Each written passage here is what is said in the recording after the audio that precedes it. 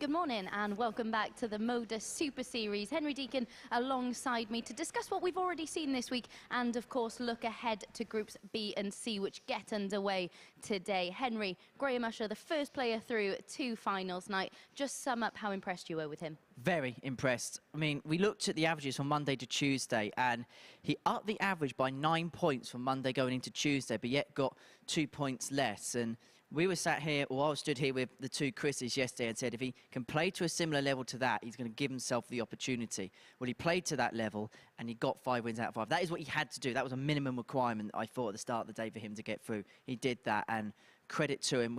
I've been saying for weeks, I think he's the man to beat in this Champions Week field, and so far he's proving that to be the case. And Graham Hall is the other player who many people have favoured coming into Champions Week. It was such a tight group, wasn't it? Nobody able to really pull away. Were you impressed with him as well? Yeah, very much so. I mean, it'd be interesting to see now how he reacts tonight, because obviously he would have been disappointed. You know, the next 36 hours from that are going to be really crucial.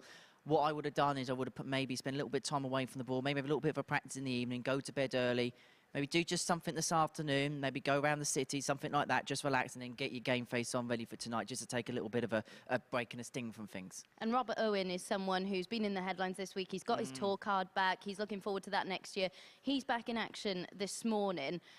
Do you think, I was just speaking to him outside and he was saying, you know, it's quite ruthless, it's quite relentless for these players. Do you think he's someone who can thrive playing 5 mornings in a row? He's going to have to find a way, isn't he? But, I mean, it's interesting to see how good this field is when a player who's going to win a tour card, or has a tour card for next year, is finishing in the bottom 3 places of Group A. I mean, that was how incredible Group A was, by the way, that a player on 16 points had to go through the ringer this morning and tomorrow, which says everything about the quality of field we got. But for Robert, yeah, it's going to be a tough slog, but we've seen players come from the bottom end of Group A through Group C and win the week. And just a word on Josh Payne as well, because he's someone who this year is starting to recapture some of that form. It's kind of, you know, he's finding himself on the dartboard after some difficult times away from darts. You've spoken to him this morning. What sort of mood was he in? Very jovial. I mean, he's a very relaxed character anyway, but there's some players where you think, well, when they're focused, they're switched on and they play their best. I think with Josh, when he's relaxed, he's enjoying himself, he's having a bit of fun, that is when he plays his best stuff. And yeah, I mean, he's in a good mood. I think the other thing as well is he's the only player who hasn't won a week who's here. He's the best runner-up in the process. So even though he hasn't said it's a free roll, it will instinctively feel like one, because he's come in on the back of Scott Williams not being here. So he can just relax, enjoy it, and then see if he goes and wins a thing, because he has got every chance. Do you see him getting through Group C? Yes. Along with? Robert Owen, but hopefully the players didn't hear that. My predictions have been wrong all week, by the way, so... So he's just given the other players in the field a helping hand. I've just done it to Robert Owen again, because I said he'd get through yesterday, so... And of Group B, of course, we've got Chris Mason coming back. You've been with him in commentary this week. How's he been, and how's he been reflecting on his performances so far? I think he's been quite reserved about how he's done last week. I mean, in the commentary box, I think he was very quick to make sure, you know, this is a day job, and we know how much he loves doing it. And I think he's kind of, again, maybe a bit like some of the other players. This is basically a free hit for him. He never expected to be here. I mean, we didn't expect him to be here because he was on the commentary roster today. So he can just go up there, relax, and look, it's a 3 from 5 player group that gets through. So he's got every single chance of being here on Saturday night. So just relax, enjoy it, and if not, then you can be with Nico on Saturday, Mace. Indeed, and as Henry just said, he was meant to be in the commentary box today. Instead, you'll be treated to Martin Adams alongside Henry. So we get underway in just over 5 minutes. Come and join us on Sporty Stuff TV for the start of Group C.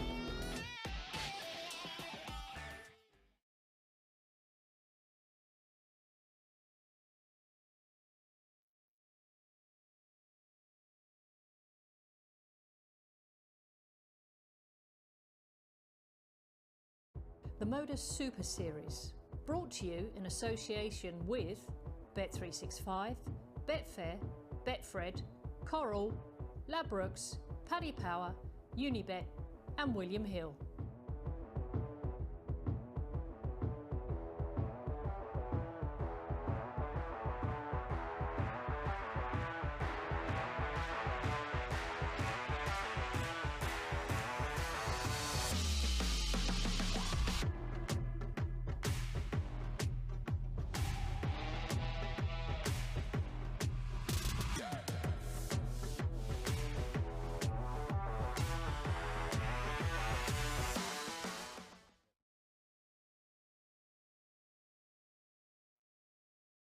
Welcome back to the MODUS Super Series for the start this morning of Group C. I'm delighted to be joined by Martin Adams this morning. Martin, you've got the role of commentator today. Would you prefer to be out there playing? I'd much prefer to be out there playing, yeah, to be honest. I mean, this is sort of new ground. I've done a little bit before, but I've never thought I'm any good at it, but somebody thinks I am.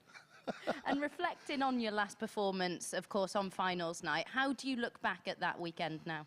I don't really, to be honest. It is what it is. What happens, happens. I played some good stuff, played some bad stuff, but at 66 years old, I was quite feeling it near the end. Yeah, absolutely. Someone else who's played some very good stuff this week is Graham Usher. Of course, he's the player who is already through 2 finals nights, having come through Group A yesterday. Let's remind ourselves of the highlights from Wednesday's action. Here's Henry Deacon with the highlights. Barstow will be looking to bounce back in Group C. He picked up 8 points from his opening campaign. Lee Evans will be looking to do likewise. About to win on Wednesday. What will Thursday bring for Evs?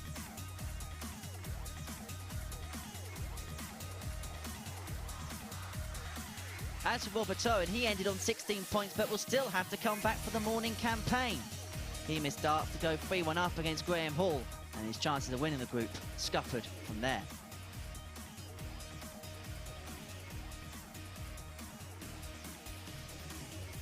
As for Conan Whitehead, he made a run for the line, but it was too little, too late for the Barbarian, as he finished on 20 points and will return tonight.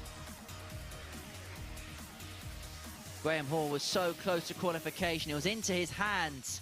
Going into the final game, this 1-4-6 against Lee Evans helped him on his way towards getting towards first place, but couldn't get there in the end. Because Graham Usher was the man to beat in the end. This 1-3-6 seeing a 4-0 win against Graham Hall, which ultimately sealed his place through. Yeah, thank you very much, Henry. Martin, Group A was such an incredibly close-run group, wasn't it? Aside from Graham Usher, who stood out for you? Well, I thought Robert Owen was playing really well, as Conan. But then at the end there, Robert seemed to fade a little bit. But, yeah, I mean, fantastic. I mean, Graham Hall was absolutely brilliant most of the day. I mean, from the start of the week, he seemed to be the man that was going to go through. But then right at the end, you know, it changes. And you mentioned Robert Owen there. He finished 4th in the table on 16 points, as you can see on the screen. He's someone who, of course, has just got his tour card. For him, how important is this experience before a full season playing on the Pro Tour and whatever else comes with it? I'm not really quite sure how he views it. I mean, I should think he'll just be looking at it as, you know, this is all good experience, competitive. That's what I need to progress forward in the, you know, with my tour card.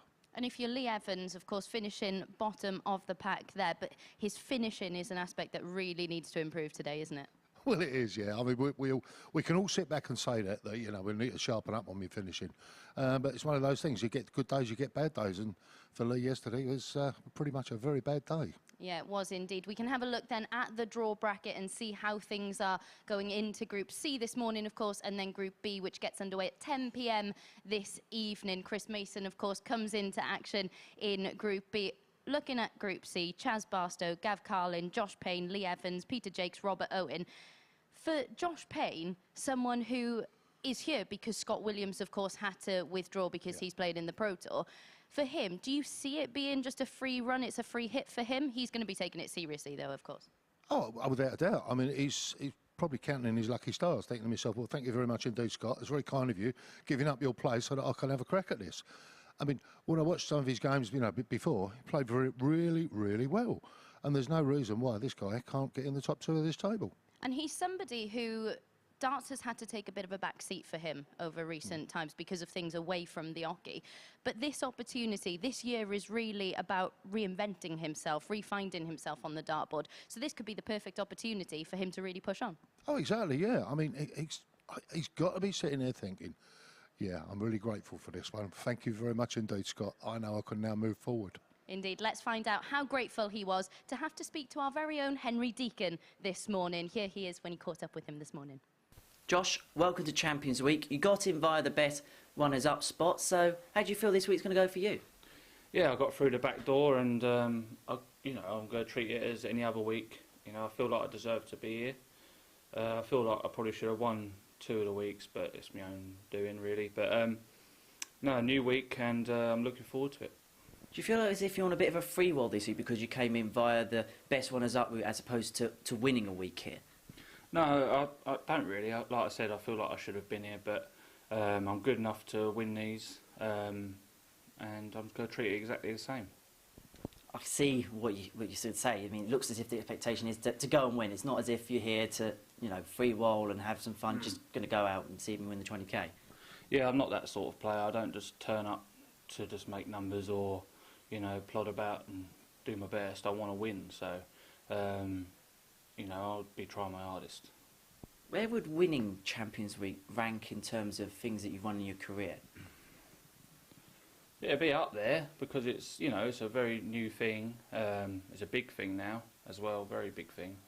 It'll be up there with some other big wins like Pro Tours and, Josh, wish you well. Thank you very much. Cheers. Yeah, it would certainly be a significant achievement if he were to go on and win Champions Week. First up then, it is Josh Payne against Rob Owen. Who do you see coming out on top in this one? Well, I haven't seen Josh play an awful lot, so I'll put my money on Robert. There we go. Let's get into it then and see if this man is correct with our first match of Group C. Henry, over to you. Good morning, Abby. Good morning, everyone, and welcome along to Tungsten Thursday here and the MODUS Super Series as Group C and B get underway, and we will get one step closer to knowing who will make up the fabulous final 6 going into Saturday night's finals, which is worth £20,000 to the winner. Josh Payne is seen by the bookmakers as one of the favourites to go on and lift the top prize. He is in as the best place runner-up following the 12 weeks worth of action due to Scott Williams' withdrawal, but he doesn't see this as a free roll. He is here expectant to pick up the big check. Another man who is also expecting to do big things this week is Robert Owen, Stack Attack. He's going to be a PDC tour card holder come the start of 2023. First leg, it's Robert it to could throw sum up first. possibly the week Game of on. his darting life if he can pick up the £20,000 check and pick up the MODUS Super Series trophy. Charlie Corsafine is your referee for the rest of the week, and he'll be hoping to be calling out lots of maximums just like that. And alongside me in the commentary box today, I'm really happy to say it's an absolute legend of the game. It's Wolfie. Hello, Martin Adams. 82. How are we doing, Henry? I'm fine, thanks. Fine. Looking forward to a great day's worth of darts here at the Super Series. It could be starting in perfect fashion. 180. There's only 141 to go. Easy said, quick, isn't it? You may have completed commentary in the first leg, Martin. 140. Well, you Robert, never know. Wouldn't it be a require great start? 141. Go on, Robert. Oh, that's the trouble with 9 darters. You miss more than you ever hit. 60. Only it was that easy, eh? If only. Yeah, but he's got a nice leave here, 81. How many times do you throw at 81? Hundreds and hundreds. 180. Robert, you require 81. That puts a little bit of pressure on it. 62 left. Double 13. Game shot on the first leg. Cracking. Robert Owen. So Robert Owen opens up a 1-0 lead here Second leg, it's against Josh Josh to throw Payne. first. Game Excellent on. opening leg, and how will Payne respond?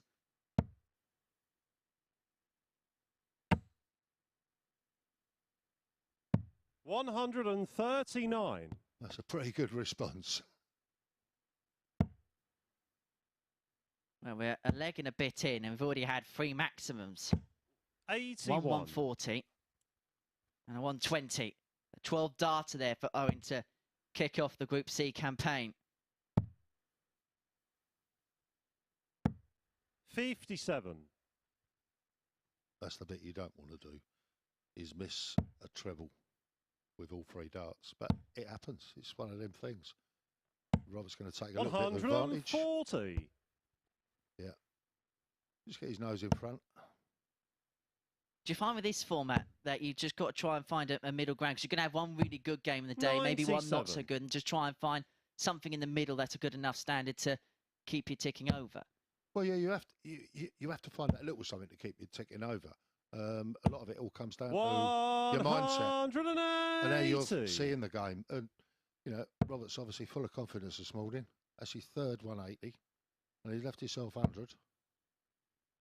Josh is chasing him. 140. Robert, you require 100. Now you've got to go out on that. Well, can he follow the 12 with an 11? Well, you could go back-to-back 12s, but he had to have got the tops to have done 80. so. Josh, you He needs to require sub double 10 upon his 68. return, and his 68 is just a whole throw within 14 darts. That's the standard that this game is Game delivering shot us on so the second far. leg. And Josh Payne Josh does level us Payne. up in 14 darts. What a way to kickstart our Thursday here at the Super Series. A 12 leg, it's followed Robert by to a throw 14. first. We'll take a Game little on. bit of that, Wolfie, won't we? Cool, not half, yeah. I'd love some of that myself. No, sometimes your scoring doesn't go to plan, 41.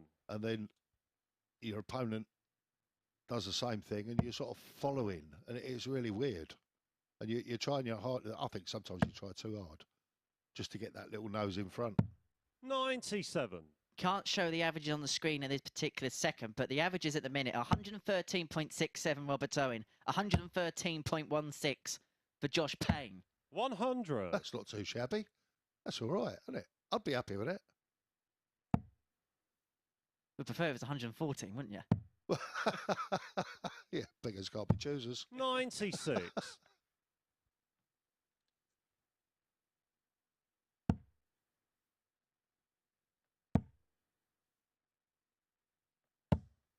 100. Time for Owen.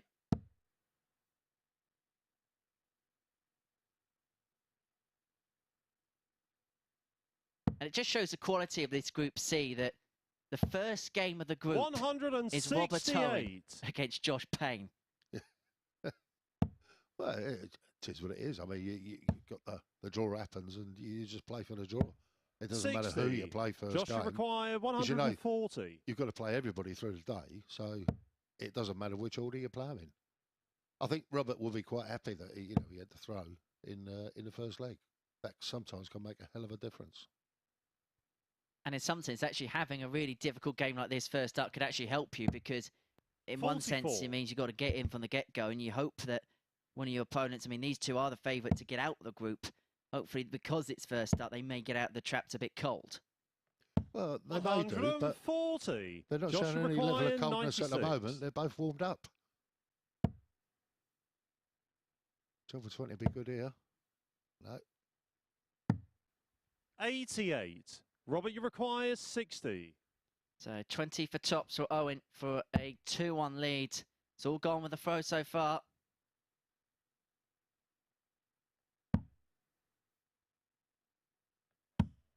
$20. But the trend may not continue. Josh, you require No. 8. But double fault for Josh. Just outside. Oh, inside. The baby double. Terrible No twos. score. Robert, you require 40. The terrible twos. Oh, that's a terrible first start. Double 16 to recover the visit. Game shot on the A third recovery leg. shot for Robert sure for Owen. Robert Owen. He leads 2-1 and keeps hold of his throw, but a shake of the head as he went back to retrieve the darts from the board. Josh Payne also knows Fourth that leg, it's he has Josh to missed throw an first. opportunity. He has missed an opening there. Well, at the end of the day, I mean, they both know that that could have been a whole different story. When you do pull a dart, 100. and when you're on tops and you're going in a one, I mean, that's a killer. You think, how on earth did that get in there? But it did.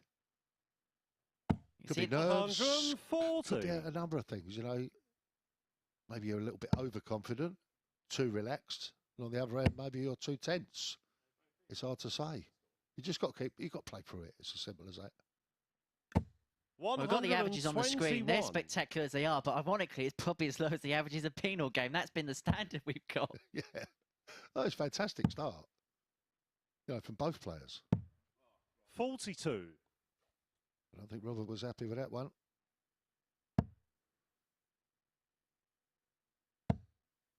You get a really good angle here from the side-on camera, and I just wonder if we can get your take on both players' throw. First of all, Robert, as he comes up to the oche. Well, he's fairly upright, isn't he? You know, it's pretty much perfect stance. 99.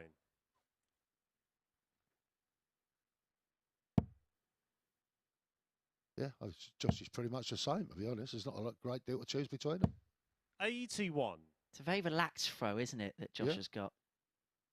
I think they're both pretty relaxed throw, but I always question when you get the player and his wrist snaps down. 140. Josh, you require 140. You see a lot of that in players, and I wonder how much that will impact in the future.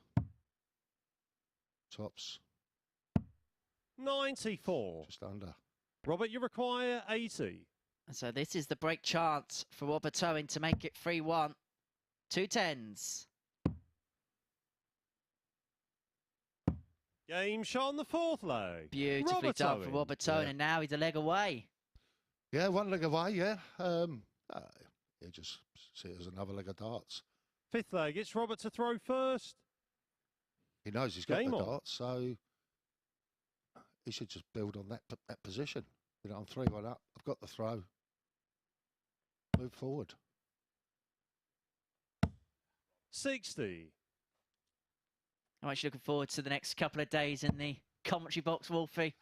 Well, yeah. It's a little bit new ground for me, all this. Yeah.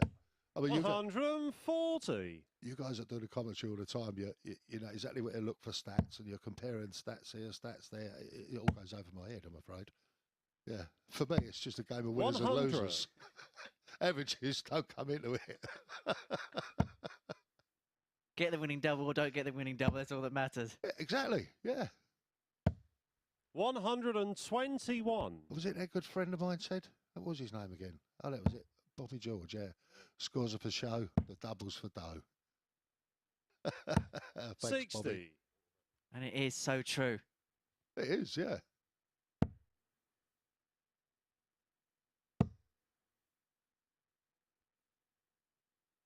Oh, he looked down there. 100. Head dropped. That's the last thing you want to do.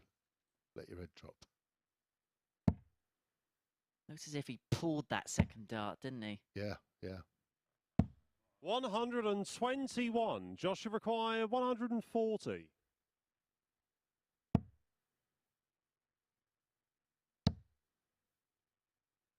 Go high, Josh. Go high. 100. Robert, you can't require hear you. 160. You'll be surprised. There's first treble. There's a second treble. Double top for 160 out and a match. 140. Close. Josh, you require 40. Oh, Josh Payne's heart would have been in his mouth Game there. shot on the fifth Yeah. But leg. he takes Josh full Payne. advantage of the second opportunity. Gets the break back, brings it back to 3-2. And again, you could see he wasn't happy as he came back to retrieve the darts Sixth from the leg, board. it's Josh to throw first. Game on.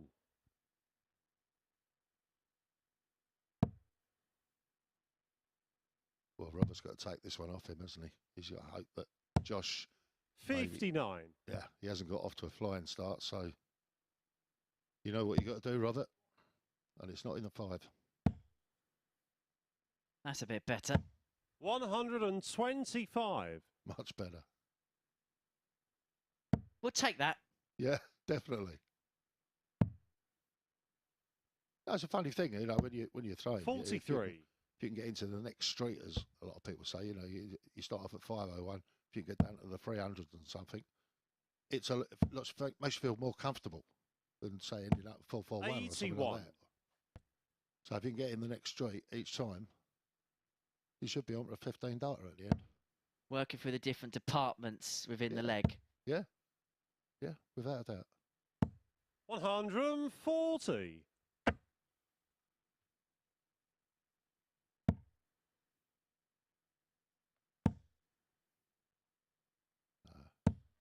83. Yeah. Oh well. Never mind. That's what Josh does with this one. 120, that's good. 140. 119, that's not too bad. Robert's chasing. 180 would be good here. 140. Take 140 for a Joshua second Mackay, prize. 119. Yeah. It's a tough shot, 119. 59. Robert, you require So 72. the opening game of the day. Robert Owen wants 72. Another one of them. Gives him one dart at tops for the match. 52. And Payne will get his opportunity Joshua requires to 60. take us the distance. Tops. Game shot on the And our sixth first leg. game of the day will Josh have Payne. a seventh and deciding leg. Josh Payne brings it back from 3-1 down to level us up at 3-3. But it is Robert Owen who final leg. has It's the Robert to dart throw in the first. seventh Game and on. deciding leg. Yeah, he's probably very happy about that. He knows he had opportunities 140. to take this earlier, but, you know, Josh got yourself back in there, rightly so. How many games have we seen this week? All going 4-3. 59. Well, I called it Tiebreak Tuesday because I think we had something like 7 or 8 games go 4-3. Oh, it's amazing. Great to watch, I must admit. 123. Certainly making us work for it. Without a doubt. Yeah, come on, lads, we want some quick games, so we make a cup of coffee. 140. Don't mind if they're this good. No, it's amazing how quick it goes, actually. 94. Good dart. A gross to go.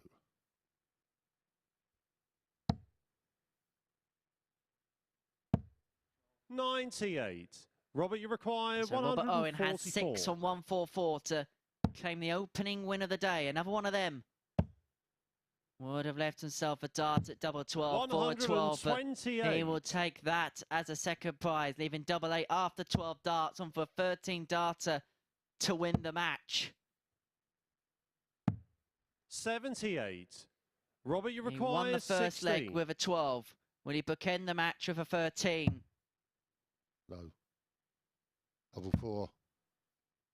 Terrible twos. 12. Josh, you require 126. I love this shot out, 126. I think it's fantastic. Another one of them, double 6. Single 19 leaves you the ball. Don't hesitate. Just get on it, mate. 101. He who hesitates is lost. Robert, you require 4. Has What a he match. lost now? Oh, I don't know. Game, Oh, shot, he's hit it. and the match. Robert Owen. And Robert Owen is our Yeah. first winner of the day in Group C. He got the better of Josh Payne in a thrilling game in Group C. Winner 4-3 with a 97.5 average, 4 maximums in the match. So Robert Owen beating Josh Payne by 4 legs to 3. We're going to take a short break. Upon our return, Chaz Barstow takes on Gavin Carlin.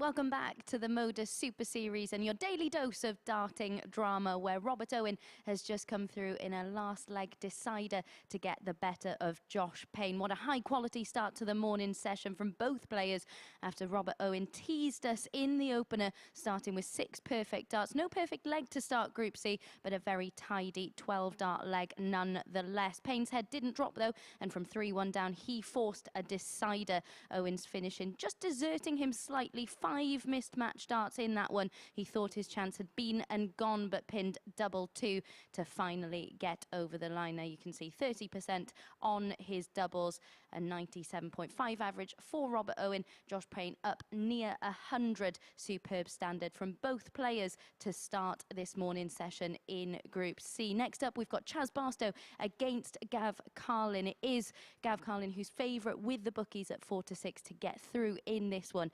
And Henry Deacon caught up with him before this morning's action got underway.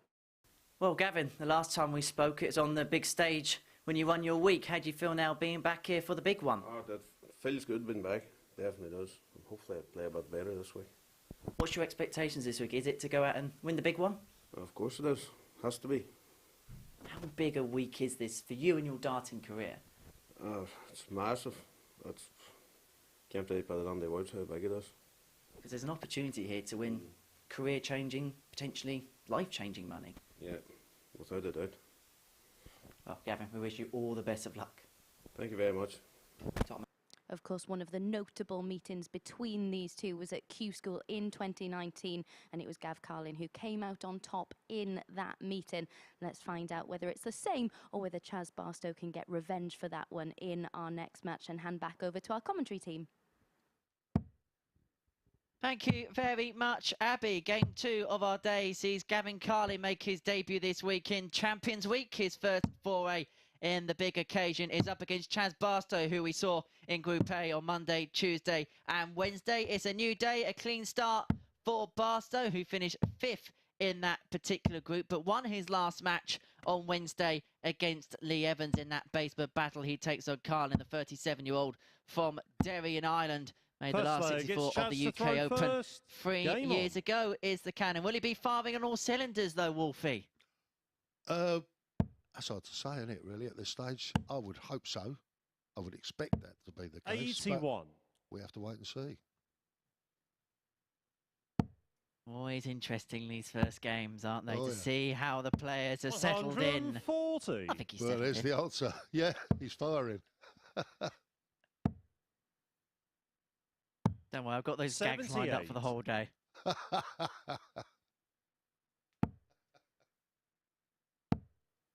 Oh, no.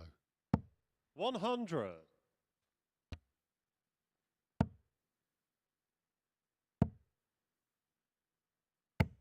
55. Don't know about you, Wolfie, but you look at the action of Gavin Carlin, one word to describe it would be fluid, I'd say. Yeah, very fluid. 180. Very relaxed as well. Well, he seems to be anyway, that's for sure. There doesn't seem to be jerkiness in the action at all. 45. Lot of Gavin, you players, see require 81. the shoulders doing things, but it's just all, Gavin, it's all in the arm. 41. Rolls Royce like, isn't it? And when you've got an action like that, you don't break down very often, do you? You can repeat that often, you know, with 8 hours a day, something like that. 81. 8 Gavin, you hours a require day. 40. Oh, I've never thrown for that long. Not without a lot of breaks in it, you know. I mean, we do things like, you know, years ago, the British Open was always an all-day Game event. shot on the first leg. Gavin Carlin. But you had tremendous long breaks in between your games, so that was very much a bit like Second leg, it's Gavin to throw first. Game on. Throwing your first leg and your first game every time you went up to play, even though it might be the third call, you know, your third match. But because of the distance and the time 140. in between the games, it's a bit like playing your first game again. I suppose this is when us commentators talk about the difference between 97. floor tournaments and TV tournaments. For example, when you're playing on TV, you may be only playing one game a day, maybe with the exception of this format where you're playing constantly. But in these open events, 100. you have to constantly keep yourself ticking over, because depending on how quickly or how slowly the rounds go, you always got to keep your eye in. Oh, yeah, without a doubt. I mean, one of the hardest ones these days has got to be the 59. Dutch Open. When you got over 3,000 men enter the Dutch Open. So, and there are a field 28. of dartboards. There's hundreds of them. But, it's still long waits in between your first game and your second and your third. Can it sometimes be as much a test of 140. stamina as it is ability, those events? Oh, without a doubt, yeah. And the one thing you've got to do is, keep yourself under control with the liquid refreshments. 76. Control is everything, Martin. It is. I've seen many a player fall foul of that. Many a player. 59. Gavin, you require 157.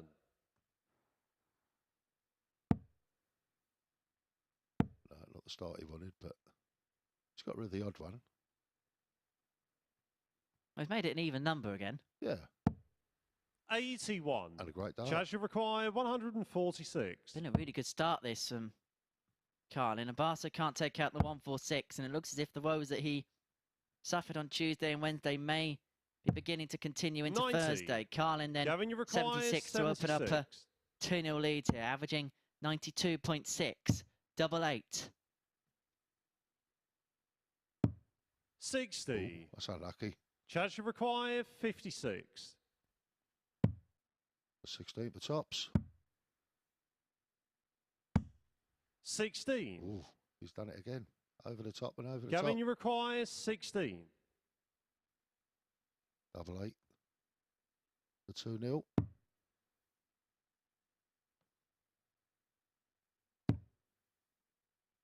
Ooh. 8. Ooh. Jacques, you You require can see from that 40. last angle, he had virtually no route there towards the double. That is the thing, unfortunately. It's where the dark Game lies. shot on the second leg. Yeah. Chaz Barstow. The Chaz evens it up 1-1.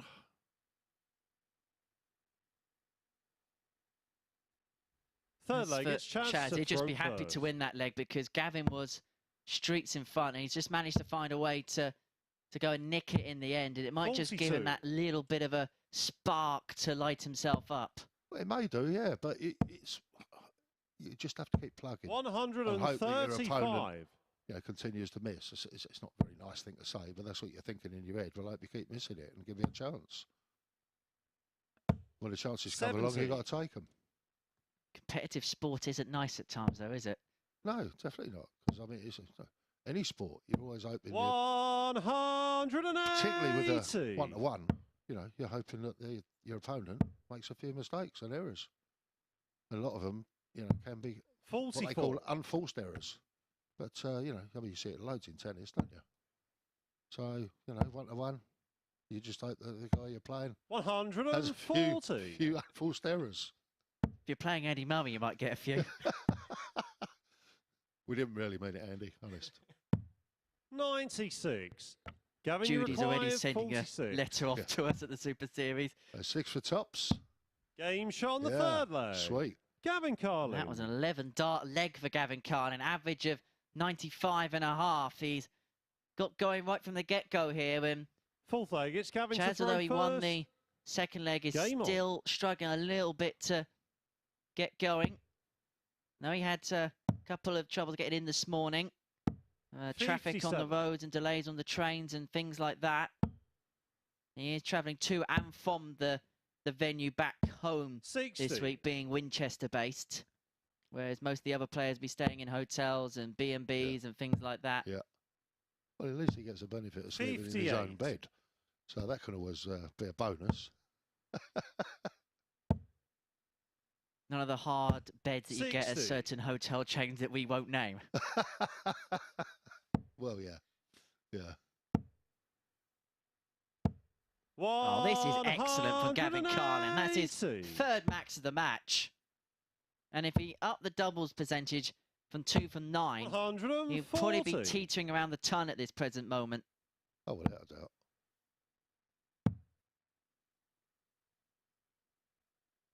I don't think the 3 was in the plan. 42. Had to go downstairs to leave a finish. Yeah.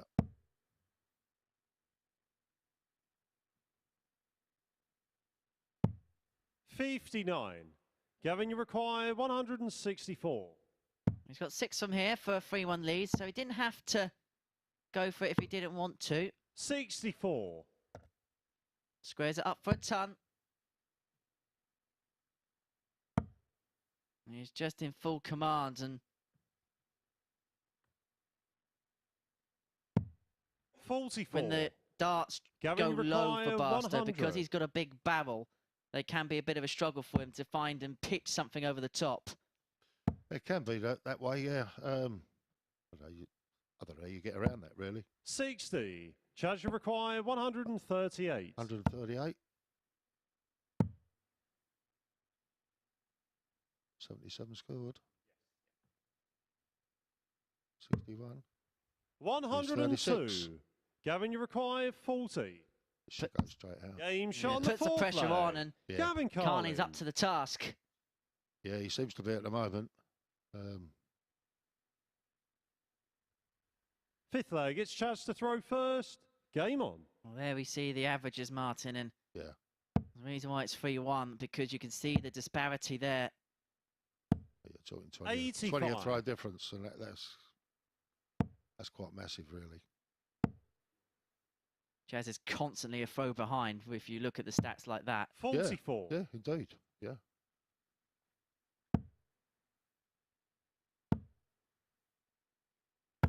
It's a bit more like it, though. Yeah, that's the darts I would expect from him, but will it be consistent? 100. And how much of the first game's about laying down a marker to the rest of the field, especially in a 85. week like this, when it's Champions Week and there's a lot at stake? That's a good question. Probably years ago, yeah, it would probably been 43. very important to me, but these days I just go out and play and hope I can win. That's the thing. Some days it comes good, some days 93. it doesn't. I mean, it's one of those things, you know, that if the body won't play, then there's not a lot you can do about it. 60. Chaz, you require 150. Still winning a fair few, though, still, Martin. Yeah, but that's when the body's behaving itself. And my leg's not giving me jip, but my shoulders, you know, 42. feels like it's in one piece, not about four. It's like a jigsaw puzzle. Yeah, without a doubt. And there's 73 for Barstow to bring it back to 3-2 and give himself a glimmer of hope. 54 to go. All in the tops. Game shot on the Yes. fifth leg. Chaz Barstow. And when you consider the predicament that Barstow's in, that took a lot of bottle. Oh, without a doubt. Yeah. Sixth leg, it's Gavin to throw first. Game on. It's hitting that tops when you've got the opportunity with one dot in your hand. You just got to go for it. Do you remember what you were saying in the first game about 4 threes? 121. Yeah. It could shape up that way, 45. but that's not good.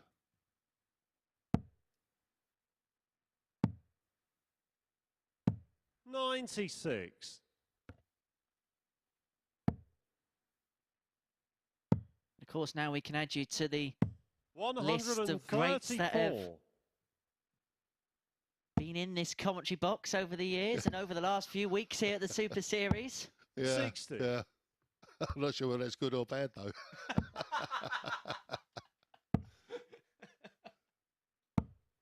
No 100. comment.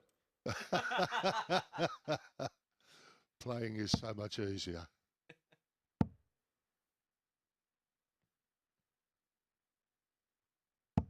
$60.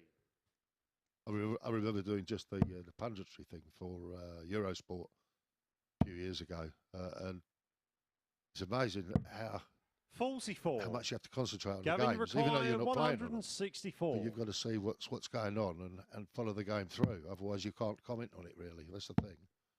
So, yeah, it takes amazing concentration. 86. And interestingly as well, we may touch upon it in the next game because Carlin's got an opportunity for the match. So we'll touch upon that in just a second because Carlin now wants 78 to 95. seal Gavin, you the require second game of the day 78. and to get his Champions Week campaign off to a perfect start. Do what Josh Payne couldn't, and that is to 38. open Judge up require with a win. 83. But Barstow to take us the distance for the second consecutive game. Double 9. Game shot on the 6th leg. What were you Chance saying about Barstow. 4-3? Amazing. Forget tiebreak Tuesday, it's tiebreak 7th Thursday. and final leg. It's chance It's to throw tiebreak first. Tungsten Thursday Game here at on. the Super Series.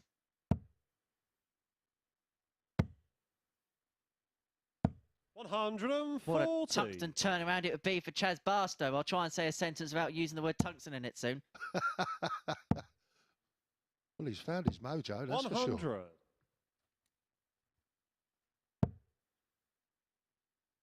Okay, Gavin missed a couple of opportunities where he could have taken 43. Taken the match, but yeah, you got to hit them doubles. 58.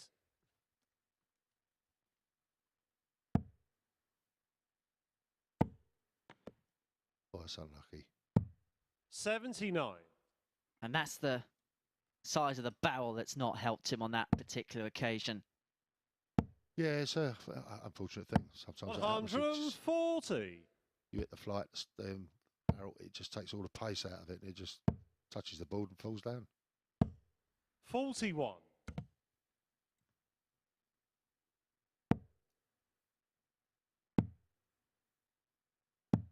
$134. Don't know whether you're a Blondie fan, Martin, but this could be a turnaround for Barstow. And every now and then... 123. Gavin, you require 69. When you're the opponent, you can get a little bit nervous when they get close to the finishing line. Yeah.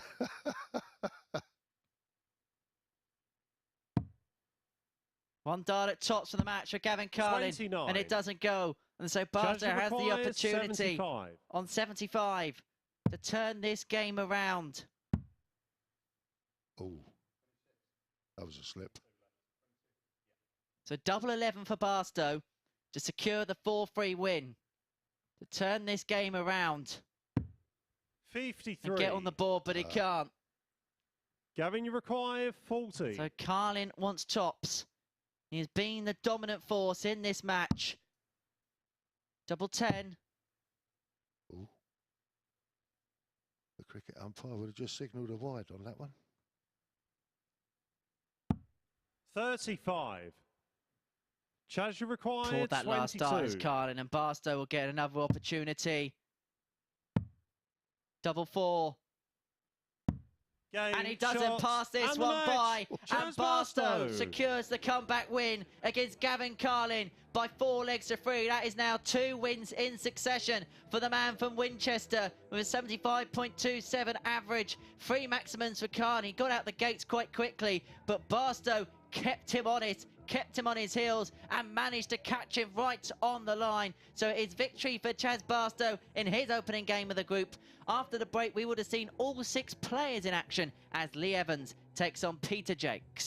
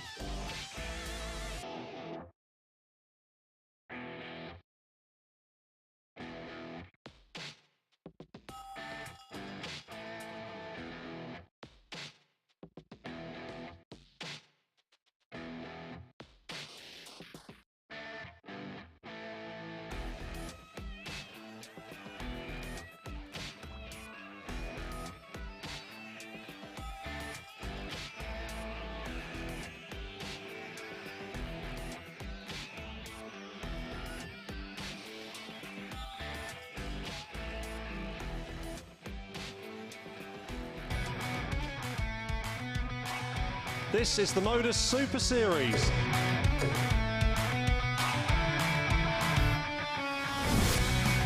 $180.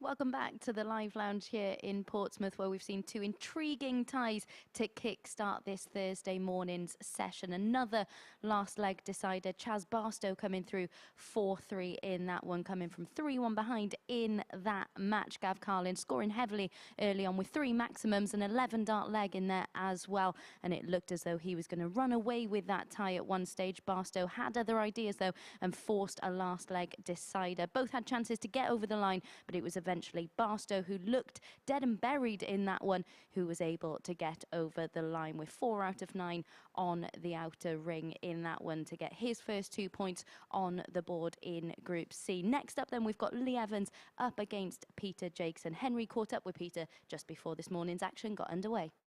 Peter, welcome to Champions Week. What's it like to be here? Oh, it's fantastic. Yeah, that's what we're waiting for. When we come, you have your week and then you want to get to this. So play with the best that's been so far. Had a couple of weeks off, obviously you won one of the later weeks. Do you think that's potentially an advantage for you going into this? Yeah, your confidence can be a bit high because obviously you've been here not long ago, so you're used to the surroundings. It's not like you're having to start fresh again, so hopefully that will bring me in good stead. And crucially, you've won here as well before, because there's a couple of players obviously won at the other venue in Southampton. So do you feel that experience of winning on this particular stage gives you a distinct advantage?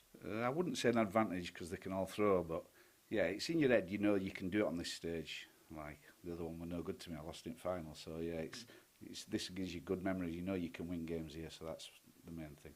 What would winning this competition mean to you? To make the wife happy. It'd be brilliant, wouldn't it? You want to play with the best players that there is outside the top 128, and this place you're doing it, so to beat these guys and to win it would be fantastic. We wish you well. Good luck, Peter. Thank you.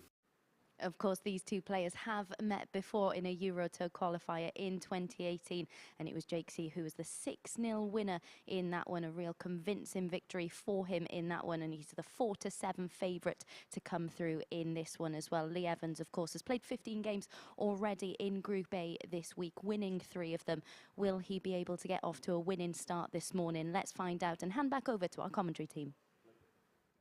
Thank you very much, Abby. And so, following the end of this game, we would have seen every single player in action once in Group C. It's a first appearance of the week for Peter Jacques, the Terrier, age 49, a 2-time PDC Challenge Tour event winner from Denby Dale in Yorkshire, up against Lee Evans, the 34-year-old from Kempsford, throwing a 22-gram data dart. He is also a Challenge Tour event winner with the nickname Evs. I wonder where he got that one from, Wolfie. Hard to say that one, isn't it? Hard to work out that one. Yeah. First leg, it's now, Lee Peter to throw Jacques won first. week 11 a couple of weeks ago here. It was a week you were involved in, wasn't it? Yeah, yes, it right, was, yeah. Yeah, it was, yeah. Yeah, I lost out to him in the semi-final. But there you go. Sorry to bring those memories back. Nah, it's all right. I don't worry about it. 180. Peter Jacques might be a little bit worried about that. That's a fantastic start for Lee Evans, who, a bit like Barstow, can just refresh himself today following 60. The end of Group A, which ended quite tumultuously for him.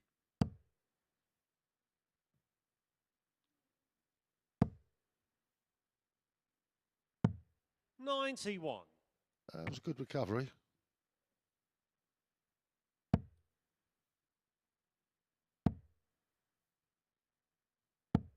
$45. Peter's not found his rhythm yet.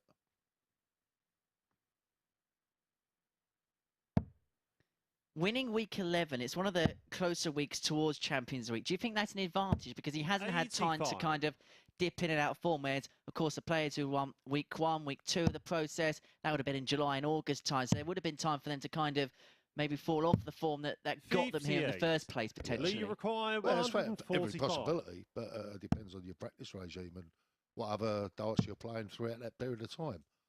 I don't think it's necessarily a great advantage going from, so like 56. the last week of getting here and then, straight into this week. Well, it's just one of them things. That's the way it goes. But I don't think it's a great advantage. 100. Because it can be Lee, you require quite 89. tiring, to be perfectly honest. Well, I find it that way anyway.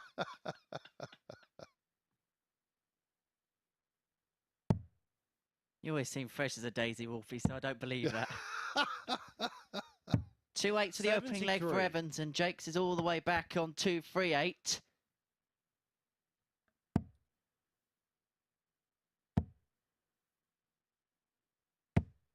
$100. Lee requires 16. Well, it's 8-8 then. For 2-0. No, sorry, 1-0. I'm talking about 2-0. Getting a leg ahead of myself here. Game shot on the first leg. And as you Lee can see Evans. from that camera angle over the top there, a perfect guide into the bed. In some ways, when the darts stand up like Second that, leg, it it's actually Pete's to makes throw the first. target Game on. area a little bit bigger. In some ways, yeah. But if it's like the trajectory of your dart is such that, it's 100. very, very easy just to clip the flight and ping on the single side of the bed rather than straight in the double. So there's a little bit of luck involved there somewhere. 57. Better to be lucky than to be good. Something like that, yeah. Well, Peter Jacques is a postman, so Postman Jacques, for example. Postman Jacques. 100. Well, he's hoping to deliver, isn't he? That is a first-class pun. Has he got his cat with him? by the way? 100. Well, early in the morning, just as day is dawning, Yeah. winning matches will make Peter a very happy man. Yeah, indeed, yeah. 100.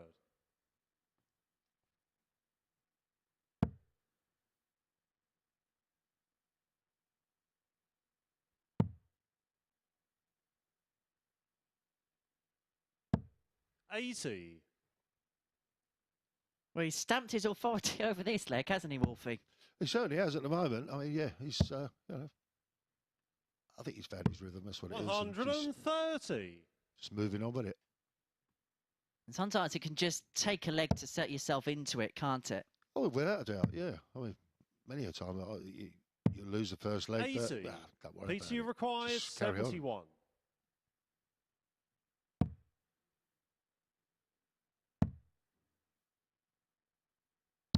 Game shot on the second Brilliant. leg.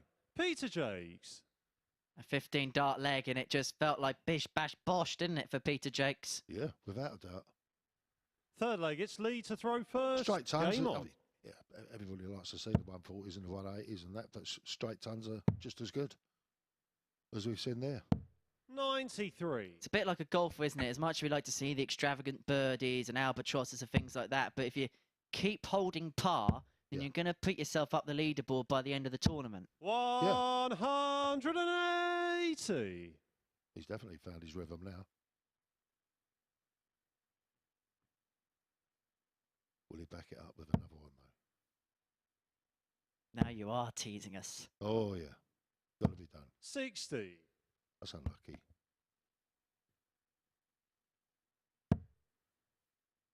Not to No. be this time. Nah. Have you had a 9 on commentary yet, Wolfie? 54. No, not at all. Let's hope we can change those fortunes this week. You never know. We've got the field for it. 96. I think we have, yeah. Without a doubt. Well, we've seen the back-to-back 180s this morning. From 60. young Robert, so Robert Owen. Did it in the first leg. I know. Amazing. 60. In some ways, I'm glad he didn't get the 9 in the first leg. Otherwise, we just would have peaked and it could have only gone downhill from there. That is one of the things. Sometimes you say to yourself, you know, first 3 darts, you hit a 180. 131. Oh no, there's only one way this is going to go, and that's downhill. Fairness, that happens to me when I get a 26. Lee's not happy with that. 60. Yeah. Peter, you require 76.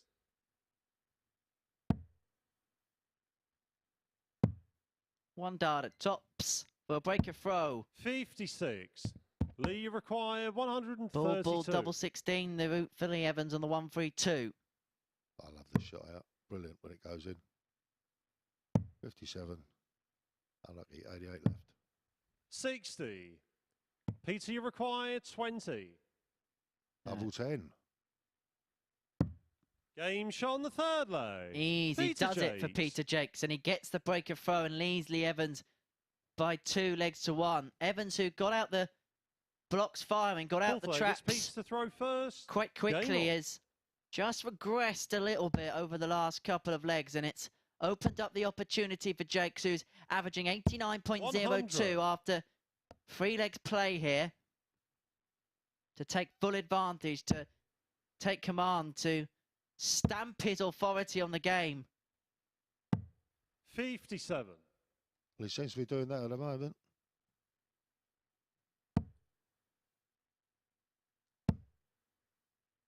He is delivering. 100. Seems to be. They're not on strike this week, are they?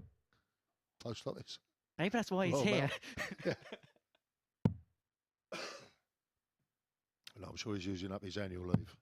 58. I'm surprised he hasn't turned up wearing shorts, because you know how much the posties like to wear shorts. I know. I find that amazing, particularly when you get it in the winter. 100. You know, it could be chucking it down with rain, blowing a gale, and there's a postie walking down the road, still got his shorts on. I always think to myself, you must be mad. Your socks must be 82. getting soaked.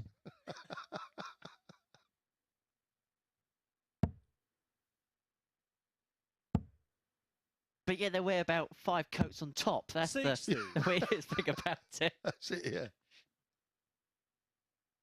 I reckon they keep a change of socks in the van myself. 58. He's Peter, you struggling. require 141. Double 19 and double 12. Game shot on the fourth Excellent. leg. Peter That's- Jacques. Brilliant. That is absolutely brilliant.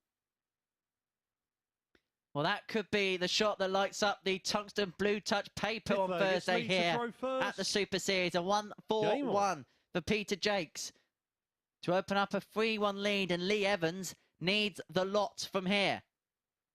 But we've seen 2 games at 3-1, and they've ended up 4-3. Will this repeat history here? I see exactly where we are heading. 44. Come on, Lee, don't let me down. Enjoying being sat in this commentary box too much. I think I have, yeah. 100. That's good darts there from Peter. As you say, steady tons. He's had 11 of them in this match so far. That is Evans' second max, mind. 180. Fantastic darts. Those are the averages. Evans with more maximums, but 95. Jacques with a high average by about 14 points.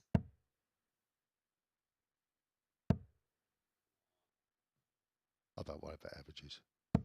60. Nice to have, but I've never paid too much attention to them, to be honest. Go on, get rid of them. Get them off the screen. There we go, It's all about guys. the win. It's all about winning. It's a game of winners and losers. 171. brilliant. That could be a match-winning shot for Jacques. It could well be. 43. But the question is, will Jacques get the Peter, you shakes require towards the finishing line? 135. Who knows? Having just pinned a 1-4-1. But 63. you'd think that the 135 would have been a breeze, but there we go.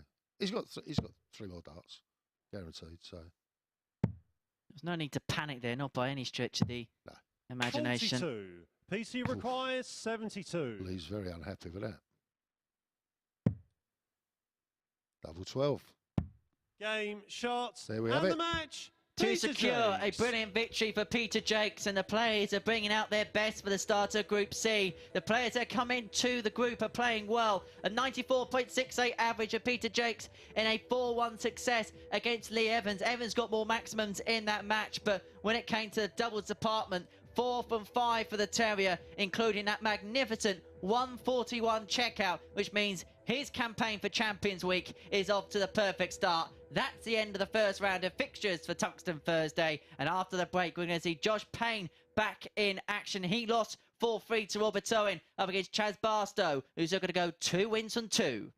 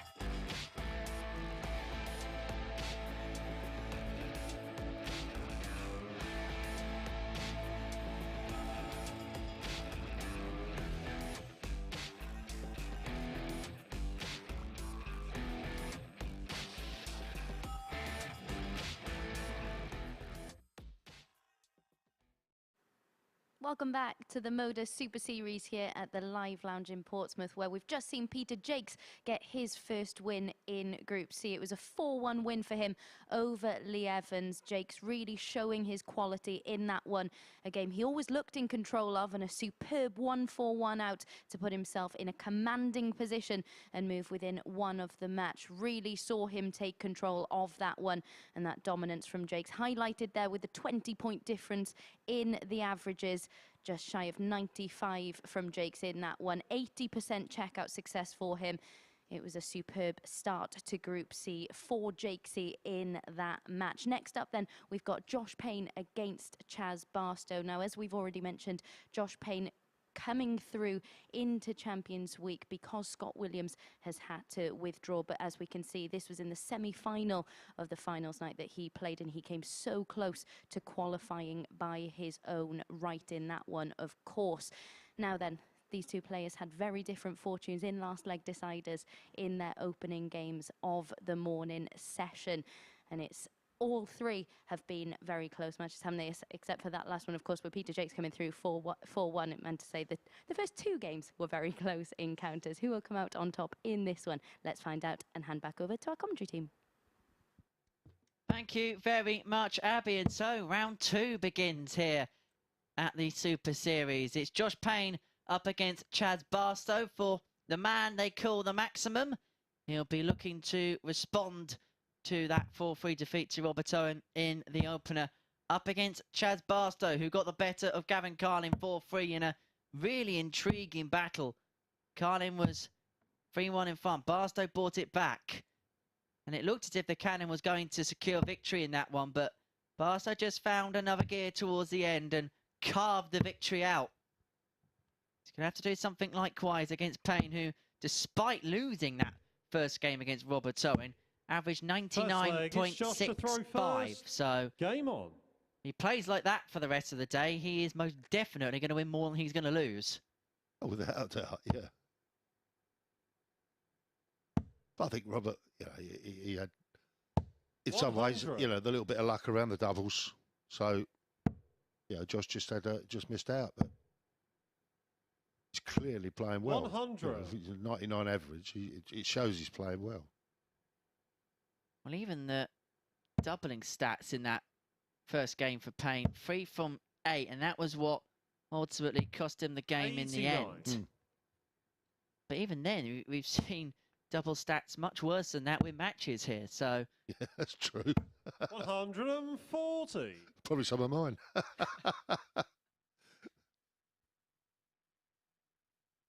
Couldn't fit it on the graphic.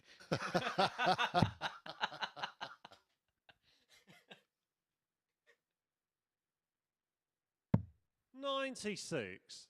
Good job we ain't got the old chalkboards, isn't it? These days, he'd have been right down by the skirting board.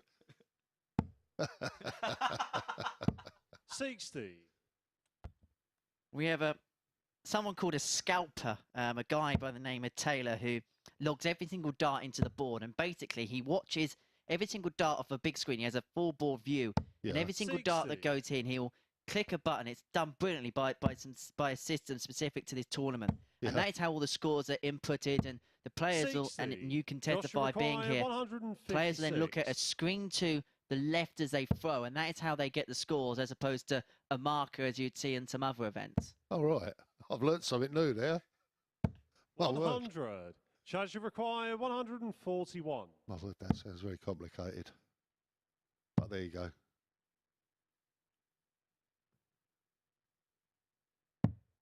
93. Yeah, does a very good job, does our Taylor. 56. 16 bits ups. Game shot on the first leg. Josh Payne. So Josh Payne gets the opening leg on the board. 88.41 average after the first leg, but 1 out of 1 on the doubles. That was his concern in the last game.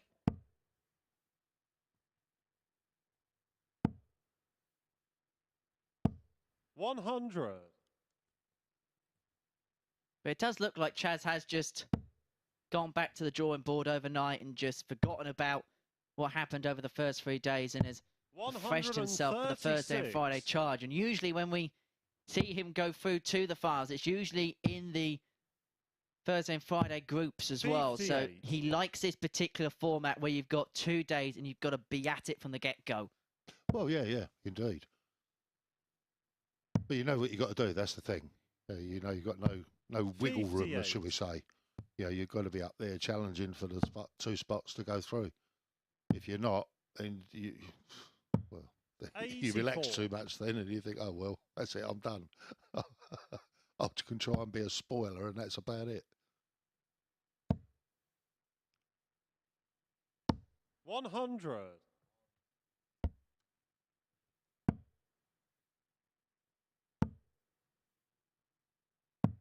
137. When you read the players' faces when they come up to the board, you wouldn't know what Chaz has hit at all, would you? No, not at all, no. He could hit 180 or he could hit 3. There wouldn't be any reaction, whereas sometimes with Josh, he can just let his head drop once or twice. 39. Josh require 147. Which is interesting because off the hockey, he's the most jovial character you'll ever meet.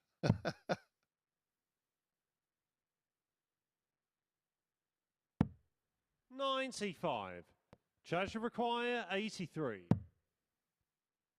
Double 16. 67. Oof, close. Josh require shake of the head there. 52.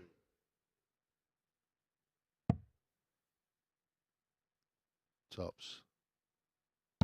Game shot on the second leg. It'll be another one of them Josh now because Payne. Josh Payne has broken Barstow and opens up a 2-0 lead here.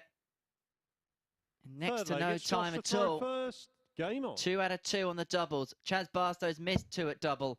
And that is the difference in this game because if you look at the other metrics involved, there was not much between 100. them.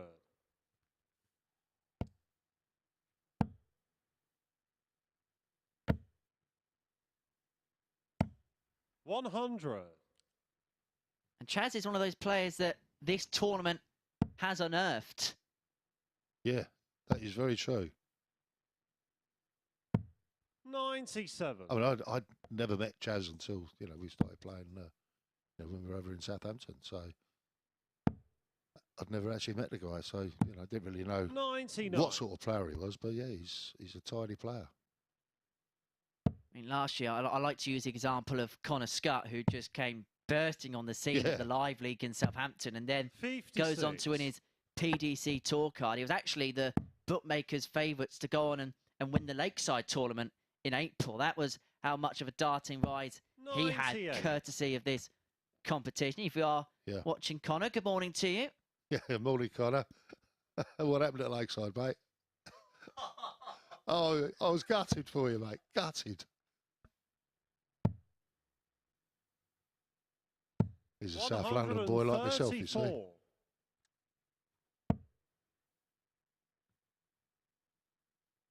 Yeah, Sean Burt, his opponent in that game. And 100.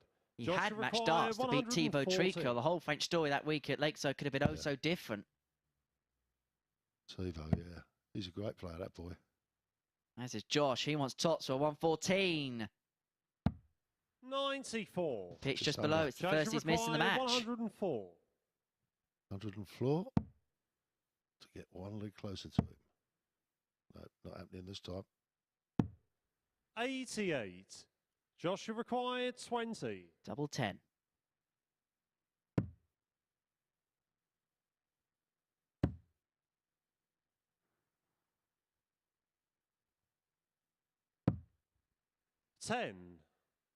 Joshua Big requires miss. 16. Big moments. Is Barstow up to the task? Game Yes, shot on is the third emphatic leg. answer. Chaz And he brings Barstow. it back to 2-1. That is the break back for Barstow. And he's back in this match. And Josh Payne has had 4 Fourth leg, it's Chaz opportunities to throw to first. open up a 3-0 Game on. lead. They have come and gone. And will that be a crucial moment in this match? Will this be something we'll be noting down on the notepad 100. in a few minutes' time? Those are the averages on your screen now. 86 and 88 respectively. 99.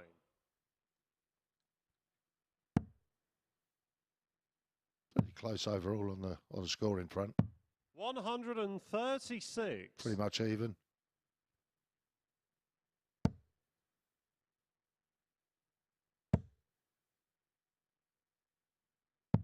$99.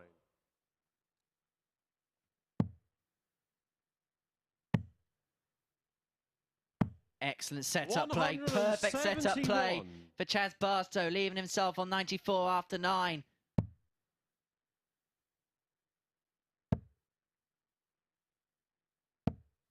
$59. Joshua required 94. And suddenly, the direction of travel here is changing significantly. Tops. Lovely marker. 74. But too far down. But he is going to return for double 10 for 2-2.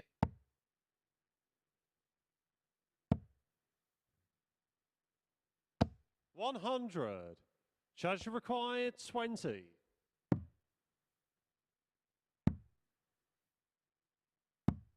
Game shot on the fourth leg. Chaz Good dart. Barstow. That's a horrible double to have to throw it. Double 5. I don't know why it just is.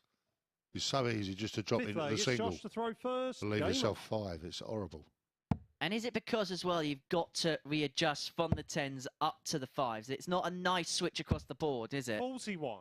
I don't think it really makes too much difference because you'll switch from double 8 to the double 4. So the switch side of 97. things is pretty much the same. It's just that you don't want to hit that single. It's like throwing a double 3. You don't want to hit the single. That leaves you free. 1 double 1. No one wants to go up there. 60. Richard Ashdown's the only person that has 186 left and goes for the 180. That's right. He knows he's not going to hit it. That's why. 41. No offence, Richard. It's a long way up there for you, mate. He likes double three, though. And 171s. Yeah. Look at this. Great arts. 140. Brilliant. And after missing those 4 darts for 3-0, and Barstow pegging him back level, there's going to be a huge test upcoming for Josh Payne. Because Barstow's already won once today from behind. Josh Payne is looking to get on the board for the first time in Group C. The man who was quoted 140. as one of the bookmakers' favourites for the week. He is the favourite to win Group C. He is 5-2 with the bookmakers. Robert Owen 7-2, along with Peter Jacques as play got underway. 9-2 Barstow, 6s for Carlin, 10s for Evans. What's the Shanghai on the 20s? Oh, just under. 40. Charge require 50. Double 10. 30. Could have got his nose in front there. Josh require 80. To stem the charge. Tops. He works his way up the ladder. 60. But he cannot find the pot of gold at the end of the darting rainbow. 20. Game shot on the 5th And leg. Barstow Chaz Barstow completes the tungsten turnaround. He's 3-2 up. And has the darts to complete a 4-2 victory to make it 2 from 2 at the start of his Group C campaign. It'd be a 3rd win in a row, having not won since Game 5 121 of Tuesday's session. Actually, Game 1 of Tuesday's session, his last win before Lee Evans was against Lee Evans. 180. But Josh Payne is not going to let him go. We've had a damn good fight. Quite right, too. 81. Another 4-3 in the making.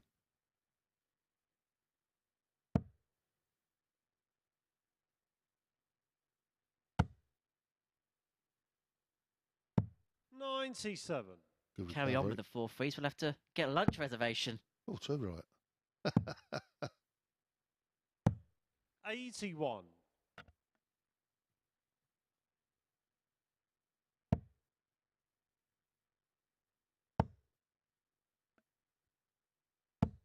60. He's himself on a finish, but Barstow should have a more makeable out when the players return to the hockey. 58. Well, Joshua I requires say he's on 160 himself. He's going to go down the 2 jumper 19s route. Won't go this time. I find that really bizarre myself, but there you go. 57. I would never even think about that. Joshua require 160. No.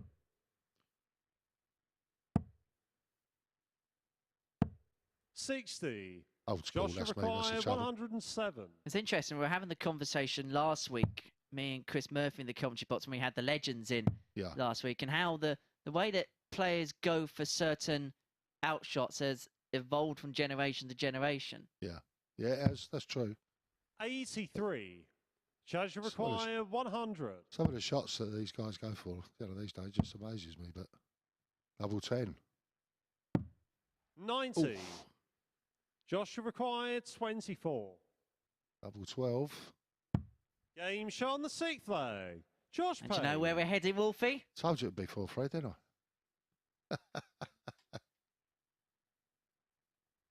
7th and final I leg. reckon what It's we'll Josh do to is we'll throw put all the other first. results. We'll Game get on. Wolfie to know all the other results on pen and paper. He'll get them right.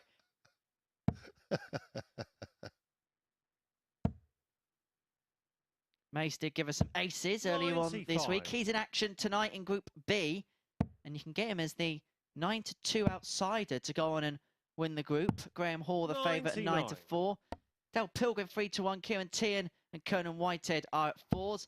And of course, a reminder: if you are having a flutter on the darts today, it is 18 plus. BeGambleAware.org, and of course, when the fun stops, stop.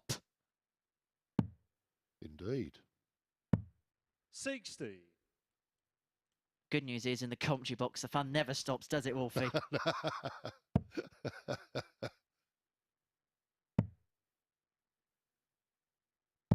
96.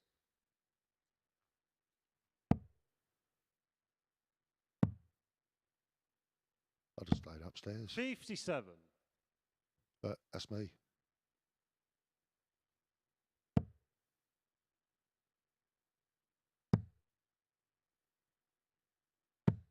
58. Chaz can crank in a couple of trebles here or make this leg very interesting. He won't. And so Payne will have 60. 6 darts Joshua from required 157 to 157. secure his first win of Champions Week.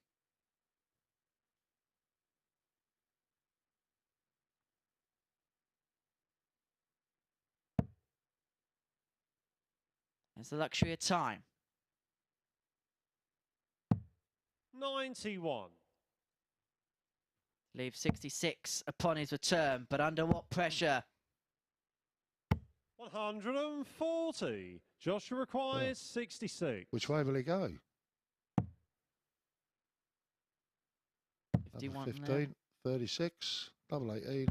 Game shot. He loves double And the 18, match, and he Josh gets the double Payne. 18. And Josh Payne is a 4-3 victor against Chaz Barstow with an average of 86.2, one maximum apiece in that match. But it's the double statistics for Barstow which has costed the game at the end. 3 from 13 on the outer ring. A high check out of 66, as we've seen just there for Josh Payne, is enough for him to secure victory. His first points of the group. He gets the better of Chaz Barstow 4-3. So we have 4 players all locked on 2 points. Wilbert Owen could make it. Wilbert Owen and Peter Jakes are hoping to be the first players to make it onto 4 when they go toe-to-toe after this short break.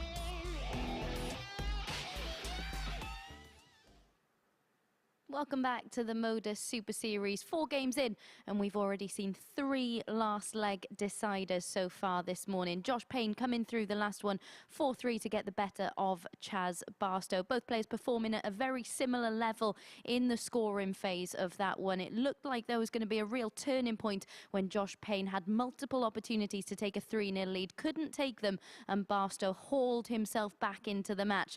But in a match with plenty of ebbs and flows, it was Payne who finally got over the line. As you can see there, 3 out of 13 on the outer ring for Barstow. That was really telling for him in that match. He did have the higher average, but just 23% checkout success is what cost him in that match. Next up then, we've got Peter Jacques against Robert Owen. Of course, both of these players winning their opening matches of the morning session. Here we can see Owen getting over the line in that match against Josh Payne after Josh missed that match dart in a last leg decider in that one. In terms of Jacques against Robert Owen, well, their significant previous meetings, they are 1 apiece. It was Jacques who won their most recent meeting in 2017. That was in a Euro Tour qualifier, but the bookies do make Owen 8-11 favourite to get over the line in this one. As I said, both of them put in really impressive performances in their opening matches of this session. Let's see who comes out on top in this one and rejoin our commentary team. Thank you very much, Abby. It was the 2 standout performers in the first round of fixtures going toe-to-toe in Game 5 of our morning session here at the MODUS Super Series. Robert Owen, who averaged 97.5 in a 4-3 success against Josh Payne, going up against Peter Jacques, who averaged 94.68, 4 out of 5 in the doubles in his 4-1 success against Lee Evans. So, for this pair, Martin, they'll be hoping to have started as a means to go on. Well, exactly, yeah. I think they both played well in their first games, without a doubt.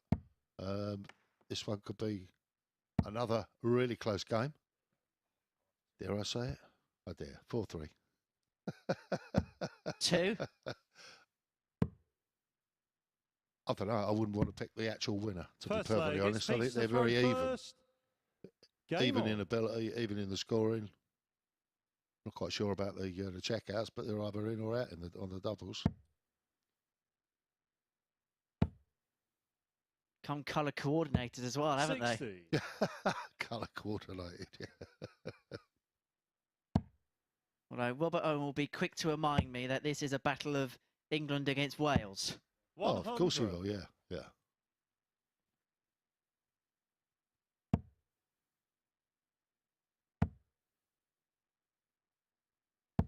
Jacques, a proud man of Yorkshire as he piles in the game's first maximum from Huddersfield. 60. Which is why he's nicknamed the Terrier. Of course, Huddersfield Town nicknamed the Terriers. Oh, of course, yeah, yeah. 60. Also famous for their rugby league as well over in that part of the world. Huddersfield, yeah, without a doubt. 100. The Giants.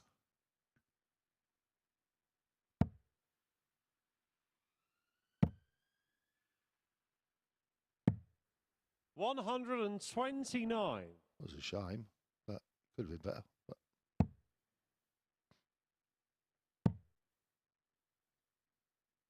I was just glad to realise Robert Owen wasn't here the week England play Wales at the World Cup, because I don't think we'd ever have heard the end of it if Wales got the better of that one.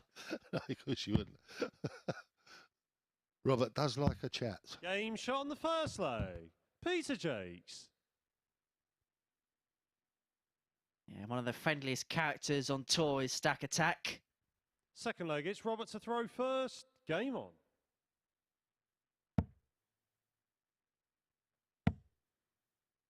That's the way to do it.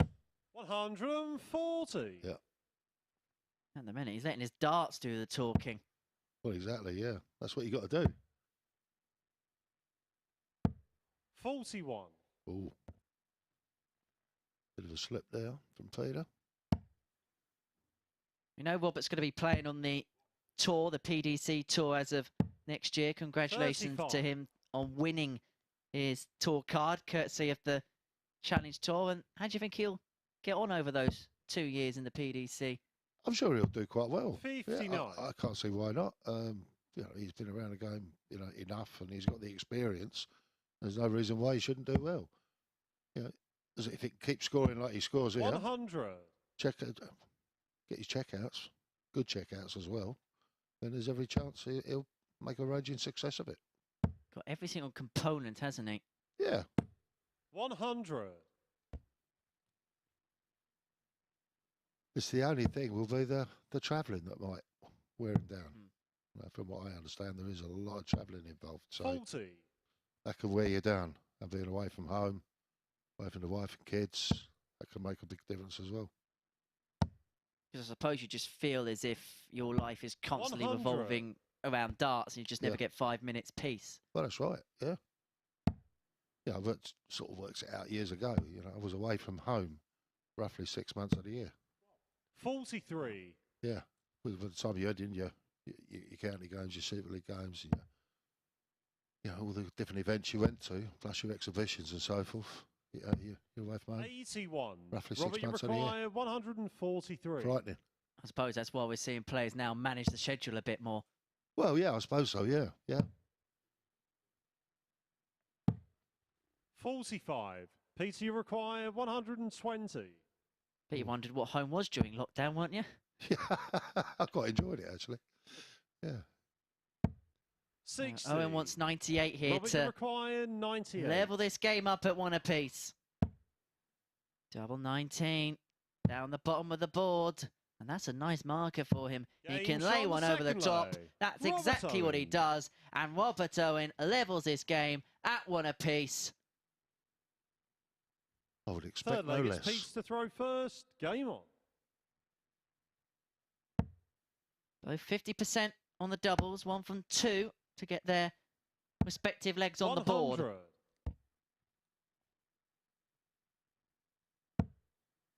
Mind it, you can join us on Saturday night at the finals of the MODUS Super 100. Series. My recommendation is to get in quick because we are getting close to a sellout on Saturday night. It is dartshop.tv, the place to go to get your tickets for Saturday night's 100. finals. And if you like darts and you like Portsmouth, why don't I try and give you a nice little early Christmas present, a night at the darts, courtesy of the Untouchables. That's on Friday the 9th of 85. December. That's at the Portsmouth Guildhall. You see the likes of Michael van Gerwen, Fallon Sherrock, Simon Whitlock, Raymond van Barneveld, Vincent van der Voort in action. It's at the Portsmouth Guildhall, 9th of December. 41. And you can get that also via dartshop.tv. Plenty coming up darts-wise and plenty of things you can go and see, courtesy of Modus Darts on dartshop.tv.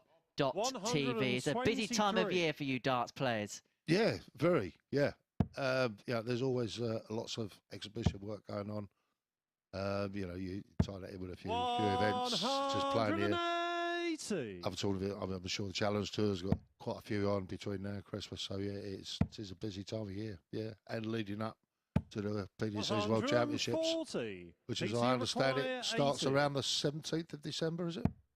And about that week, it's the last week of Yeah. the World Cup.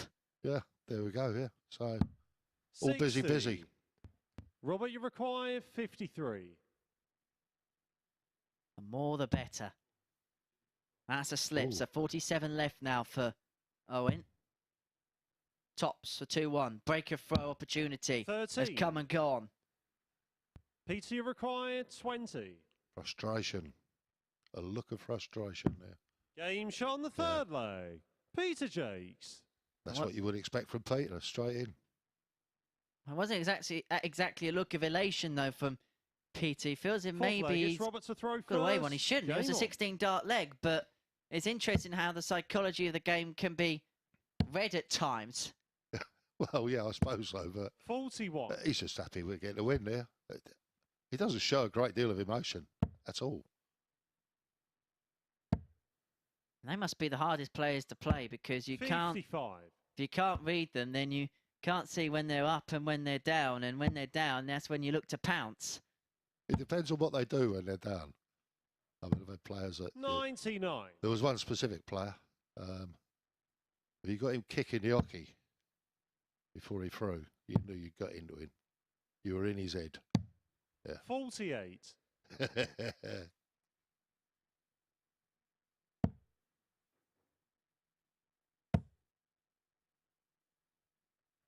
100.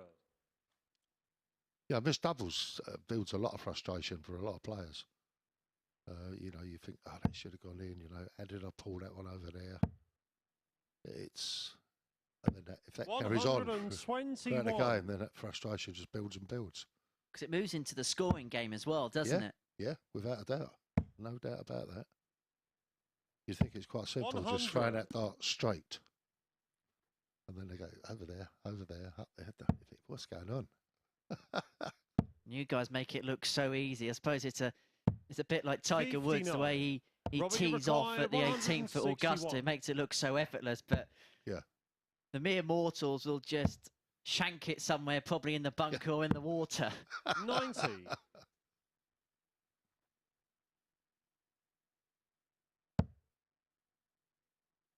71 for 2-2. Owen did have the opportunity to open up a 3-1 lead. We've said that before this week in a crucial 71. game.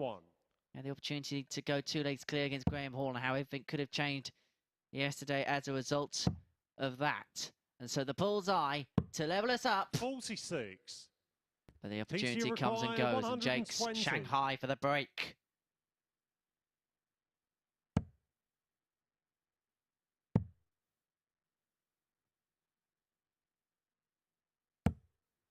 $21. Robert, you require 25. That was different. Don't think he intended to do that. He didn't want that double 9 either. No. So double 2 for 2-2. It's all the twos. Robert Owen. Oh, he just, go away. Fifth leg, it's Pete's to throw He'd first. be happy just to see that leg go by. Happy it's in his leisure. And now it's a best of 3 once again. It's another close game here in Group C. Did say 4-3 from the start as well. Yeah. 140. Yeah, so someone's got to, you know, move forward now. You've had enough practice darts, boys. 60. Come on, Charlie, hurry them up. Yeah. Well, Peter's struggling a little bit to actually find the treble. He's just above it or to the right of it. 140. And when you try and readjust, is that when we can say that players go in the realms of trying too hard? And I'd say that as he does that. 125. He gets a 1-2-5. Yeah. But he would say, well, I much preferred that last dart to be nice and straight, albeit where it goes into the single 20 or the treble, you know. But it's just that one just 32. Pings off to the left. Even still after that visit, he's the player chasing in this leg, and 83. Jake's had the darts in the 5th.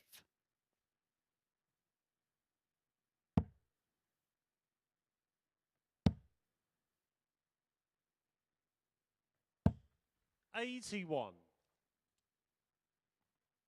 It's not such a bad finish, 108.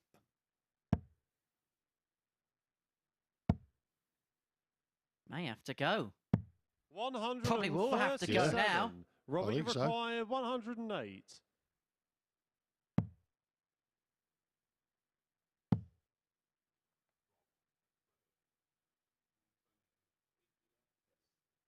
That's in the treble 3, that second dart. 29. And that one quite clearly in the single 1. So Jake's back for double 19. Goes straight for it. 3-8. 2 8s. Game shot on the 5th to put Jake's in front and 1 away from a second consecutive victory at the start of the group. One player will be the first onto 4 points in Group C. Jake's is leg away from doing just that.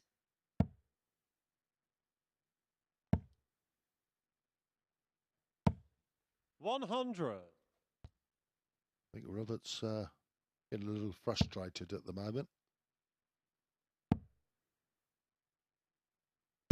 140. Feel even worse after that. He can't believe it.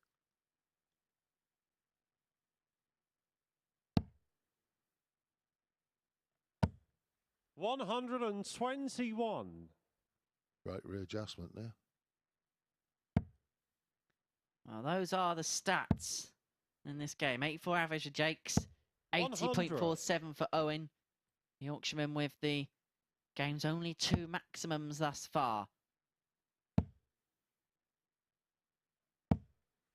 140. Excellent last start to leave himself on a finish after 9. And a leg he has to win to stay in the match.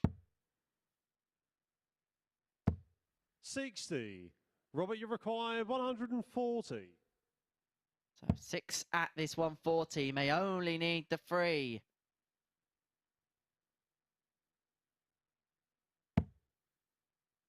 Unlucky. We'll go high. We'll go big to square up for tops after 12.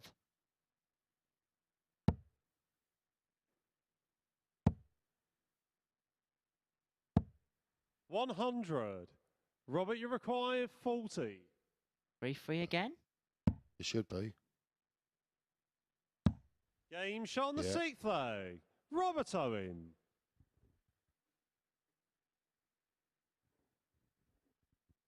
You said we were going to go all the way, Seventh Wolfie. final leg We is are piece going to all the three. way. First game on. It just had the makings of it before they started. Yeah. We've played 5 games today. 60. 4 of them have gone the distance. I think, as it's Champions Week, I don't think you should expect any less than that, really, because it's... Well, you saw it in the table over the 125. last, well, particularly yesterday, at the back end of yesterday. I mean, the table was just that tight at the top. 4 players are all in with a shout of getting through. So 140. unreal. Robert Owen will feel hard done by. He's got 16 points and yet he's playing in Group C. Yeah. 100. Be heading up on the balcony, have a little chat with Abby after this one. Yeah. I think you've got a little bit to dissect. I'll get a big knife out then if I'm dissecting. 180. Reminds me of science lessons at school. I was going to say, yeah, so I got back Dissecting to the school. frog or something like that. 41. Peter, you require 121.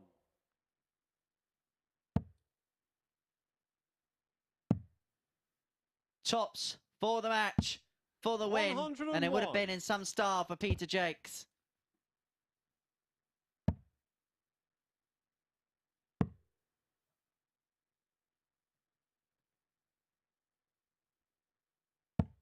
$105. Peter, you require 20. 2 10s for the match for a 13 dart leg. Double 5. 15. Doesn't go, and so Owen gets the opportunity at Robert, you require 130. 130. There you go, yeah. Treble 20, no, still treble 20 and a ball. No, 90 left. 94. Peter, you require 5. Squared it up nicely, and this 5 is not a gimme. Double 2. Madhouse. Game For the shot, match for Peter and the Jacques, match, and he's the Peter first player Jacques. onto 4 points here in Group C as he gets the better of Robert Owen by 4 legs to 3 with an average of 84.70. 3 maximums to his name. 4 out of 12 on the doubles, 33%, a high check out of 72. As for Robert Owen, an 83.87 average, 3 from 7 on the outer ring. Peter Jacques is the first player to win 2 matches from 2 here in Group C. We're going to take a short break. It's going to be Gavin Carlin up against Lee Evans. Both of them are looking to get their first wins of Group C. Join us for that after this short break.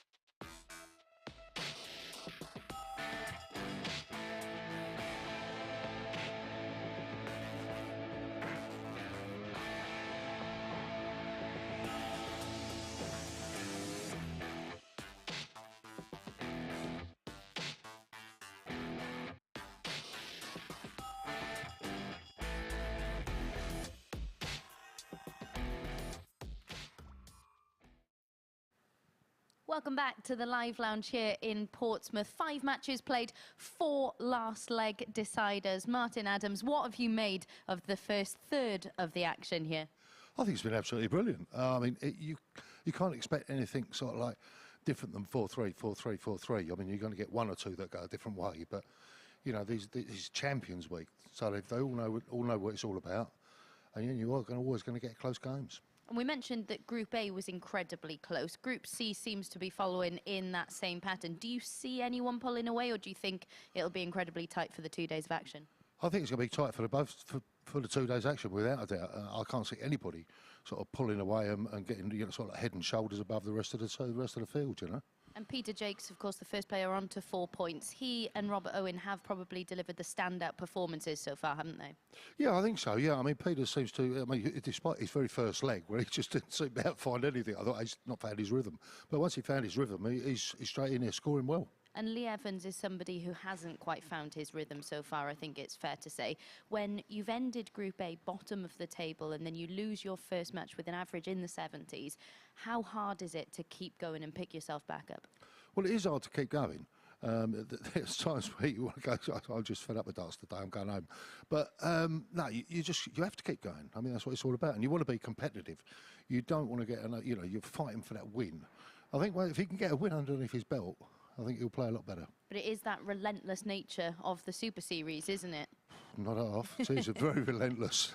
And he's, of course, playing Gav Carlin in our next match. We've got footage of him here reeling in the big fish. This was to knock out Lucas Venig in the group stages on finals night. Superb finish from him in that one. The bookies have him as favourite. They, of course, met at Q School earlier this year in MK, and it was Gav Carlin who came out on top in that one. Do you see him getting the win in this one? I've got to be honest, yes, I do. I think he's playing some great darts. And I think, yes, he's going to be one of the contenders. Right then, he's got just about everything else right so far this morning, hasn't he? So I wouldn't go against what he's saying. Let's get into this one then. Henry, back over to you. Thank you very much, Abby. Yes, great to have the legend that is Martin Adams with us in the commentary box for the next couple of days. And a legend like Wolfie knows everything we need to know about the game. What he doesn't know isn't worth knowing about the great sport of darts. Gavin Carlin will be looking to respond to a 4-3 defeat to Chaz Barstow in his opening match. He led that game by 3-1 before being pegged back by the man from Winchester. As for Lee Evans, he's trying to end a winless one and try and get himself on the board as soon as possible in Group C and hope that those Champions Week woes do not continue. Carlin, as you mentioned earlier on the balcony, Abby, winner of Week 10. Thanks to that 170 finish against Lucas Venig, as we saw in the VT.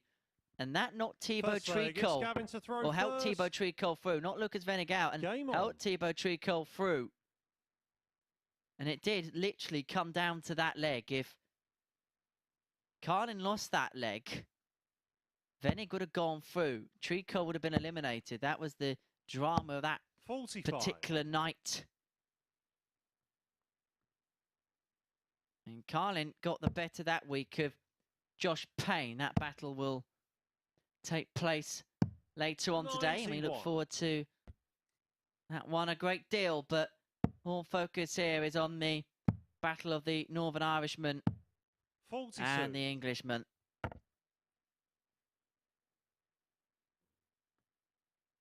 And you just get the sense that for Lee, he just needs to get a victory, no matter how, no matter why, as quickly 58. as possible, just to try and arrest the slide and slump that he's had over the last couple of days. Well, that's right, yeah. Without a doubt, he's 78. in some ways desperate for a win, but he wants to get a win under his belt, so that he can move forward from that and build on it. Can you end up being too desperate to try and carve a win out? Oh, without a doubt, yeah.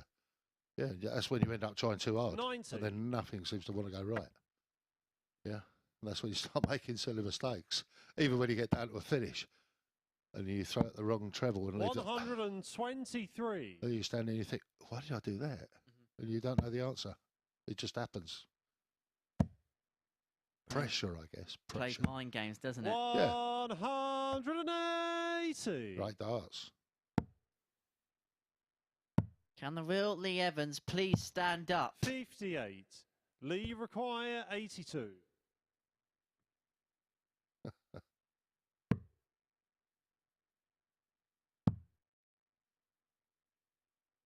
One dart at top, so he needs one dart at top. Lee Evans. 15 dart breaker throw to open up for Lee Evans.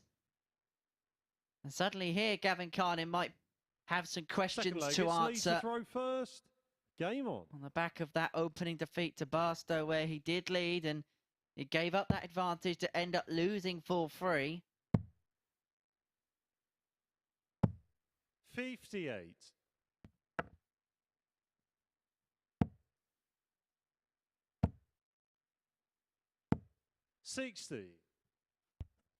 Gavin's not settled into this game yet, has he?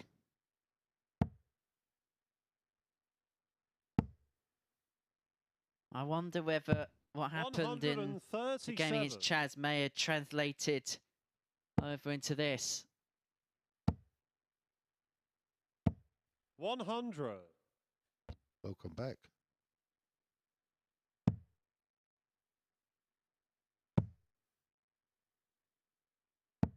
$96.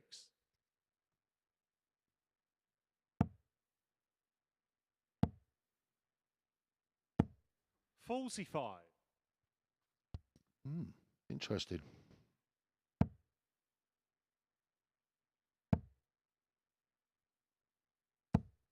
100. Much better this from Lee Evans. That's as good as we've seen from him all week. Yeah, without a doubt. 98. Lee require 110. Well, you've got 6 darts at it, that's for sure. Double 19. 78. Didn't go that way. Didn't have to, did he? No, I would have done, no. Boom, first dart, see you in the next leg. Yeah. Lee required 32. But also, the run that Lee Evans has been on, is he playing it safe maybe as a confidence thing, knowing that he feels safe on the double 16, knowing his opponent comes back, so he's firing at a double he feels more familiar with. That could be part of it. 19. That could be part of it. But I don't. Game shot on the second leg.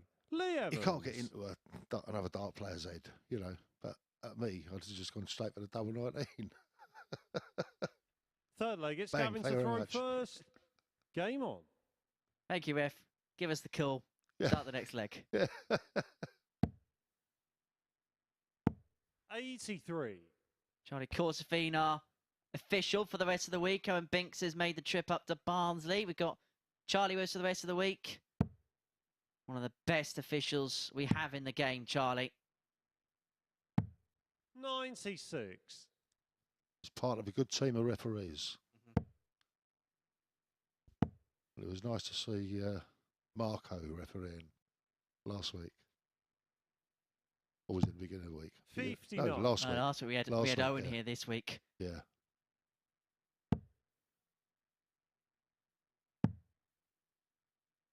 So that'd be Mr.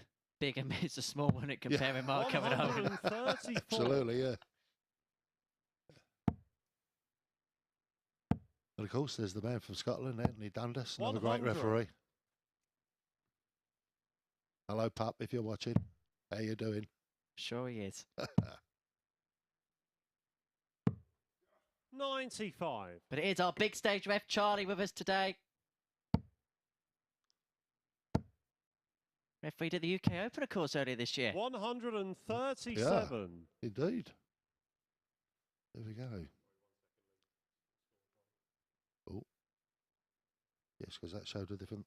I think there's just something going on with the screen here. So let's have a little chat in the interim period. Right. As we just try and sort one or two things out. So we're just making sure everything's readjusted and recalibrated. I think we're good to go again. Yeah. Yeah, we're good to go again. I think there might have been a little bit of finger trouble on a keyboard somewhere. No, it's like fat thumbs and all of that. Yeah, oh, yeah, 60. yeah. Gavin, you require 122.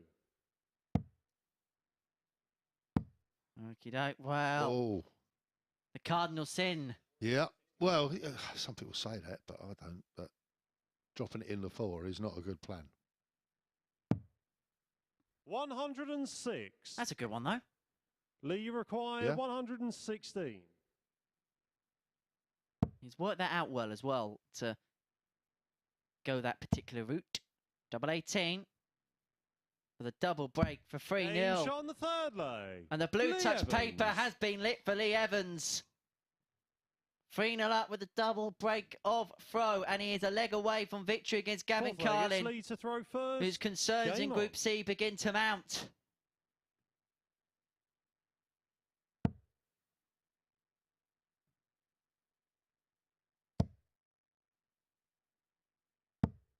$45.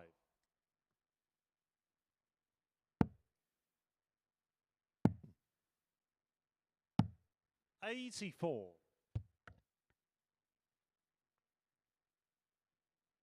Well, those are the averages, and that is much more like it for Lee Evans. It's much more like the numbers we saw from him in qualification for Champions Week. He was one of the highest average players in 47. the process to get through to the first ever Champions Week here at the MODUS Super Series. Average was around about 60. 87 in qualification for this event. Overall, in Series 1, his average is 84.46, but that is been brought down by the last couple of days. It's around 88 in qualifying for 77. Champions Week. So this is much more like the Evans level we've come to expect. Amazing statistics, aren't they? 45. They're not bad, are they? No, they're all right. No, it shows the level you're throwing at and playing at. So, and it's good stuff for people watching and listening and so forth. 100. Get an appreciation of the, how the players played to get here for Champions Week. 140.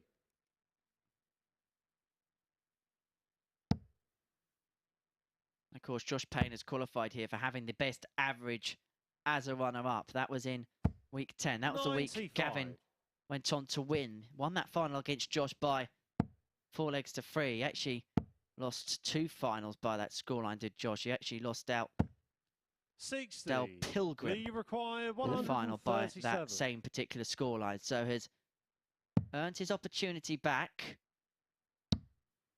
And up for tops there, Evans, for the match. 117. And quickly readjusted and leaves himself Gavin, double you 10. require 112.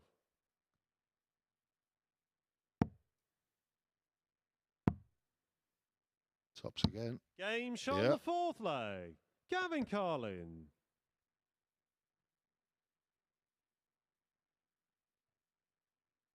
Well, Gavin's Fifth got the leg, it's first Gavin to step throw on the first. ladder. Game on. On 3-0 down, brings it back to 3-1. If he wins another, might be threatening yet another 4-3.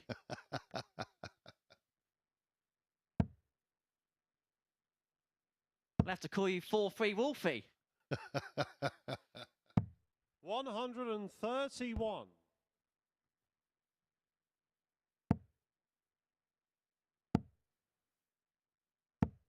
123.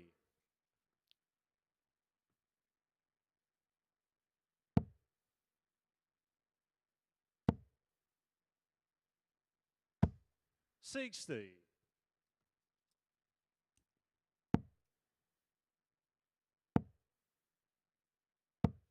62.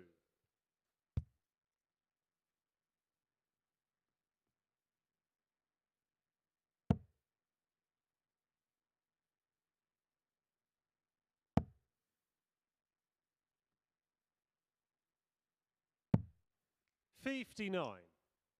No, he's just off the mark at the moment, isn't he? But there's not a lot of difference in the score. 99.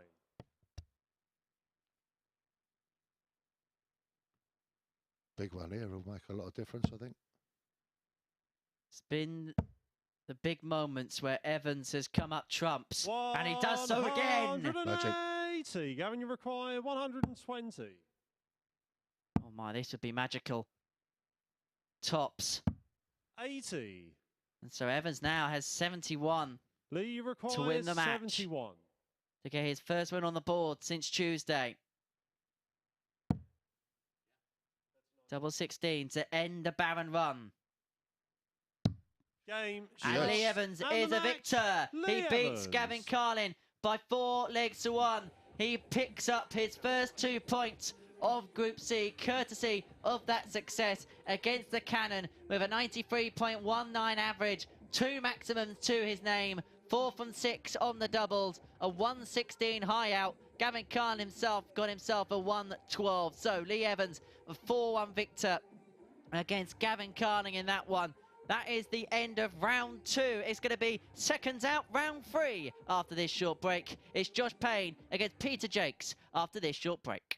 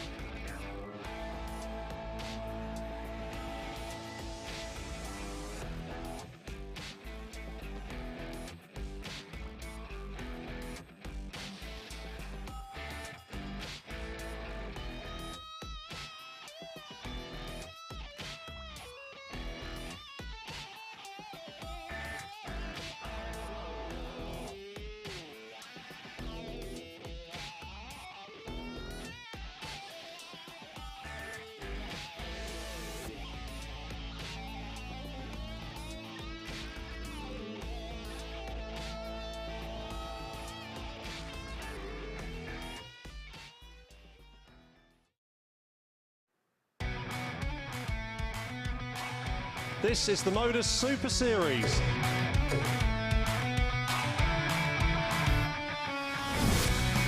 $180.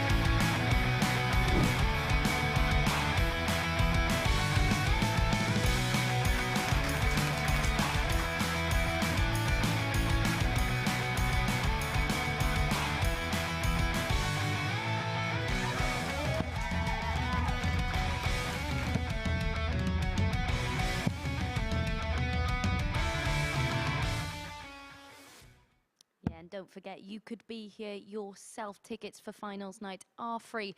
Just visit dartshop.tv to book your place here for finals night. Why would you want to be anywhere else? We've just seen Lee Evans get his first 2 points on the board in Group C, a 4-1 win for him. Gav Carlin maybe feeling the side effects of that narrow defeat to Barstow in his opening match. Of course, he had been in a commanding position in that one, but as Carlin struggled to settle, Evans started to produce some of the best starts we've seen from him this week at the Super Series. Some sucker punch scoring from Evans to get his first win since Tuesday at the Super Series.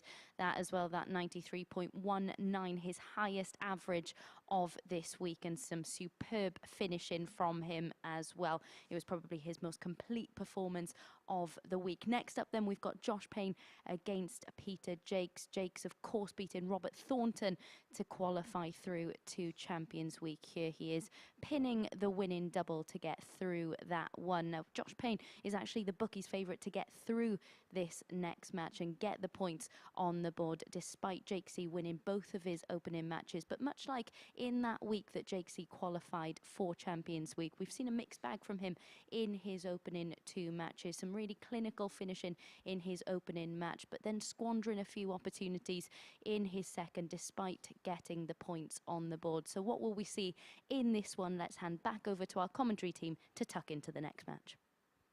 Thank you very much, Abby. So Josh Payne up against Peter Jacques. It's JP up against PJ, and I imagine there's probably still 1 or 2 people tuning in to us on Sporty Stuff TV, probably watching us still in their PJs. It might be a lazy Thursday for a few. Duvet day. That'll be it. Oh. There you go, eh? What is one of them? But fair play to him. That's what I say. Whatever makes you happy. So Peter Jacques, the 49-year-old from Denby Dale, the Terrier, up against the 28-year-old Josh Payne. He's only 28, but it feels like he's been in the game for years now. Remember when he burst onto the scene about 10 years ago now. 140. Well, he's just starting to mature as a player then. Just coming up to 30. I mean, they always used to say you won't ever win the World Championship until you're 30 something. 60. Yeah, and there seems to be a lot of truth in that. Although, you know, sometimes you question it because there's a lot of young talent out there. Some of the young talent we've seen here, like to Nathan Gervin, Jared Cole, to name but a few. Yeah, I know. I mean, when Jared first started coming down at the league in Southampton, he seemed like he was very much out of his comfort zone, and things didn't go well. But then as he started to get used to it, next time he was down, he played a lot better. And the next time he was down after that, played better still. 180. A maximum from maximum. Will he be the maximum man at the end of Saturday night and pick up the maximum check, I wonder? 1-2-4 for the opening leg. It's still on. And downstairs for level 16. That's actually the 137th max of the week. My word. 137 maximum. 100. Joshua required 32. Should easily crush the 200. Game shot on the first leg. Josh Payne. 1 up for Josh. Peter's got some work to do now. Second leg, it's Pete's to throw first. Shall we set the players a little target? Say that again. Shall we set the players a little target on the maximum count? No, that'll just 85. It'll just nosedive then. I was going to suggest, can we get to 250 by the end of the week? I know it's ambitious, but come on, we want to see good darts.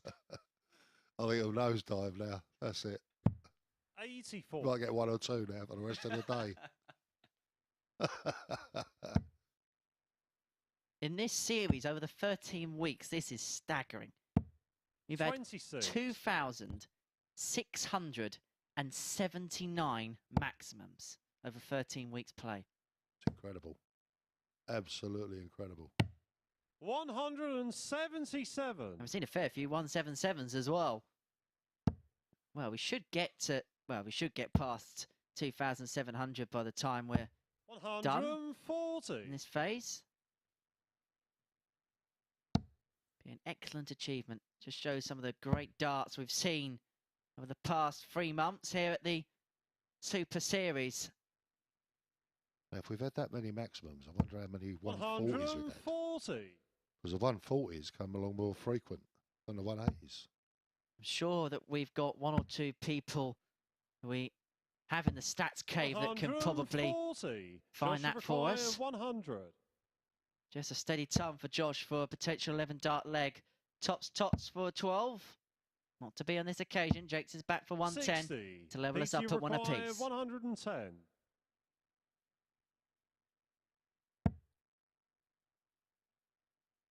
Bad little lie there.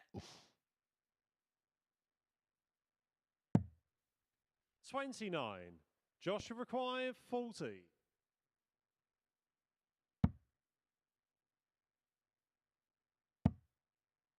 Double 10.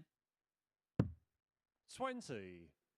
PT require Despite 81. his brilliance in the scoring phase, he's 1 from 4 on the doubles, and Jacques is back for 81. Treble 17, I would suspect.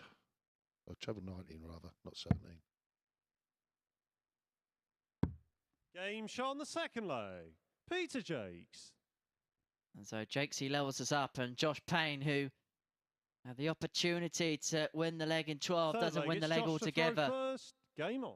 And it's plummeted his average down to 105.2. That's what he's playing. It's plummeted to 105.2.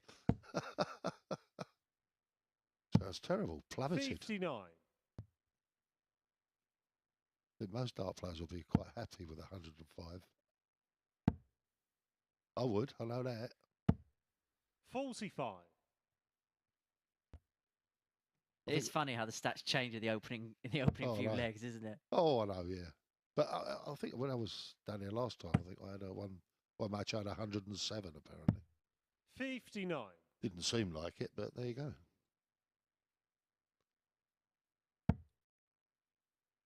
Seen some brilliant stuff this week as well. We saw an average quite similar for Graham Usher yesterday. Yes, of course, yeah. Great player, Graham. Dangerous. 93. Tipping him for a couple of weeks now to do something here. Yeah, average 107.36 yesterday. Did the gamble and a 4-0 win against Graham Hall. 100.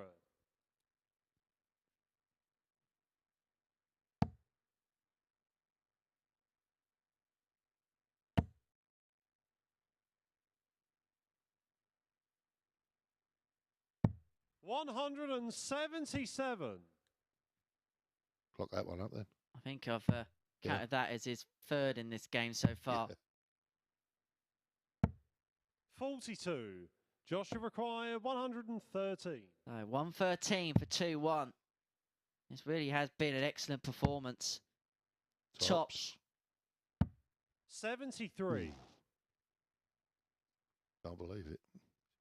What?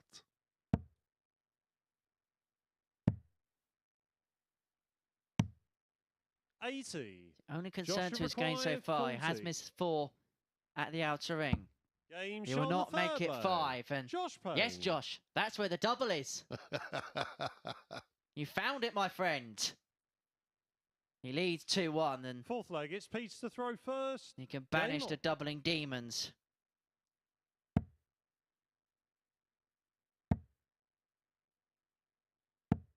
$45. Peter's having a lot of loose starts in this game at the moment. 1s and 5s. 45. Just like that, Josh. You've got it. There's no need to follow him, was there?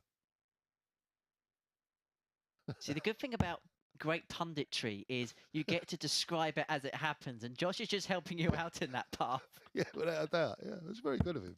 83. Next time you're down, we'll get you on one of those analytical iPads. Oh, no. Oh, no.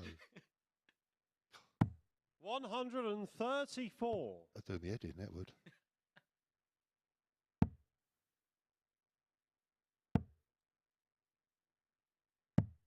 $40. You get one of those big touch screens that you see elsewhere. You know, when they got all like the different pens and like shapes and everything like that. 60.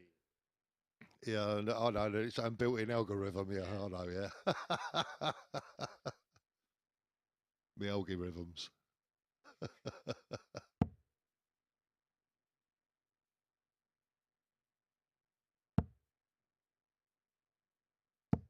$100.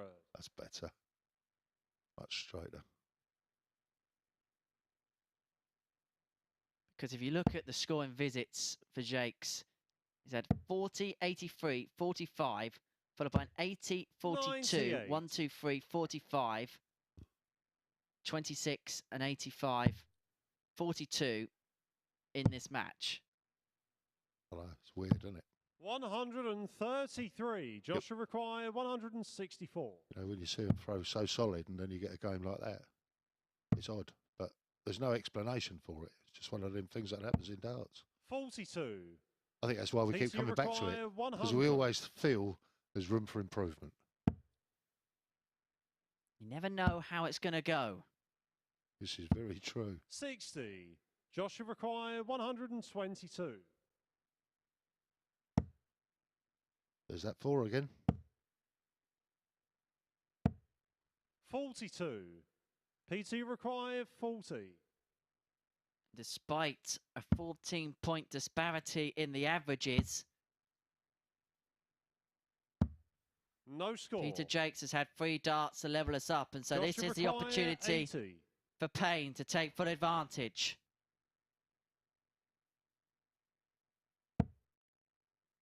Double 10. Game Yep. shot on the 4th leg. Josh Payne. He doesn't seem very happy about it, though. Maybe that's just his way. 5th leg, it's Josh to throw first. Game If on. you actually look at the averages throughout the course of the day, 99.65 in his first, 86.2 in the second, 93 bang on the money here in the third. 96. Playing well, but obviously he feels that there's another gear to go. Yeah, I think you're right. Yeah. 82.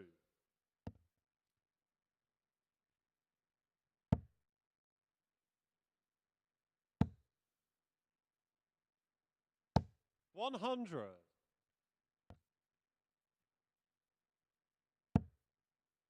No, he's not happy with his throw.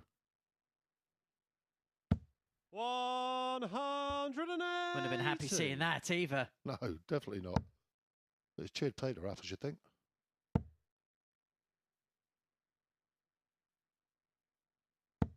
140. It's a brave dart. Oh, he's left himself on 165. 97. And Jacques is on a finish on 142. Will he get out of jail here on this one, Josh Payne? 133. Excellent PT visit. require Excellent visit to leave 142. 32 after 12. 82 to go. 98. Unlucky Joshua required 32. for the match.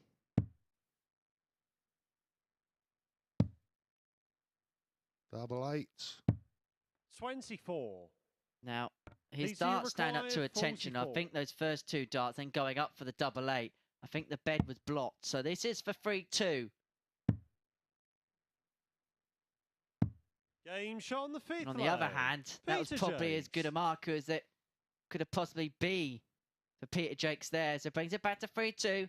Has the throw. 6th 4. leg, it's Peach to throw first. Game on. It could be. Could be 3 all after this one. 96. Much better. A lot straighter. No loose ones.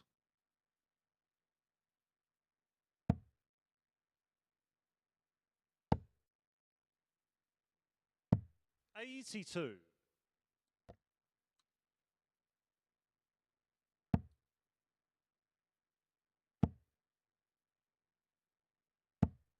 60. Little shake of the head from Peter. Can't believe he didn't get 1 in the treble. 59. Perhaps a summary of his game so far. Yeah.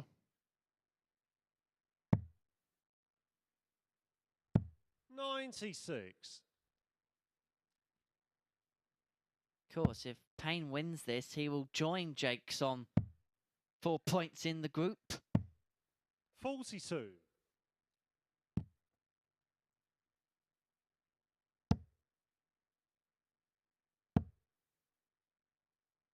Table lines interest me. I know only 2 rounds 137. played, but Jake's on 4. Barstow, Owen, Payne, Evans, all on 2. Gavin Carlin, the only player without a win. 92. Peter, you require 112. Which is a little bit surprising that Gavin's not won one. Game shot Tots on are the 3-3. leg. Tots we Peter go Jacques. again to 3-3. That was a 15 darter for Jacques. 7th and final leg. It's Josh to throw first. Game on.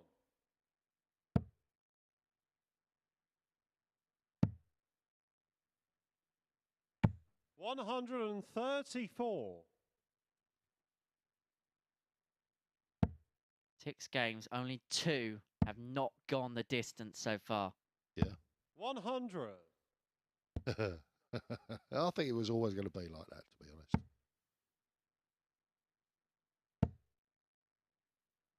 But I suppose for the players, they'll now think, 140. after this second round of games, everyone's cancelling each other out. Can I be the one that sends a statement to the field? Can I be the one now that 100. tries to pull clear when it's all so congested and bunched up? Well, that's the thing. You're going to try and do that, but will it work? I don't know. 100.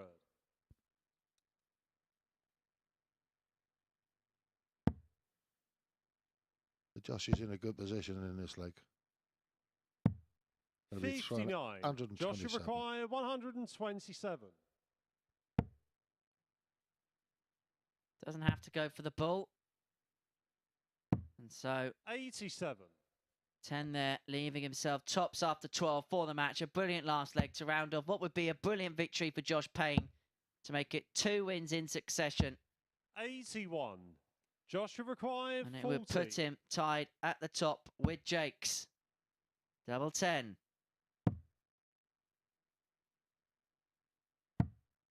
No score. Wow. Wow, Peter, wow, you wow. require He's decided to bust it. 161. He's deliberately done that. He trusts Peter Jacques will not take out the 161 for the match. It could be the wrong decision because it's bullseye for Jacques. 136. That would have been incredible. Josh, you require It certainly would have 40. been. There's a grimace on Payne's face.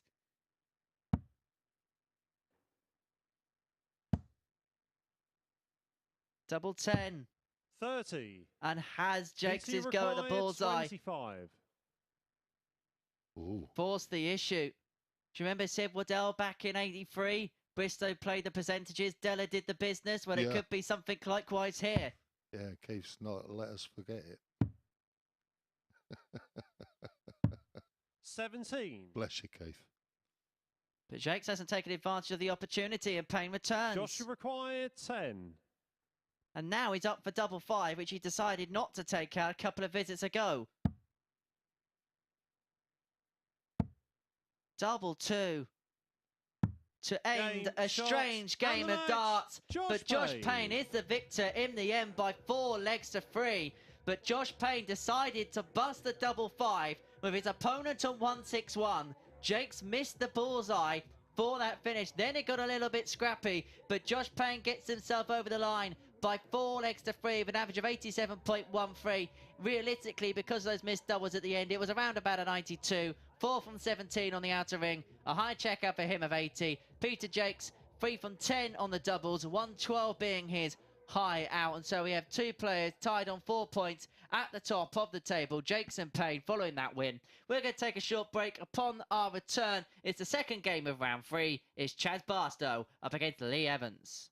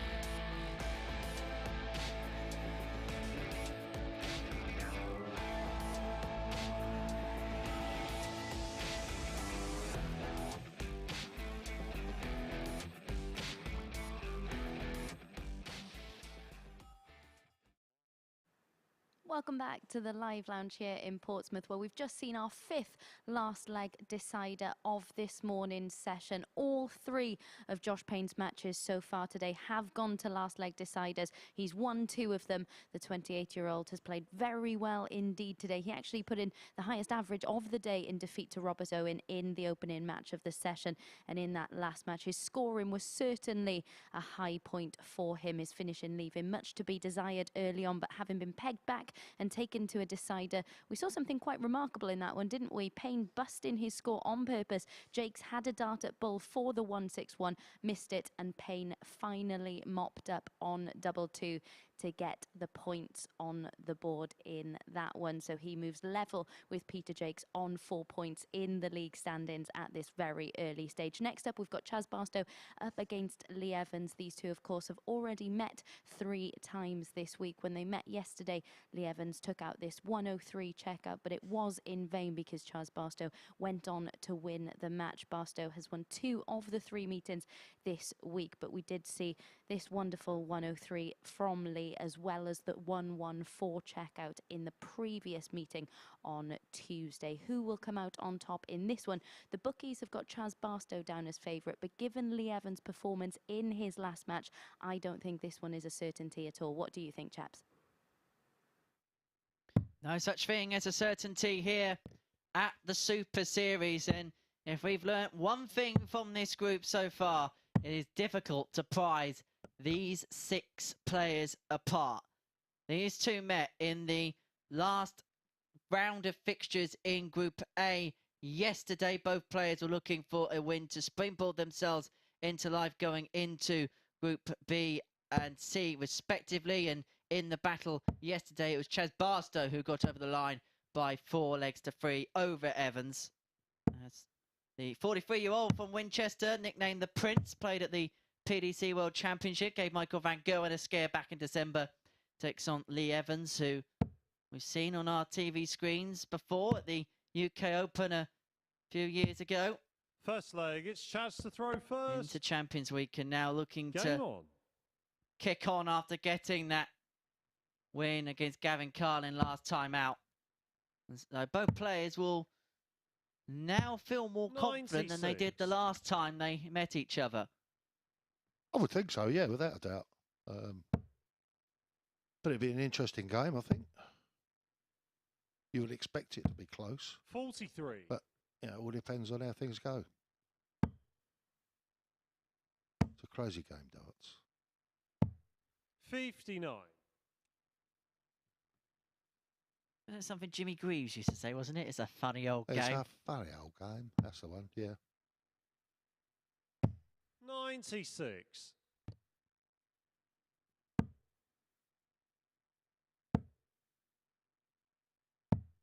42.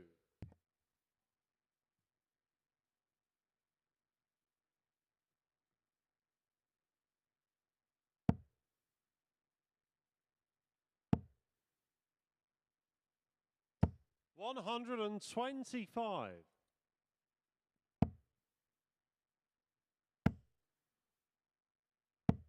60.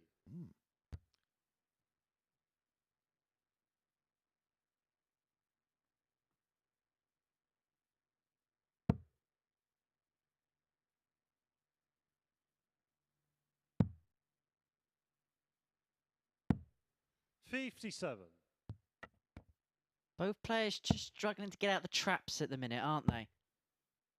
They seem to be, yeah. There's no 125. overall consistency per se. Time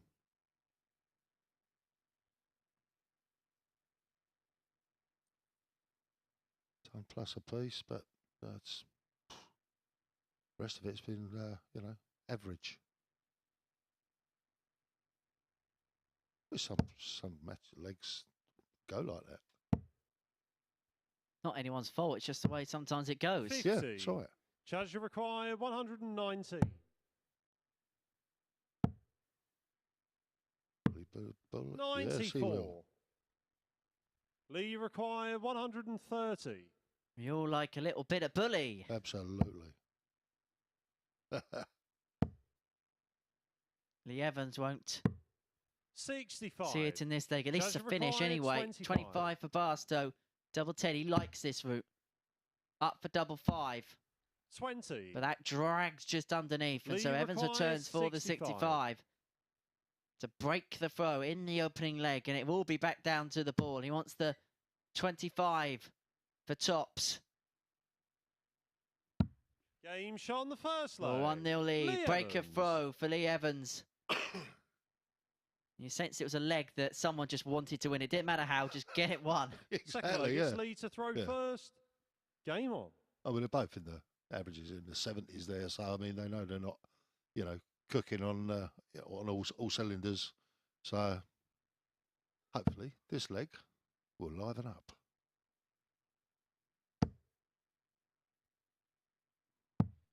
Bit like a Lancashire hot pot, slowly cooking up to the boil. 96. You're at that time of year we will have those types of meals on a daily basis. Yeah, that's true. Yeah.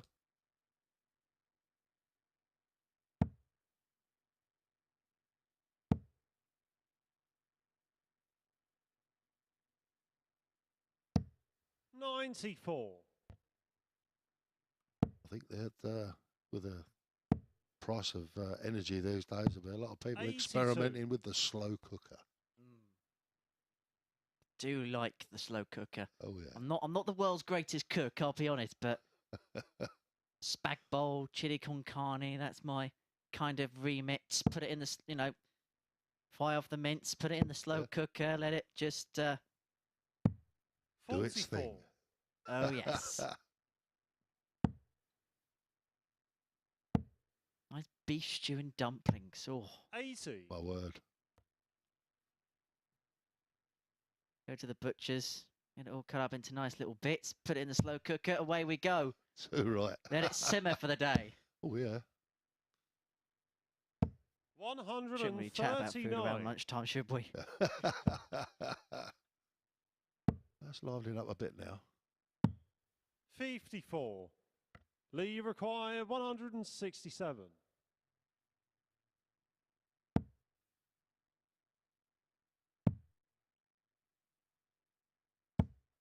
59.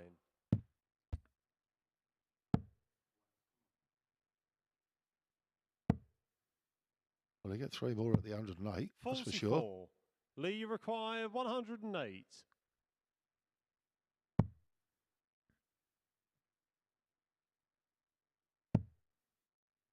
Is that Trevelyan? I think so.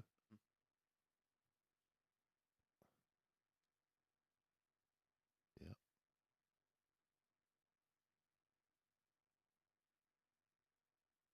Level 16. 76. Thought about it for a long Charge time, didn't required 145. Did ponder. he? Yeah. He's going to get a second crack, 90. but it's going to be under Lee pressure. So, required 32. double 16 for a 2-0 lead for Lee Evans. Game shot on the second leg. Not much to think Lee about there. Evans. Straight in, first up. Didn't have to worry about too much there. Third leg, it's Chaz to throw first. Game on.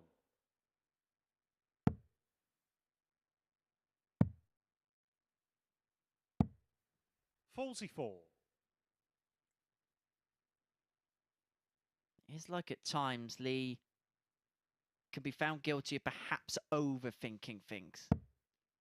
Yeah, that's. Oh, he's not the only one. I mean, there's lots of players do that. 96. But I always think when you're on an out shot, you know which way you're going to go. 100. You shouldn't need to think about it. It should be just there and do it.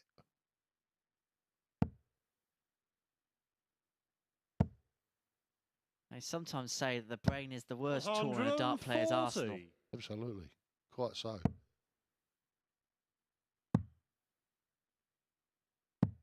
80. I mean, if you've got the talent where you can sort of close your mind off to everything apart from what you're doing, what's in front of you, you're going to be a tremendous dart player. I remember Ray Barneyfield saying that years ago. You know, saying, I just block everything 58. out. Just the dartboard in front of me, and that's it. Tunnel vision almost. Yeah, very much so. Yeah, yeah. That goes back some years when he said that. 100. Oh, yes. I had dark hair then.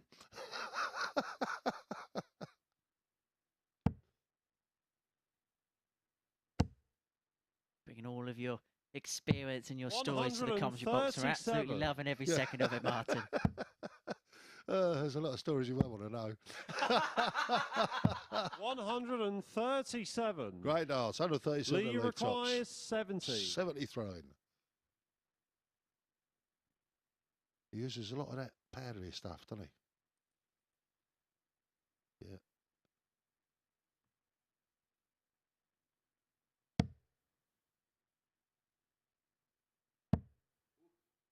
Double 16. He's a bit like that tennis player, isn't he? 38. Who, Rafa Nadal? Rafa, Judge yeah. He's always required like, 40. rub the brow, rub this, rub the ear, rub that, then we'll go. Weird.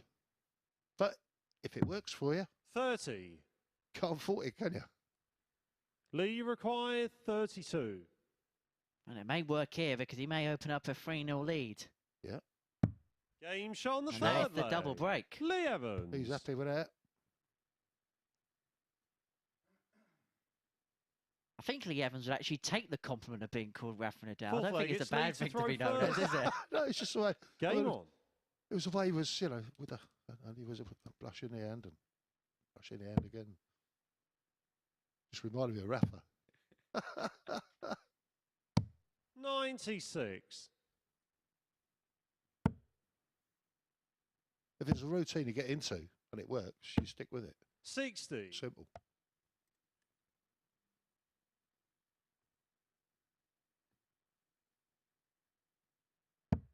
I suppose the interesting thing is, how does that sort of routine start? Is that instinctive? 58. Is it maybe it happened once and it's worked and they've stuck with that? Interesting to see how those sorts of things 85. brim. I think a lot of players don't realise they're doing it. And I think it just happens because they, like you say, I did it once, but then you think that's going to help, you know, just brushing the old 140. powdery stuff and of course before you throw. And I think a lot of players do it because they don't realise they're doing it. 100. Just instinct. Yeah. Yeah, very much so. Well, instinctively, Evans is on the cusp of a 4-0 win. It'd actually be our first of the day. 140. A day that has seen most of our games go long. 85. Lee requires 67. Well, he's got 6 darts at it.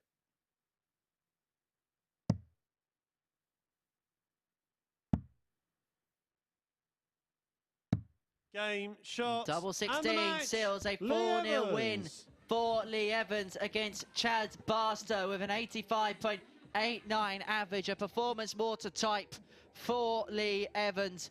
And there we go. Those are the match stats for that particular game. 85.89 for Lee Evans. No maximums in the match. 4 from 7 on the doubles for Evans. Barstow naught out to 6 on the outer ring and a high checkout there of 67. So Lee Evans is now the player at the top of Group C, having won 4 points and +4 on the legs difference from Peter Jacques and Josh Payne. We're going to take a short break. When we return, we are going to complete round 3's worth of fixtures. It's Robert Owen looking to make it 2 wins from 3 of his Gavin Carlin, the last player looking to get himself on the board.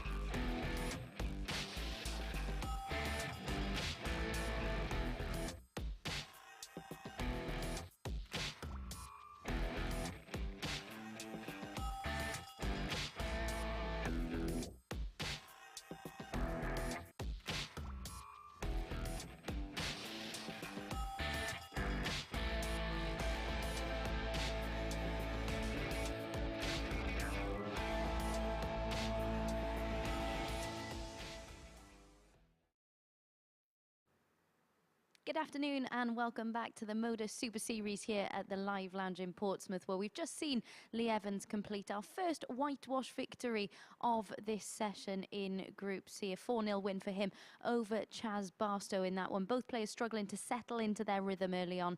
It felt like a bit of a slog in the opening couple of legs, but fair play to Lee Evans, shown a lot of character in this session, having not won a match on the final day of Group A.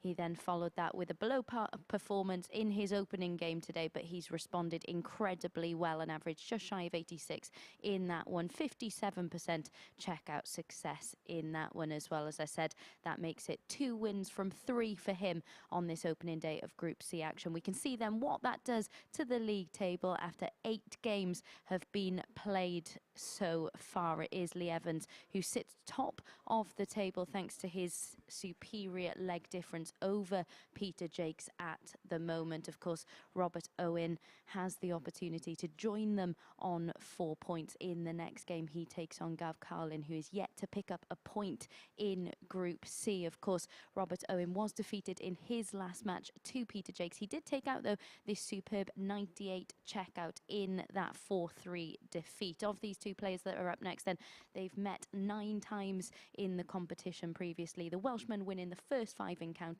before Gav Carlin went on to win the next 4. Will that have any say in how this one turns out? Probably not, because it has been Robert Owen who's been the better performer so far this morning. Let's see then how this one unfolds and hand back to our commentary team.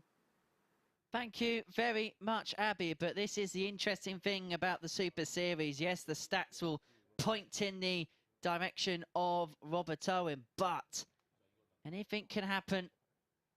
As they say, darts is on the day. But today, Robert Owen has played some good stuff at 97.56 average against Josh Payne to open up the show, and then defeated by Peter Jacques by 4 legs to 3, averaging 83.87. So it has been a tale of 2 games for Owen. He's looking to make it a 2-1 record here. And so we're into game 9 of our day. The end of Robert to throw first. 3rd round. Game on.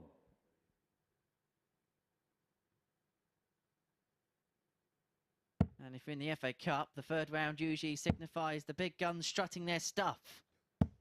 55. Well put. I like it. Luckily, there'll be no replays if it goes to 3-3. 140. No penalty shootout. We'd have to overlap the evening session we went to replays today. 100.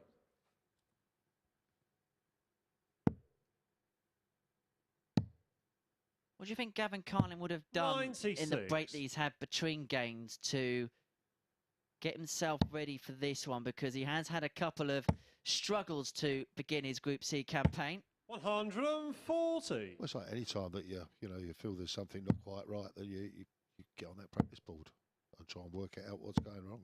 38. Sometimes you don't know what's going wrong. You can't work it out. But, you get on the practice board and try and put things how you want them. Doesn't always work.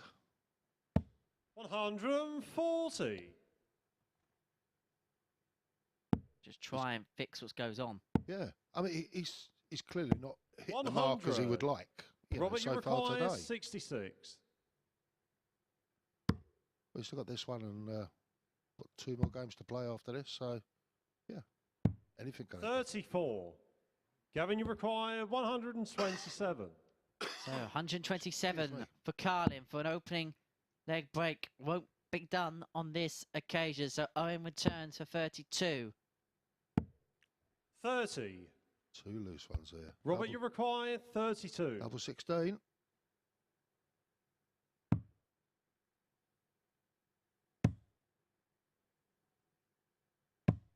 No score. Oh.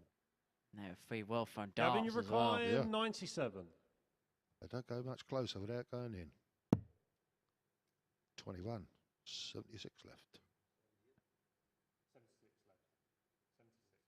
That's one of the weirdest things, is when your mind goes blank. 57. Robert, you require 32. I just don't know what to do.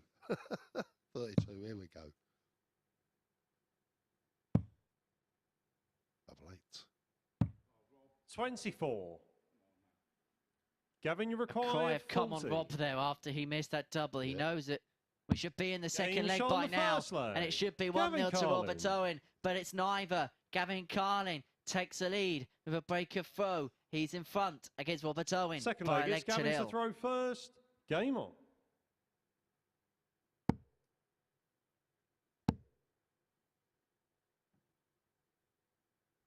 $140. It's a really weird thing when you do lose your way with your counting. And he will have done that loads and loads of times. 100. Just gone straight out of 76, but for some reason your mind just goes blank. What have I got left? And the mind won't kick in to actually work it out. It's 43. bizarre. But Ref, what's left? What's the route? 100. I think it's just the algorithm broken in your brain. That's what it is. Bit like a computer. Yeah. Absolutely. 100. Now, if you type in a load of words into a Excel system or something like that, if you type one letter, one number at a plate, computer says 83. no. Yeah, indeed. Just try and turn it off and turn it back on again. It's usually the best way. 60. At least a finish, 158.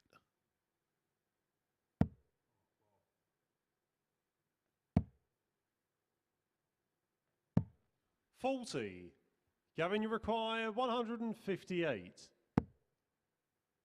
One of them. Oh, underneath. 78, my friend. 98.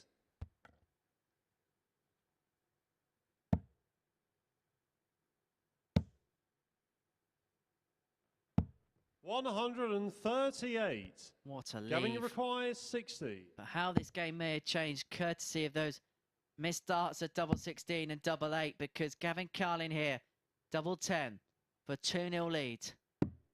40. Doesn't go, and maybe Robert, you that's require another 40. game-changing moment.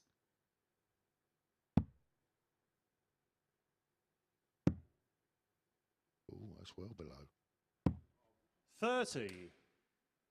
Oh, he's not happy. Gavin, you require 20. That's 10 darts missed at the doubles in this match. Game shot on And the Gavin second Carlin leg. makes him Gavin pay Carlin. and opens up a 2-0 lead in this game. Robert Owen can't say he hasn't had opportunities in this match, because Third he has leg, it's had Robert to throw them in first. double Game figures on. so far, but he couldn't convert any of them, and that is why he now finds his back against the wall. 100. Yeah, when you've had 10 darts at double and not hit any of them, it's 140. hard to live with sometimes, but you have to.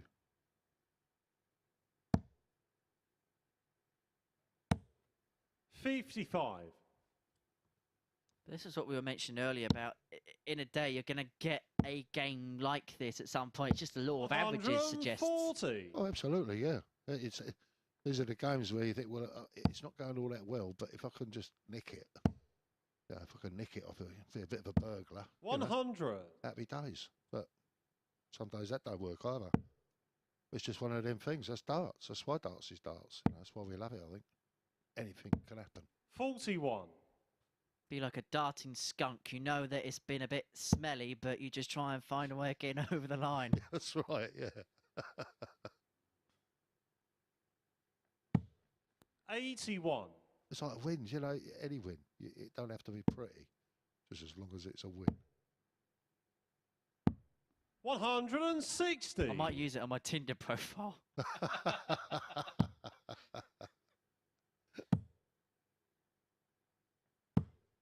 $133. Good darts. Gavin, you require 20. Double 5. 15. Robert, you require Now, we've 32. been here before, haven't we, Robert? Game shot But on it's the a third different leg. answer this time. Robert And Owen. he's had a good old chat with that double 16. At last, I think he said. Fourth leg, it's Gavin to throw first. Game on.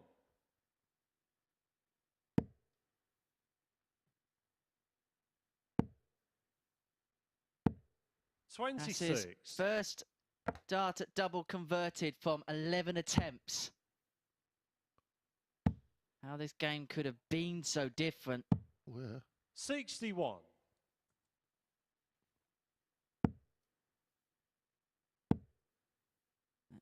Carlin, of course, had his 99. opportunities to open up the double break and a 3-0 lead. He didn't go. 100. Can Owen punish?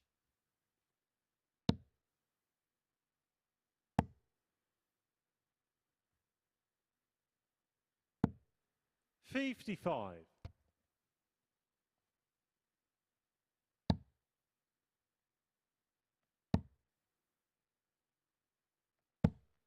43.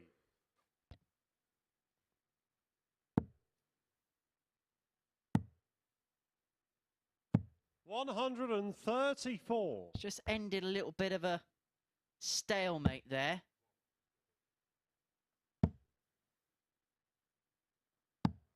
44. Yeah. Robert is struggling again. 96. You would have thought it would have been the other way round, where Robert would have got a bit of confidence on getting that first leg on the board and have banished the doubling demons. 60. Yeah. Gavin, you require 91. No, Gavin's on 91. Tops to go. Double 10. 81. Now this could get dangerous because Owen's back at 193 and Carlin's left double 5. Miss on the inside and Owen is still a live 100. contender for the leg. Gavin, you require 10.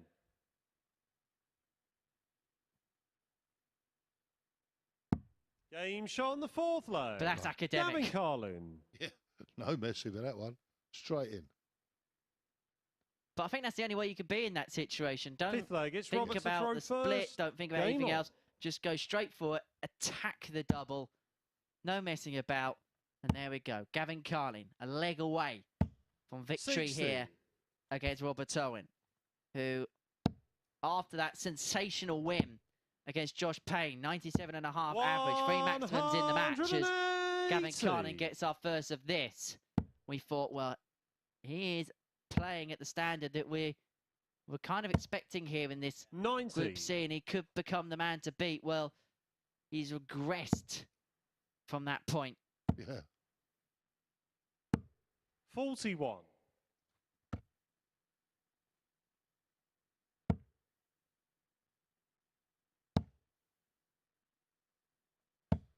85.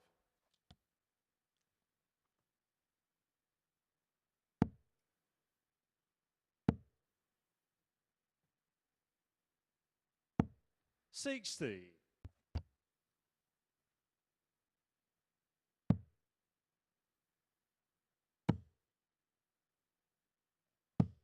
133. Well, that's half the score, but you might be under severe threat. 85. Robert, you Would have felt require he should have got more out of that visit 133. after the first treble. Well, yeah. Double 8. 125. Gavin, you require 135.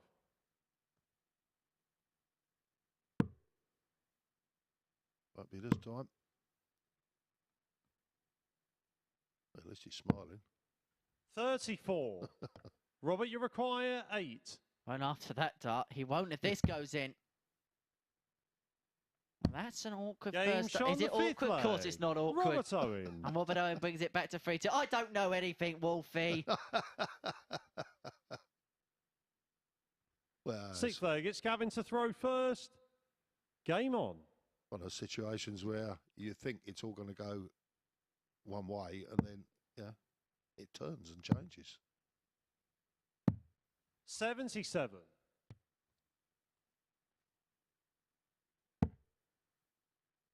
I'm just having one of our spotters in 41. my ear saying basically they've got obviously a couple of angles in the production gallery, and the way the first start stood up on one of the angles that they got, it 100. laid quite awkward. There wasn't much of the bed that they could see on the overhead cameras, which is not too dissimilar to what the players can see on the stage. Yeah, yeah, yeah.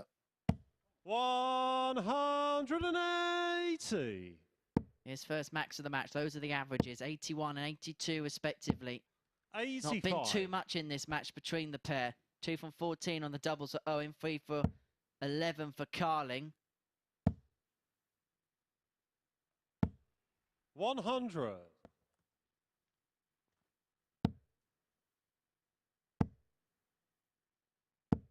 60.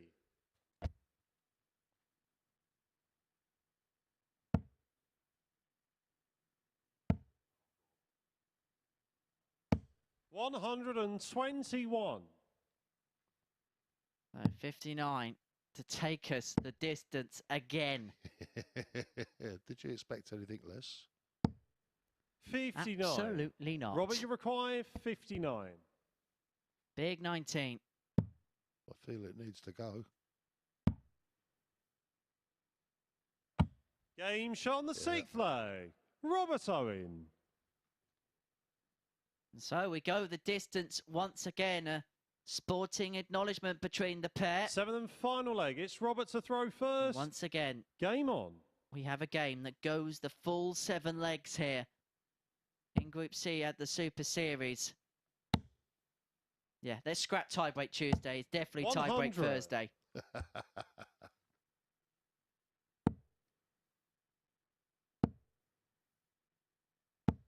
43.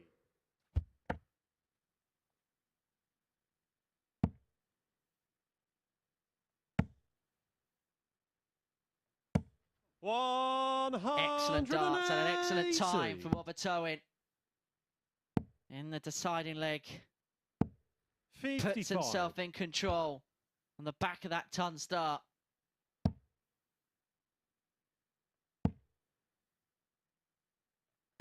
$140. Even better.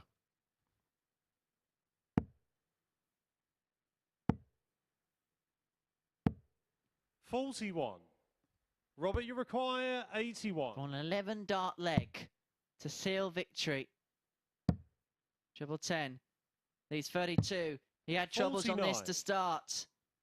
And at the minute, he won't finish on it, but he is going to return. He's got the luxury of time. Even if Carlin piles in a max, he can't even finish. 180. Robert, you require 32.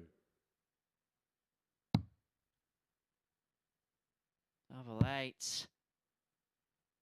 That's a nice guide. 16. But it still doesn't go.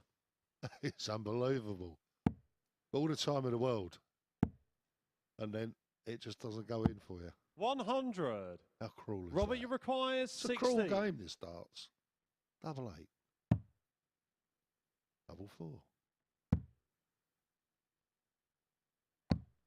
Game, shot, and the Sneaks match. over the line. Robert Owen. He gets over the line. It's yet another tie-break victory for Robert Owen. He gets over the line by 4 legs to 3 against Gavin Carlin, whose wait for a first win here at Champions Week continues. Robert Owen with an average of 82.83. 2 maximums apiece in that match, 1 apiece in that deciding leg. The double statistics is one that neither player would like to see. 4 out of 23 for Owen, 3 out of 11 for Carlin, but it is Stack Attack who gets over the line and secures victory, which means we have 4 players all on 4 points following the end of 3 matches played here in Group C. We're going to take a short break. We're going to kick off round 4 with Peter Jacques against Chaz Barstow. If he wins, we've got 5 players on 4 points.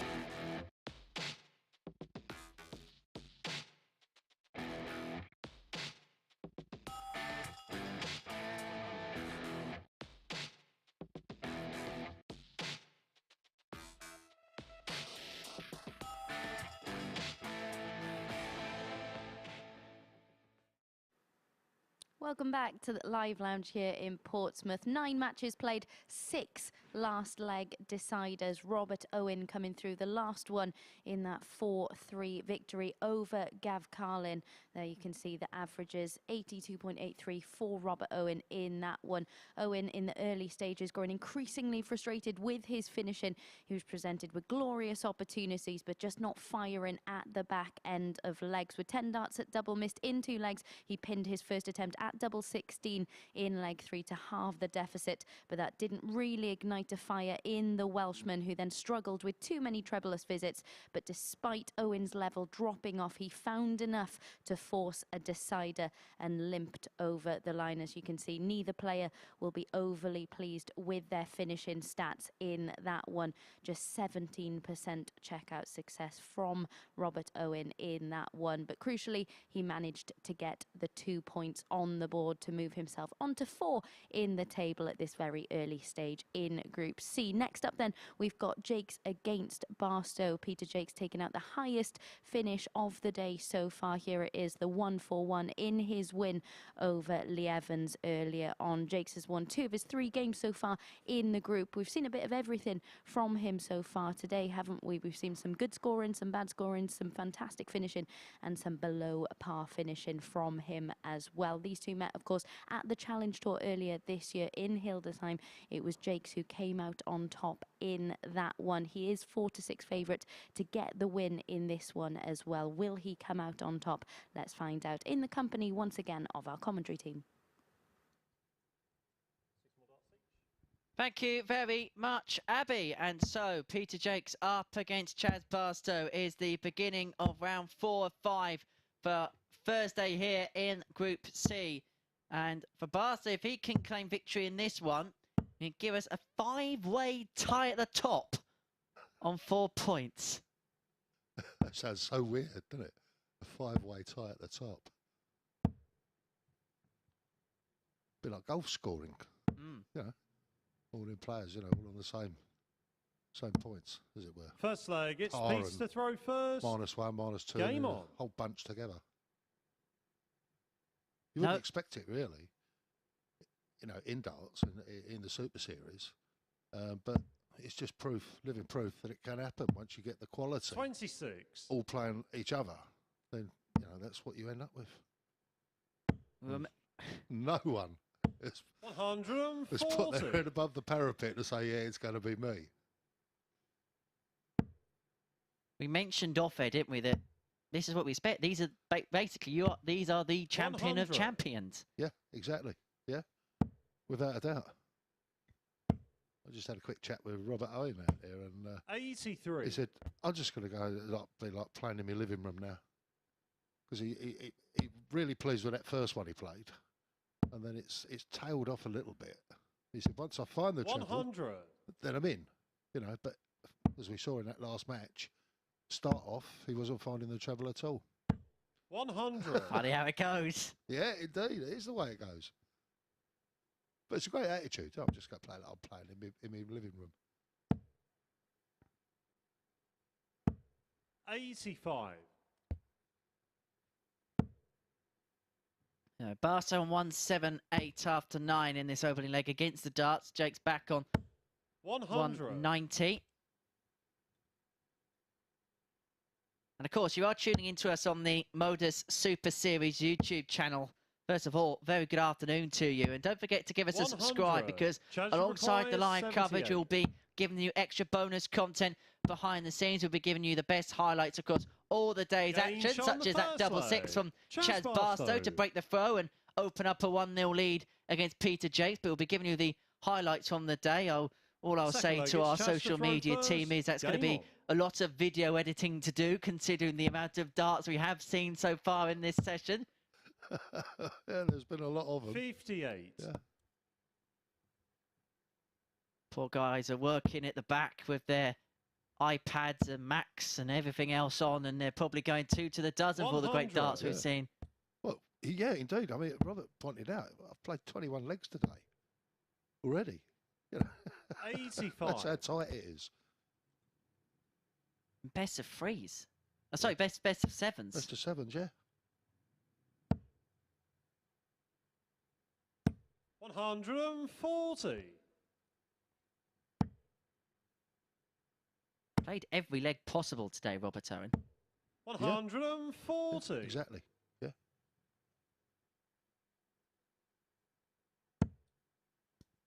They have a good night's kid tonight, put it that way. 125. Better darts, Peter. 100. Good reply. PT required 136. But the break back. Not to go on this occasion, so Barstow back for 118 for a 2-0 lead to back the 41. break up. Judge required 118. Stay there, 98. Trevor would have given him a dart to double 19. 58. PT required 95. Which way will he go?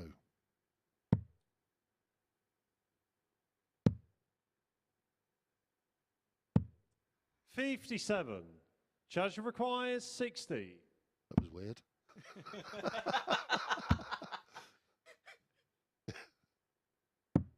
Game shot on the second leg. Chaz Barstow. Well, Barstow opens up a 2-0 lead. He knows where the right double is. He gets the right double and he leads 2-0. Third leg, it's Peach to throw first. Game on. Yeah, we won't mention the spotter. Sorry, lads. 26.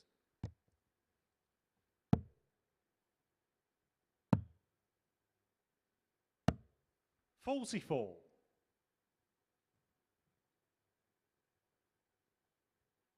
Do a good job to our team behind the scenes. Got a fantastic production crew that make this all work. Indeed. And they've had their own room now. They don't have us players walking 59. through after each match. So, yeah, it's a lot more peaceful for them, I think. Yeah. Well, they don't get us breaking their concentration. That's the thing.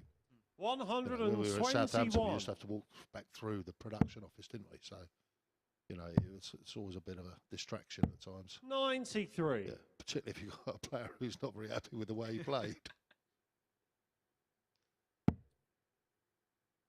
I was quite lucky in the old place. The commentary box was right in the corner, so I was just stuck in the... Well, basically, 60. don't put Henry in the corner, but they did put Henry in the corner.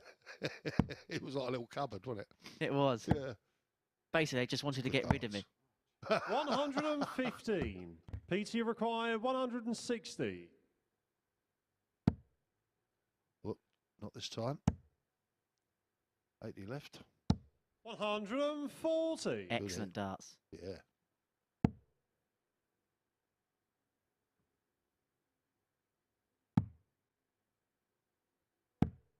$43. PT required 20.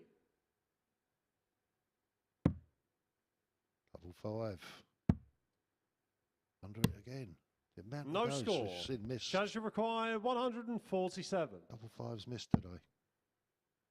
That 20 split has not been fortuitous for anyone thus far. No, it hasn't, no. 59. No. PT required 20.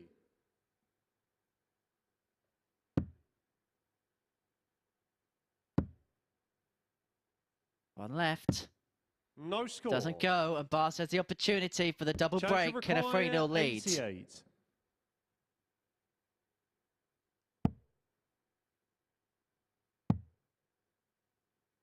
$66 left. Yeah, I'm not surprised, yeah. 52. Not happy with that. I wouldn't have PT been either. required 20. So back we go down the darting road that is double 10.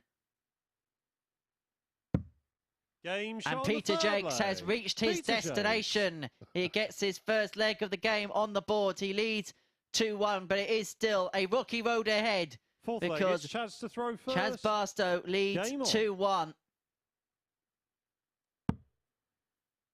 And he can see the finishing line ahead first. 177 start helps him on that quest.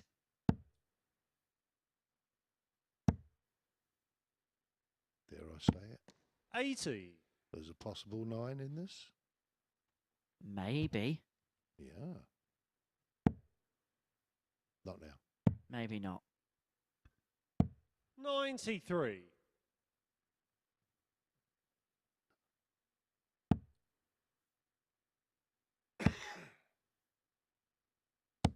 $60.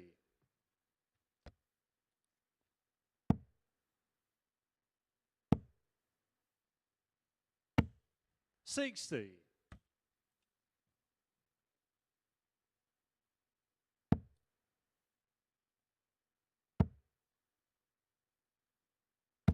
140. Well, I must say we have got one or two minor problems here. Our television screen has just decided it wants to switch itself off. 131. Henry is trying to recover the situation at the moment. I can just make out the scores there. 43. Charge required 40. What a gentleman you are, sir. Thank you. Game shot on the fourth leg. Chaz Barstow. We can tell you, Chaz Barstow's opened up a 3-1 lead on Peter Jacques. Fifth leg, it's Pete's to throw first. Game on. Stephen's coming. Oh, that's good. It's got it switched itself off now. 140. Right over the scores as well, that was. So, good start from Peter there with a 140. 134. The joys of live TV. Yes, indeed. We love it, though.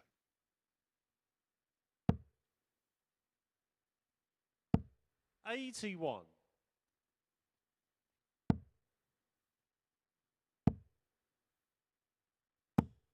135. Oh, excellent last start. Just dangles in the bottom of the treble's bed, but it was still in. It was touching. It counts.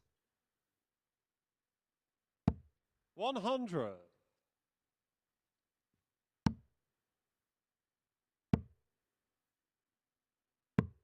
90.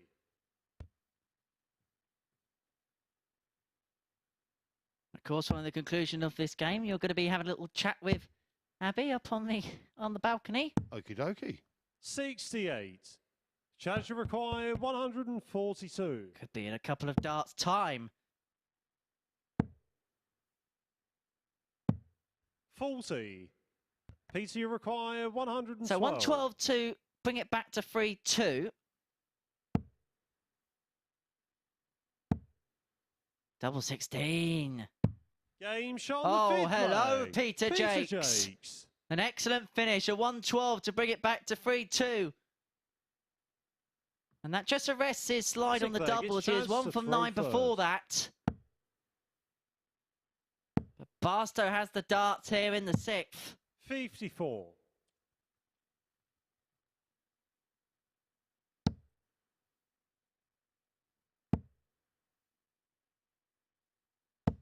180. Excellent darts, showing true brinksmanship. 135. Great reply.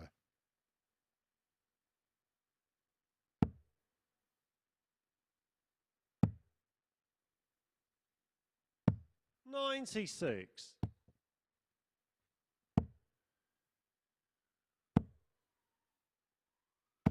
180. Well, you sense he needed a couple of triples. Well, he's got every single triple on the board.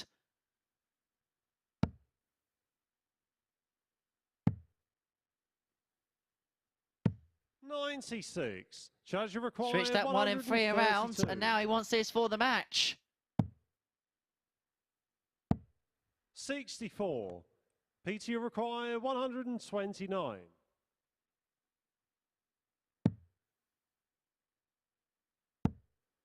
Bullseye. 104. Charge required 68. I was convinced it was going to go. Game 2 fours for Barstow for leg 4, and it means we have 5 players on 4 points in Group C, courtesy of that win by Chaz Barstow by 4 legs to 2 against Peter Jacques with an average of 91.5. This is more like it from Chaz Barstow. 1 maximum apiece in that match. 57% checkout ratio, 4 from 7. 2 from 11 on the outer ring was what came to cost Jacques in the end. And so it's a win for Chaz Barstow. We're going to take a short break. Martin Adams is going to give some analysis with Abby up on the balcony. And then we're going to see Gavin Carlin against Josh Payne.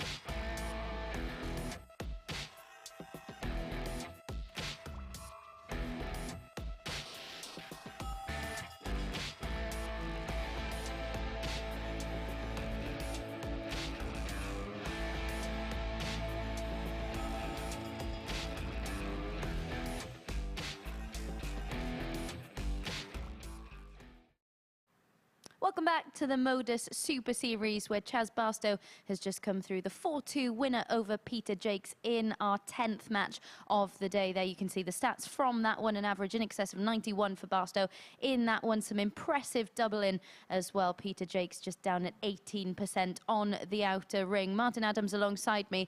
Well, the unpredictability of this group continues to deliver, doesn't it? It certainly does, yeah. I mean, we've now got 5 players all on 4 points. I mean, in all honesty, that's just unheard of in the Super Series, or even, you know, the Live League beforehand. It is indeed. And a word on Peter Jacques, because I think we've seen a bit of everything from him today, haven't we? Yeah, we have, yeah, Peter, yeah. He's, sometimes he's flying, and then it sort of tails off, and he can't find it again. Then he finds it again, he's flying again. It's really quite weird, but that's the game, that's the way it works. And Josh Payne is up next, of course, against Gav Carlin. All of Josh Payne's matches so far have gone to last leg deciders. Does that have any impact on you mentally when these days are so long? No, not really, no. I mean, we've all played, you know, long days and so forth, and yeah, we always have played lots of, you know, we get a tiebreaker at the end, you know, the last leg decider. Yeah, it's just something we get used to, and I don't think he'll worry about it at all. And in terms of Gav Carlin, still yet to pick up any points, how do you stop that from playing on your mind at this stage? I really don't know. I think if he's honest with himself, he'll say, yeah, there's a win in this somewhere for me, and let's hope it's this game now. You know, that's the way he should be thinking. Whether he is or not is another matter. And I guess it would help him if we stopped talking about it so loudly up here as well, wouldn't it? Right then. Sorry, boys. Let's get into this next one. He can probably get away with it, me not so much. Let's get into this one. Henry, back over to you. Thank you, Abby. Yes, the darting legend that is Wolfie, of course. Everybody sits up and takes note of every single word that he says. We'll be sitting up and taking notice of the darts that Gavin Carlin and Josh Payne are about to throw. The 37-year-old from Derry made the UK Open last 64 in 2019. Up against the maximum. 2 times a PDC Pro Tour event winner. Has played on all the biggest stages in the world of darts. But this week, he's admitted to himself in his pre-match interview, is one of the biggest weeks of his darting life. The opportunity to win £20,000 and to call himself the first ever MODUS Super Series champion. He came in after Scott Williams has taken the invitation to play at the PDC Players Championship this week. So he comes in as the best runner-up performance over the 10 weeks, and that came in week 10. The winner of week 10, Gavin Carlin. These two met in that final. It went all the way to a 7th and deciding leg, and it was Carlin that won out. And so will revenge be on the mind of Josh Payne in this particular match, I wonder? 60. And if Gavin Carlin can win this one, the group would just further congest 100. itself. You'd have Evans, Jacques, Owen, Payne, Barstow, all on 4 points. Carlin would then put himself on 2. You'd have 2 points 60. separating all 6 players at the midway point of the 4th round. 96. Have you ever known the like of a group to be so tight so quick? I suppose we should come to expect it because it is the Champions Week. And Champions Week this time round is the week of champions. 100. I was just mentioning on your way back down to the commentary box, Wolfie, whether the week 10 final that Carlin beat Payne in 4-3 will have any bearing on this particular matchup. Oh, I don't know. 60. It may or may not, but I wouldn't have thought so. Gavin, you require 105. Dwell on that sort of thing, you know. It's more, don't look backwards, look forwards. Mm-hmm.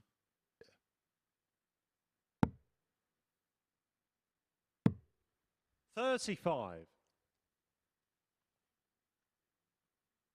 Squared it up for 70. Could have left it maybe a little bit more handier from 105, his opponent not on a finish. 85. Gavin, you require 70.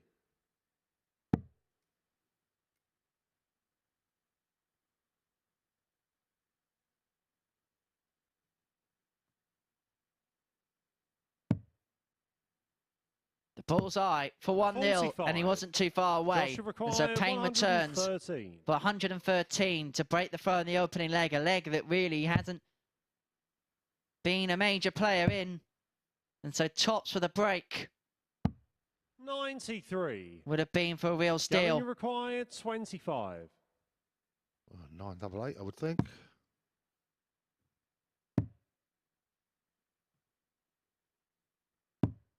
9. Joshua requires 20. He's presented Payne with the opportunity. Yeah. Game shot on the first leg. Gift wrapped and delivered. That's where you say thank you very much. Don't mind taking that one. Second leg, it's Josh to throw first. Game on. I know the Christmas ads are on the telly earlier and earlier this year, but that really did feel like a Christmas present for Josh Payne. 100. I did have a Spice Girls line lined up. I thought I'd leave that one out. That's probably just as well. Yeah. 46.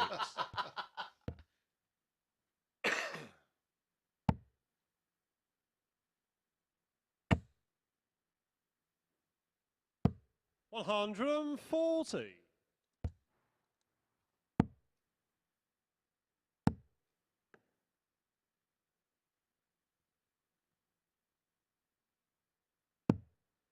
$47. Have you found your first day in the commentary box at the Super Series so far, Wolfie? That's been interesting, that's for sure. Yeah. No, I enjoy it. I enjoy it. 60. I'm never sure whether I'm any good at it, but you know, I enjoy it just the same. Can't be any worse than me. 60. I better not comment on that. Some of the other commentators might be listening. One of them's playing tonight. 130. Always amazed me when you got the shots of Chris on in the previous venue. 60. Joshua requires So 71. laid back. He was laid back any further, he'd fall over. Magic, Chris, magic.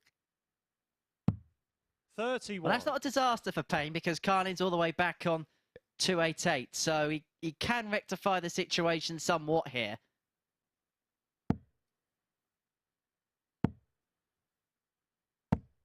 55. Joshua required 40. Tots for a 16 and a 2-0 lead, and to back the break up with a hold. Double 10. Game shot Nicely on the does it for second Josh leg. Payne, and Josh as the old Payne. saying goes, a break ain't a break without a hold. And Josh Payne opens up Third that leg, it's 2-0 Gavin lead, to throw courtesy of that first. hold in the second. And Game on. Gavin Carlin has got a lot of work to do here. He could possibly play himself out of the race by the end of the first day if results carry on this way. Yeah, he hasn't sort of lived up to expectations, but he's not played that bad. At 100. times, you know, he's played thrown some very good darts. I'm just amazed he's not had a win yet.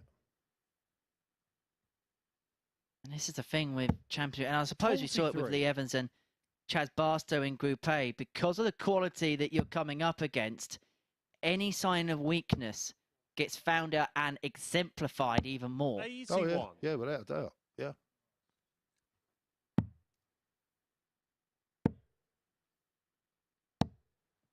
$99.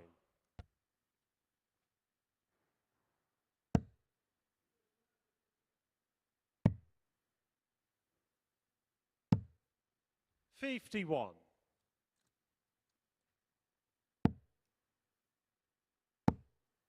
Excellent visit, excellent timing. 180. That'll pile the pressure on Payne. 54 after 12 for Carling. Maybe the cannon is beginning to fire. 99. Gavin, you require 54. Tops.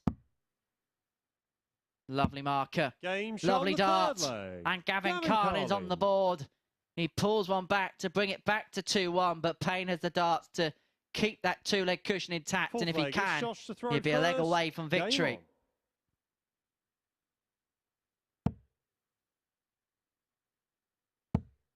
Well, this is an excellent start. 140.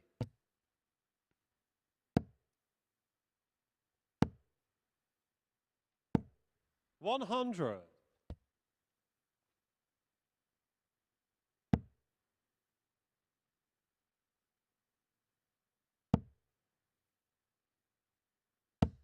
$60.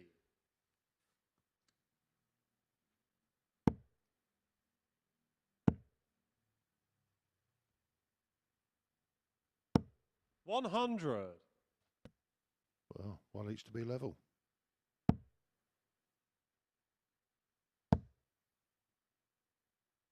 By and large, usually when that 97. first start goes just above the treble bed, that's actually quite a nice lie for Josh. It wasn't on this occasion. Well, that's a lovely first start for Carlin. 131. Goes downstairs. Leaves himself on the big fish. May have to take it. May have to take it. 180. Gavin, you require 170. Not this time. Seen him get a big fish, didn't we, Yeah. against Lucas 43. Vainik at Yeah. finals night. Joshua requires That actually 24. knocked him out and put Thibaut Tricot through, but he Game couldn't shot on the convert it on this fourth leg. occasion, and he Josh won't get the chance Payne. to convert the 1-2-7 because Josh Payne is 3-1 up and is a leg away for becoming the first player to put leg, themselves it's Gavin to onto throw 6 first. points. And Game following on. the opening game defeat to Robert Owen, Josh Payne has been pretty much perfect from that juncture. 121.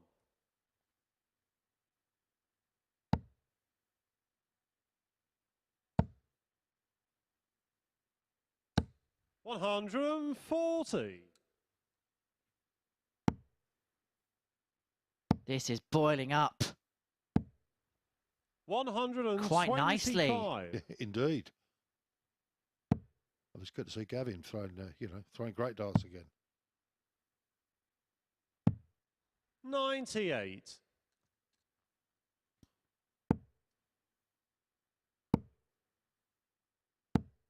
$66. Having said that, oh dear. It's just opened the door here for Josh Payne. Another one of them would be nice. 96. He'll take it. 167 left after 9, but Carling is going to leave this incredibly handy. Leaves himself on 54 after 12. And if Payne is going to get it done right here, right now, he needed to take out the 167. So Carling will return to get another leg on the board. 97. Gavin, you require 54. 14 for tops. Double 10. Game shot on the 5th leg. Well done, sir. Gavin Carlin. Well, this is a leg now, isn't it, Wolfie, for 6th leg, Josh it's Josh Payne. to He throw has the first. darts to Game on. get the job done. Well, he does, yeah. But will it go 3-all? Who's to 43. say at the moment? With a start like that, this may well go 3-all. 93. Good recovery.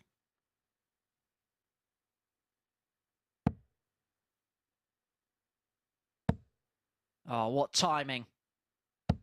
What timing. 180. To put himself in command. 140. That's not a bad riposte for Carling.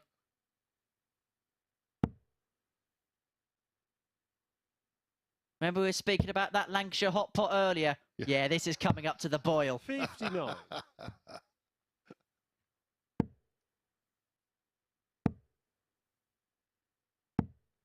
Can we check that treble for a magnet?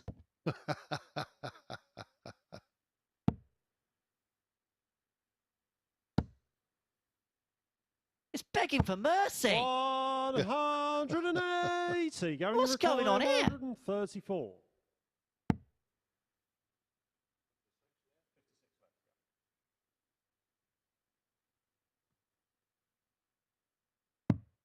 $94. Joshua required 39. So to become the first player to move on to 6 points in Group T. Double 10. Game, and Josh Payne and the match. puts Josh himself Payne. to the top of the Group C table. The bookmakers' favourite to win this group is top of this group with a 4-2 victory against Gavin Carlin with a 94.3 average. 3 maximums in this match, 4 out of 7 on the doubles, 57.14% that equates to. He gets the better of Gavin Carlin, who's still looking to get his first victory on the board in Group C. We're going to take a short break. When we return, one of Lee Evans and Robert Owen will join Josh Payne at the top of the table.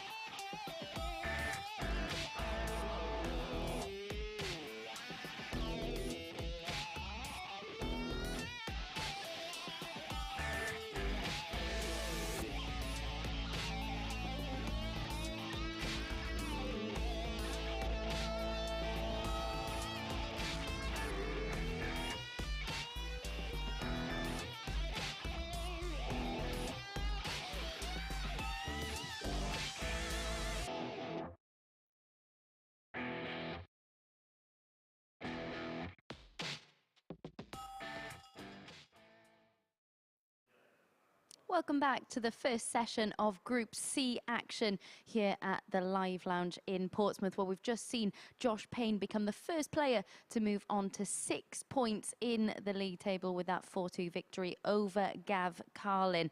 It was a superb performance yet again, wasn't it, from Josh Payne? Very impressive display from him, applying superb pressure when needed and clinical on the outer ring to put himself in the driving seat in that one. Gav Carlin certainly didn't play too badly, but Josh Payne upping his level and going out in 14 darts to get over the line in that one. 57% checkout success in that match, with 3 180s helping him to get onto 6 points. As we can see in the league table, he is now top of the pile. He was favourite to qualify for finals night, and he is now the first player on to 6 points. Lee Evans could join him in this next match, as could his opponent Rob Owen, as you can see, both on 4 points at the moment. It is Lee Evans who's got the best leg difference so far, because he's the only player in this field who's yet to play in a last leg decider so far today. But Robert Owen got the better of Lee Evans when the two faced yesterday. Of course, they've played 3 times this week.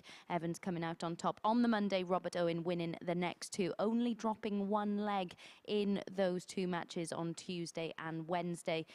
As I mentioned, Evans the only player not to get embroiled in a last leg decider so far today. Who's going to come out on top in this one, lads? Who've you got? Hard to say, Abby, and guessing by my predictions this week, I'm best off sitting on the fence, because whoever I do back will probably end up losing. But Robert Owen has played all 21 legs today. Every single game that he's played has gone 4-3, incredibly. He's won 2 of those last legs. Lost out. And it's Peter Jacques, though, in the other one of them. As for Lee Evans, as Abby mentioned, the only player who hasn't gone the distance so far in Group C. Will the darting gods dictate that he's going to have to go down the darting well at some point? First leg, it's Lee to throw first. Game on.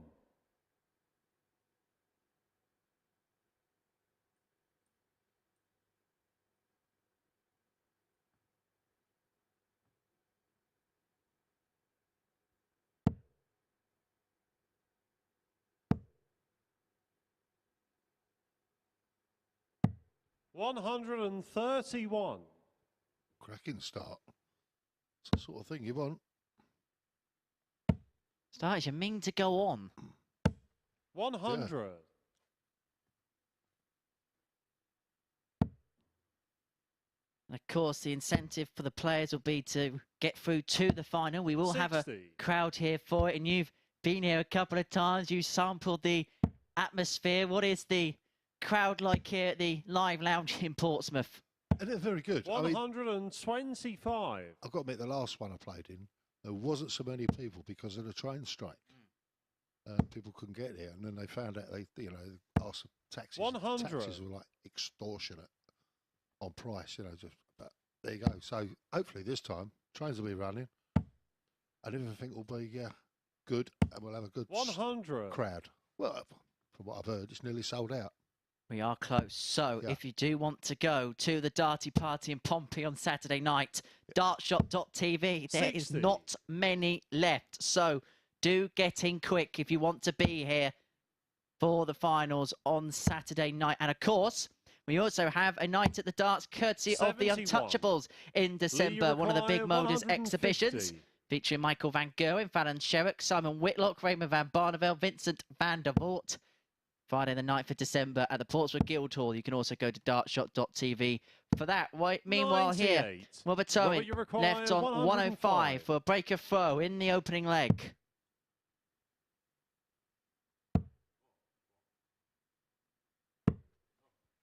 $35. Oops. Lee, you require 52. Very much so. That was at 4 again, wasn't it? Going for the 18 and they hit a 4. It's weird. 52 throwing. Double 16. Game shot on the first leg. Lee Evans. So Lee Evans gets it done within 17 darts. Holder throw as Owen was threatening the Second break. leg, it's Robert to throw first. Game on.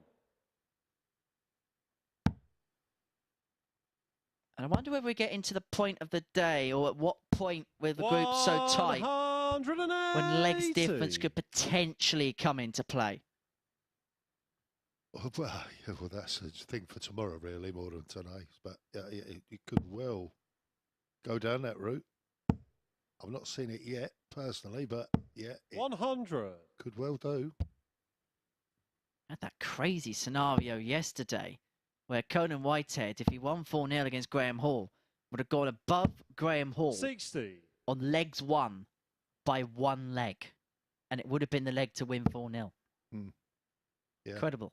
Oh, right. That's amazing, isn't it? 57. Of course, we've seen 9 dart shootouts. We saw one, didn't we, on Saturday night, didn't we? Which went to overtime. Yes, indeed, yeah. Trust Tony O'Shea to make it go all the way, make it go the distance. Good old boy, Tony.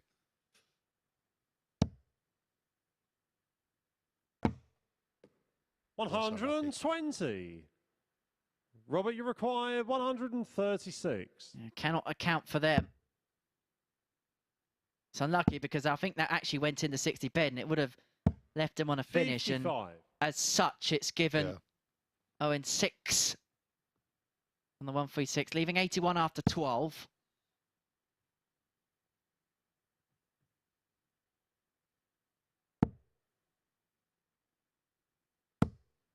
$60. Robert, you require 81. Double 12. For Game 14, dart leg, leg. it squeezes its way into the bottom left-hand corner. And Robert Owen levels us up at 1 apiece, averaging 96.41. Game on. And 1 out of 1 on the outer ring. That was the problem for him in his previous encounter. Indeed, yeah. 10 darts thrown at double and none hit.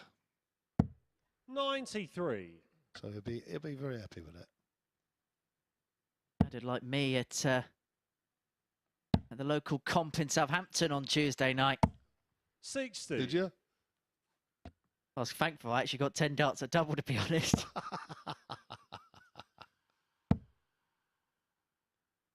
Our friend and colleague Chris Murphy went on a bit of a run in the plate competition. Did he, by Jove? Yep. But we've got to give a shout out to our scalper Taylor. We got to the quarterfinals. Oh, right. That's nice. 60. That's good. Heard he's going to get a call up for stage 2.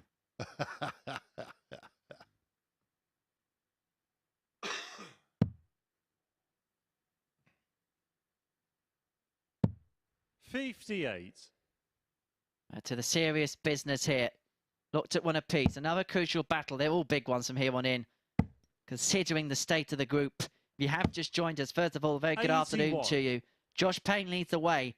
6 points after 4 matches. And then we have 4 players all locked on 4 points. Lee Evans, Peter Jacques, Robert Owen, Chaz Barstow and Gavin Carlin yet to get off the board. 0 points from his first 4 matches. So the winner of this will join Payne on 6 and at the top of the group.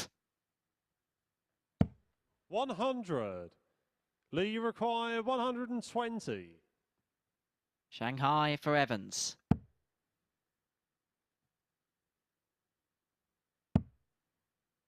Topsy once.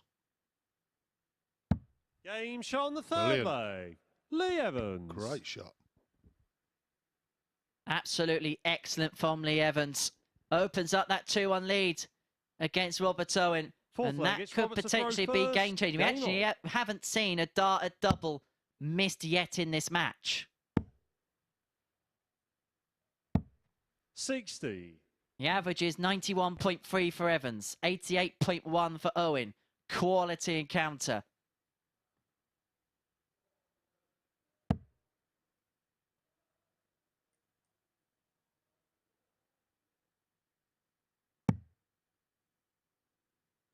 Just having a little look at the stats, Wolfie. Our next maximum will be our 150th of the week. My word. We are 9 away 60. from getting 2,700 for the phase. My word. That's unbelievable, isn't it? It may come here.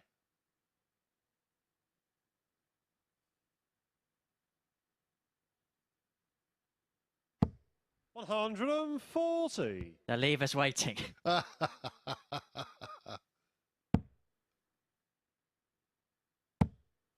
he thought about that one too long, I think. 100. It's those moments where you should kind of go with the flow a little bit more, I feel. Yeah. 96.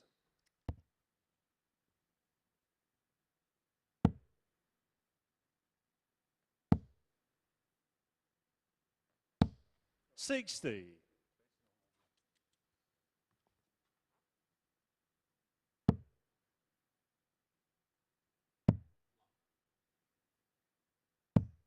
58.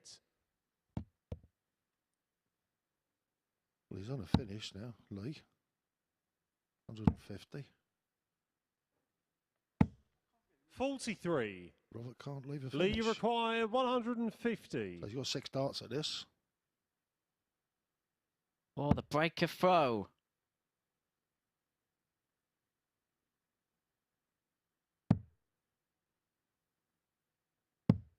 $96.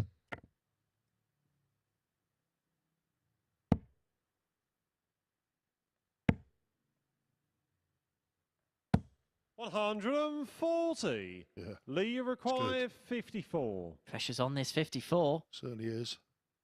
14 for tops.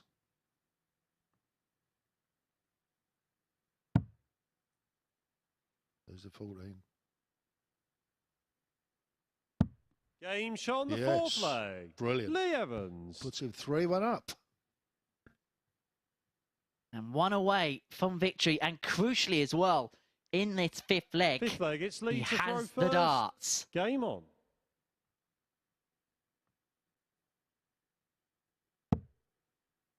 Those are the averages, 90.49 for Evans, 86.24 for Owen, who has the game's solitary maximum. 58. Still not seen a missed dart at double. 3 from 3 for Evans. 1 out of 1 for Owen. 60.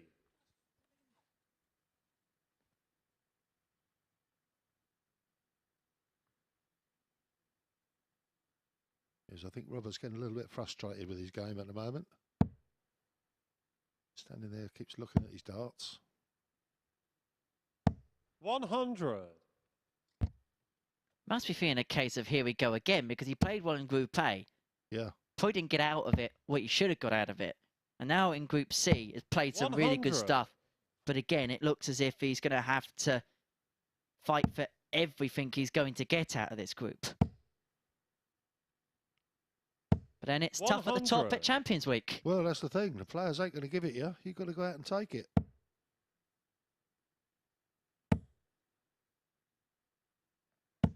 $100.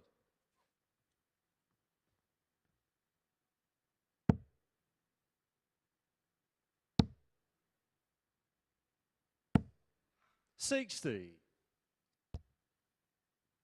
Owen has 6 and 2 for 1. The way that first dart is laid down, that was a really, really nice lie for him. 100. Ton leads him on a finish after 12, but Evans can leave something really handy here of a big score, 2 treble visit. That's one of them. 96. Robert, you require That'll do. 141.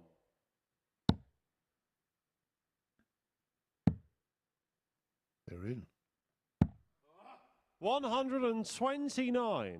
Wasn't too far away either with a Lee double 12. require Definitely not. 87. 87 for Evans. 20 for Bull, I would guess. Game, shots, and Cracking. the match. Lee And Evans. that seals the victory in some style for Lee Evans. He gets the better of Robert Owen by 4 legs to 1. With an average of 88.9. Robert Owen getting the game's solitary maximum, but have a look at those doubling stats.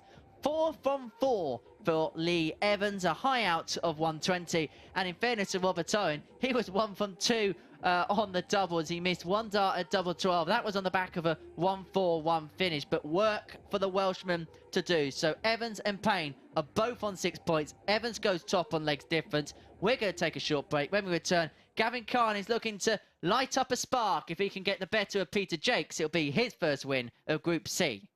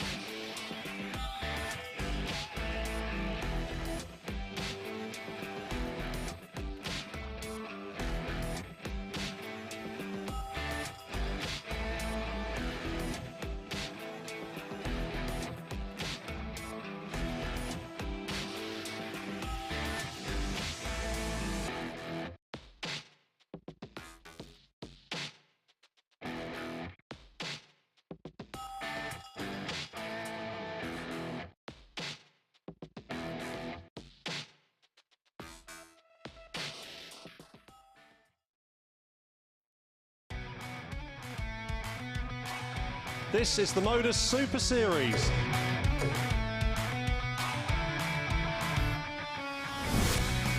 $180.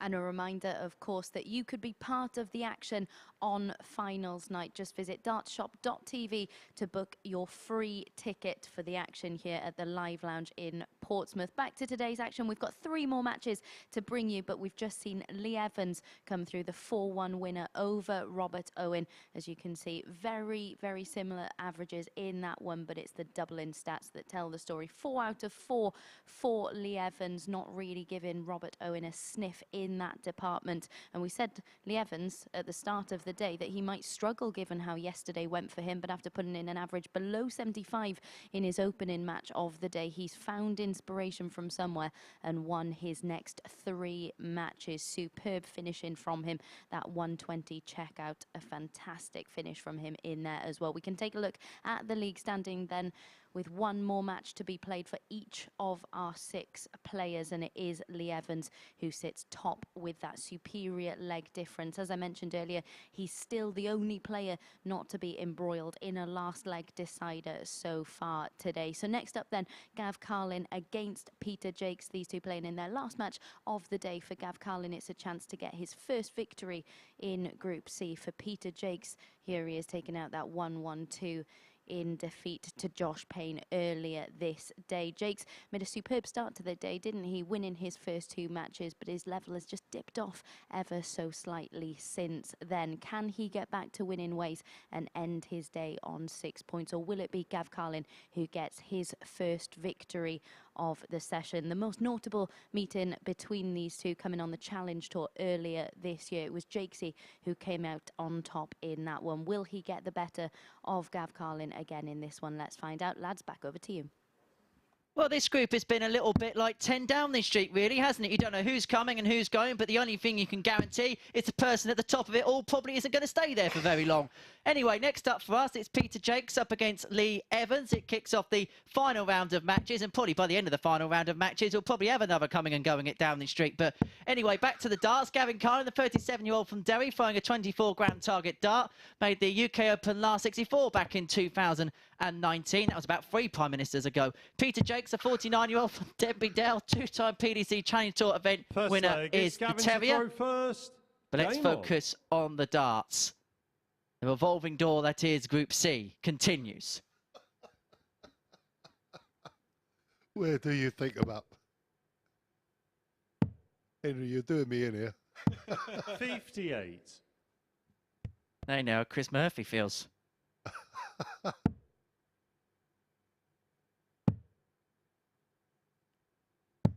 $96.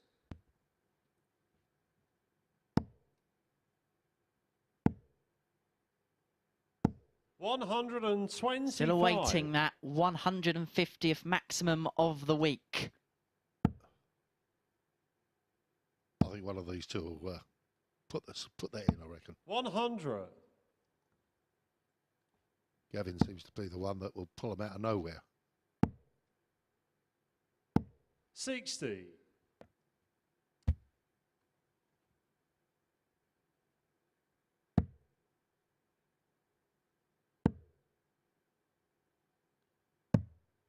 93.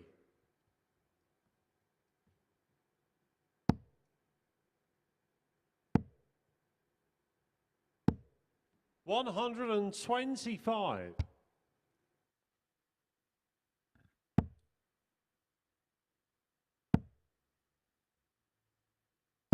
100.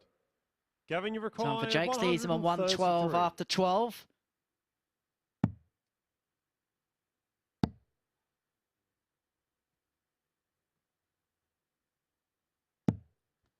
$53. Peter, you require 112. We'll break your throat.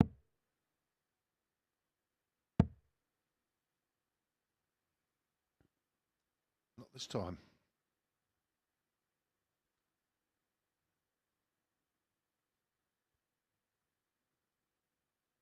Trying to work out the best way to go. 54. Gavin, you require 80. Another one of them. Leaves himself on tops. 60. But it doesn't go. Peter, you require 58.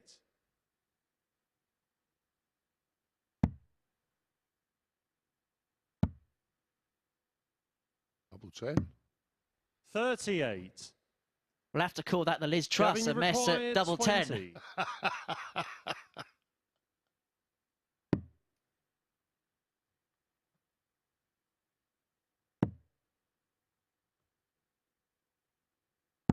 Game shot on the first leg. Double 5 is Gavin no problem Carlin. for Gavin Carlin. He leads by a leg to nil. Peter Jacques has had his opportunities to break through in the Second opener. leg, it's Peter to throw first. And it Game came on. and went. Carlin leads 1-0.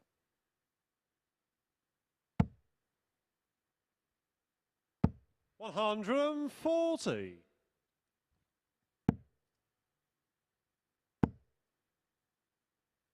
121.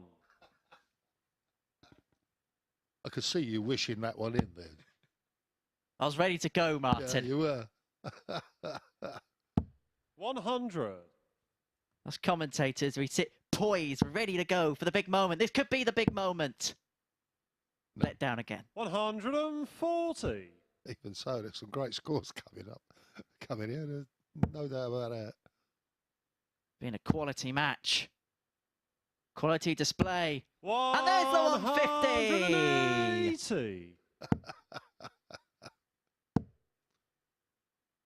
An incredible standard at Champions Week. You require 81. A century and a half up.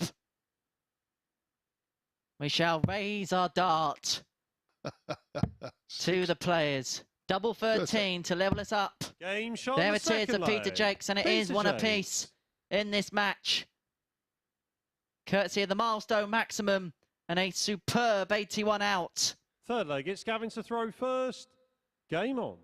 Now the next milestone is 8 more, and we'll get to 2,700 for the phase. Indeed. 60. Only 8 to go.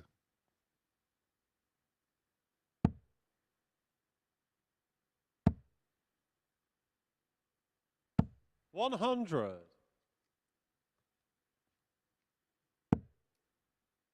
At this point, you feel we're in must-win territory if you're Gavin Carlin. 140. Well, exactly, yeah. I'm just amazed he's not won one today yet. It's quite surprising, you know, with the quality of the player. You know, but there's 500 quality players there. That's one of the issues. And if your luck's not with you, all you can do is just keep fighting it and just keep fighting, and hopefully something will come 100. good for you.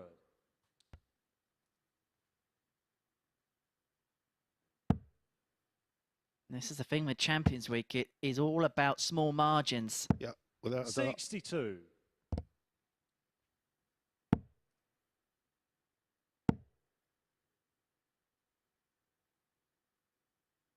The loose darts are the ones you don't want.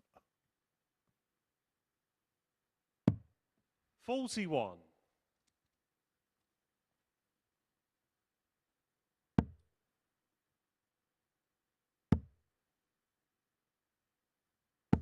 $100. Gavin, you require 160.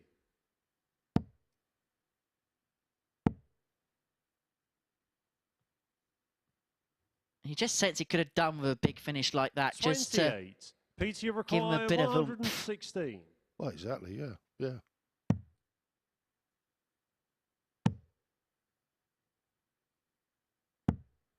$56. Gavin, you require 132. Bullseye.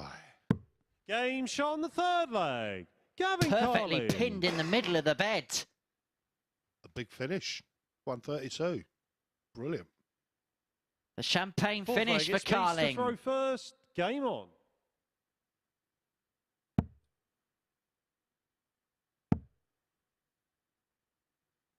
$135.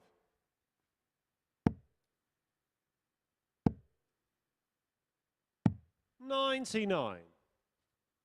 Peter Jacques is finding a level here which we saw in the first game against Lee Evans, averaging 97.38, but finds himself behind. 61.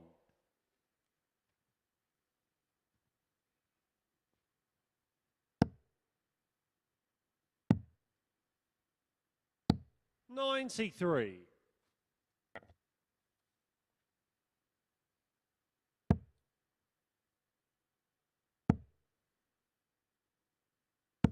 $100. Start on the 19s here, will Gavin Carlin. Another one of them would 99. get him up quite nicely, but not to be. So advantage Jacques in the race to make it 2-2 from his perspective. 105. Carlin looking to open up a 2-leg buffer, and he would have the darts to win it.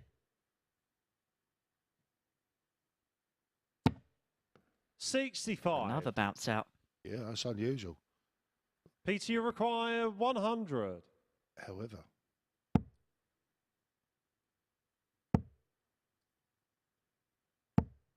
$60. Well, you're on those close Gavin, you require 145. The wires look fairly well battered. So there might be a couple of little folds in it. That's what folds. Go. Game shot on the Yes, fourth brilliant leg. darts. Gavin Carlin. A 145 to put him a leg away from the match. What a finish that was from Gavin Carling. It was good from Carling. He is a leg away from victory here. The cannon is beginning to fire on all cylinders.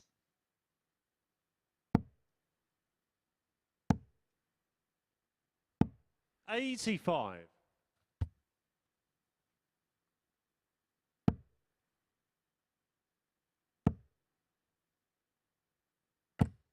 60.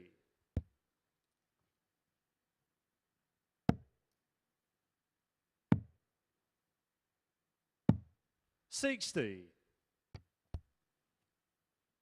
The thing is for Gavin, if he can win this, end the day on 2 points, if he can have a perfect card on Friday, there's every possibility he can get through. And that's because Chris Mason last week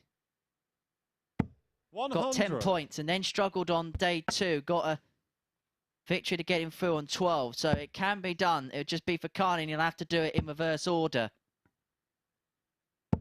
100.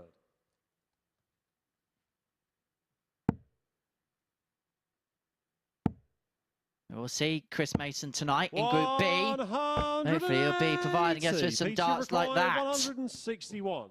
Incredible. There's the treble. Treble 17. It's a bullseye.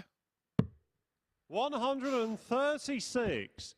Gavin, you require Scared 76. against Josh Payne, didn't he? Yeah. Oh, 71 now. One of them, any way you like. 58 left then. 36. Good leave. Peter, you required 25.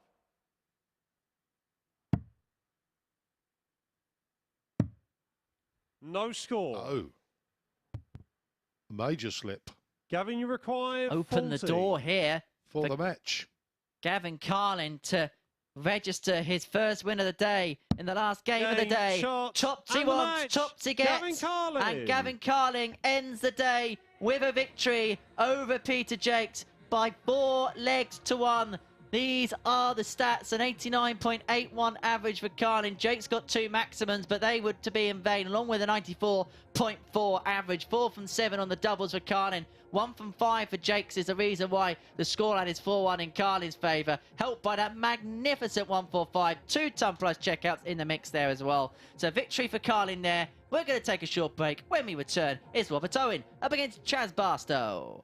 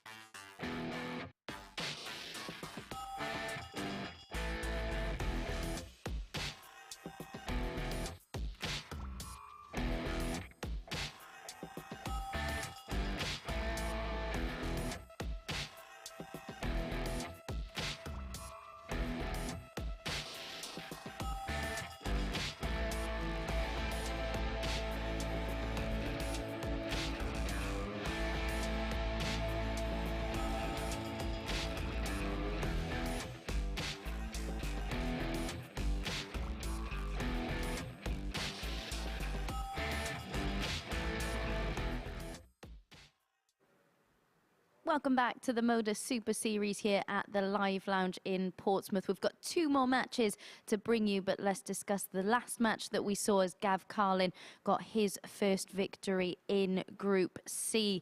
He's ended the day with those 2 points on the board. A really important 1-4-5 outshot from him in the 4th leg to move within 1 of the match. You just felt Jacques was starting to motor before that, so it really did squash his opponent's chances of getting back into that one. Aided slightly by those 4 missed darts at double from Jacques in that one, but Carlin doing what he needed to get over the line. 57% checkout success from him in that one, and as I said, that 1-4-5 checkout at a really important juncture in that match to get his first 2 points on the board. We can see what that does to the league table then, with 2 more matches to bring you this afternoon. It is, of course, Lee Evans, who still leads the way because of that superior leg difference. Next up, we've got Robert Owen against Chaz Barstow. One of them will end the day on 6 points. So they've already met 3 times this week, this pair, and it was Chaz who won on Monday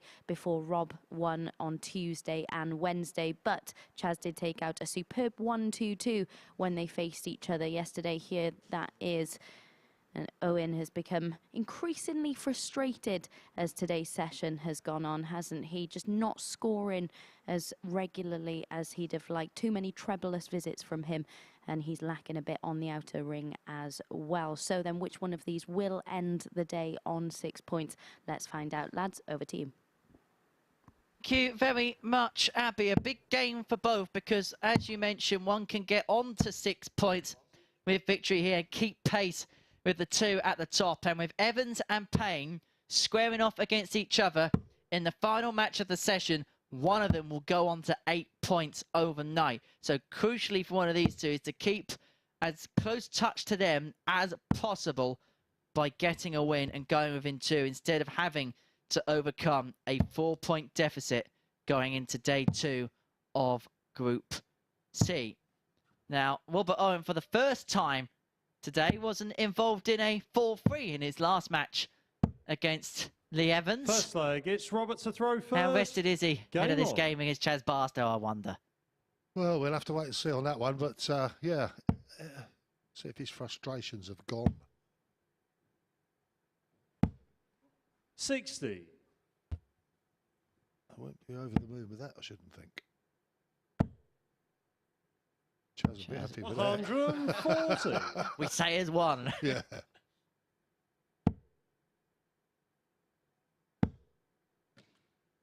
Oh.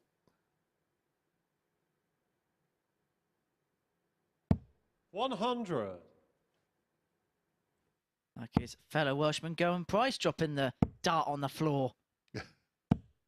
100. Is that a sign of nerves? Don't know. Might be. 140. Not bad for nervous darts if they are. That's true, yeah. 100.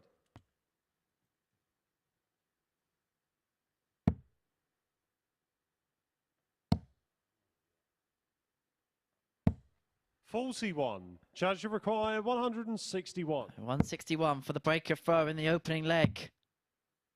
Would have left the bullseye. So Owen is going to have to take out the 160. This is only for a holder throw. Barstow leaving double 12 after 12. And he's going to get an opportunity. 60. Chaz, you require 24.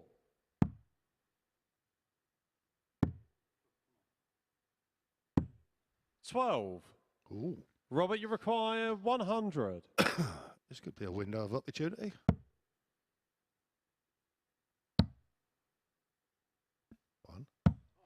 80. Unlucky. Chaz, you require 12. Someone close the curtains.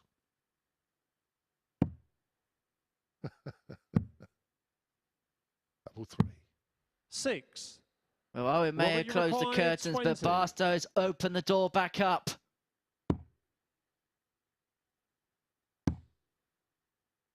12.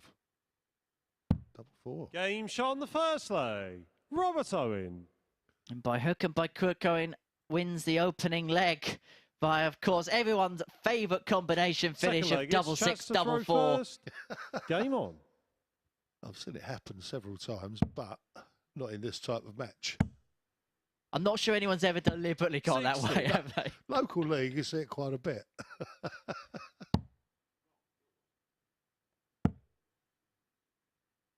That was after the first start hit the 41. tyre. Yeah. Oh, yeah.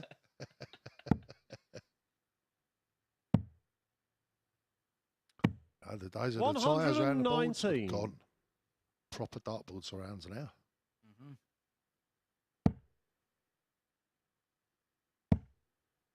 And some of the best boards in the world. We use the Winmore 100. Blade 6 for this, and what a job it does. 15 games a day, every single day. 59.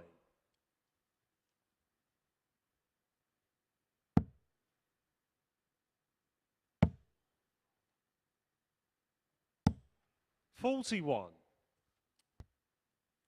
Robert, you can sense unhappy with that visit. It was quite visible, actually, there. Yeah. 96. Just wondering whether he's got a little niggle with his shoulder because he was sort of giving it some, you know, movement of the shoulder there. 95. Chaz, you require 167. Now, speaking to Chris Mason earlier on this week in the commentary box after his experience playing last week, and he actually said 59. you don't realise until you're physically playing it how much the body aches because of the continuous darts you play. Yeah, that's right, yeah. Very true, yeah. 81. Chaz, you require 108. And over time, it takes its toll on you. I mean, I've got arthritis in my shoulder.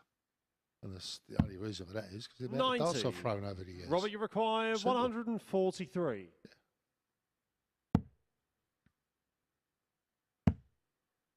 Of course, originally you were playing in it pretty much every single 97. day, weren't you, Chaz, for a few require weeks? 80. Oh, yeah. Yeah. Game shot on the second leg. Chaz Barstow. It was good fun, though. Yeah, it was great. The early days, when we were playing from home. Third leg, it's Robert to throw first. Game on. Really fun because you could play the competitive darts. You didn't have to travel anywhere. You could sleep in your own bed. 60. It was good.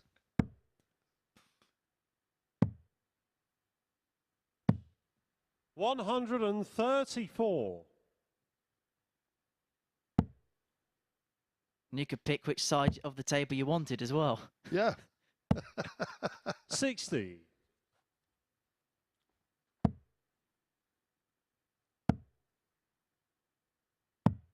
$42. It's fair to say we are seeing a bit of a tail off here from Stack Attack as we head towards the end 40. part of Thursday here in Group C. Reminder that tonight we will kick off the action in Group B, and we will see 93. in and amongst that field Graham Hall, Conan Whitehead, Darryl Pilgrim, Kieran Tian and Chris Mason. That is 10 p.m. tonight here on Sporty Stuff TV and the 140. MODUS Super Series YouTube channel. If you are joining us on the MODUS Super Series YouTube channel, alongside the live action, we have plenty of 105. highlights and bonus content, so please do give us a subscribe. As for next week, it will be the exclusive place on YouTube to tune into the Super Series as well as on 41. Sporty Stuff Chaz TV. require 127.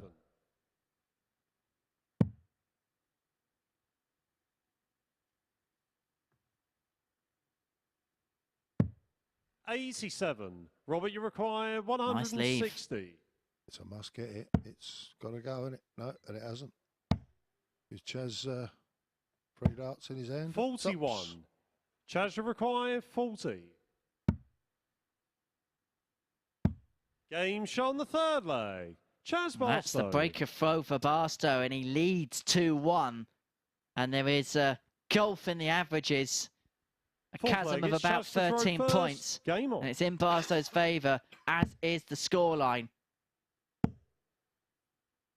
You see a wonderful 97. overhead shot of the magnificent stage we have here at the Super Series.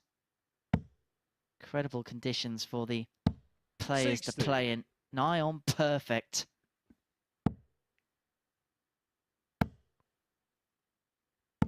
$140.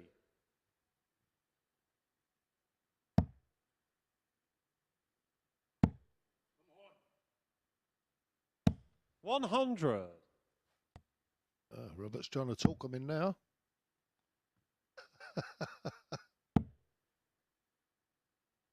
100.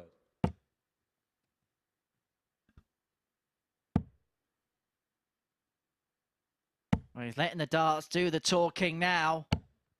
125. Unlucky with that last Chaz dart. required Chaz has got 6 on 164. 164 to open up a 3-1 lead. 59.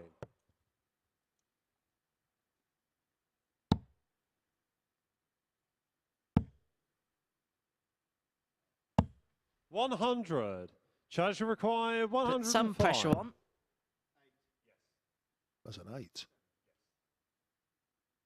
97 left. That's a 9. 71. That's when you know it's not going to Robert go well. required 116. 2 Ruggans. He's left himself on double 17 43. as well. Chaz required 34. Went straight for it. So 1 for double 8. Game For shot on the 3-1. fourth leg. And he's a leg Chaz away from Barstow. victory, which would put him on to 6 points. It would put him level at the top for now. But as we know, Evans and Payne, the 2 players on 6 points, Fifth will leg, battle it's it Robert out to throw in the last first. match of the day. Game on.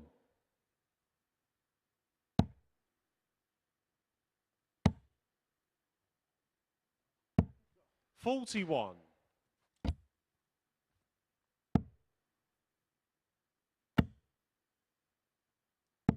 95.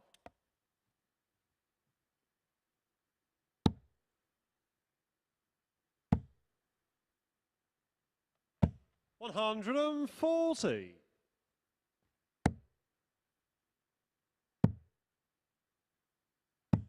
58.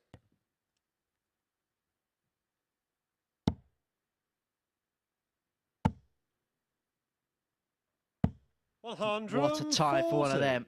Puts him in command of the all-important 5th leg from his perspective. Well, he has to win every single one, so they're all important 96. at this particular juncture.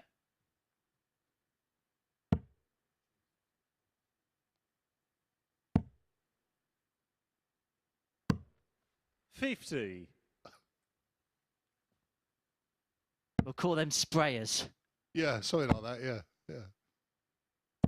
140. Robert, you require 130. That's the treble 20. Is that another one? I'm not sure. I think so. 125. Chaz, you require 112. He was going for the double 5. Yep. 12. Tops.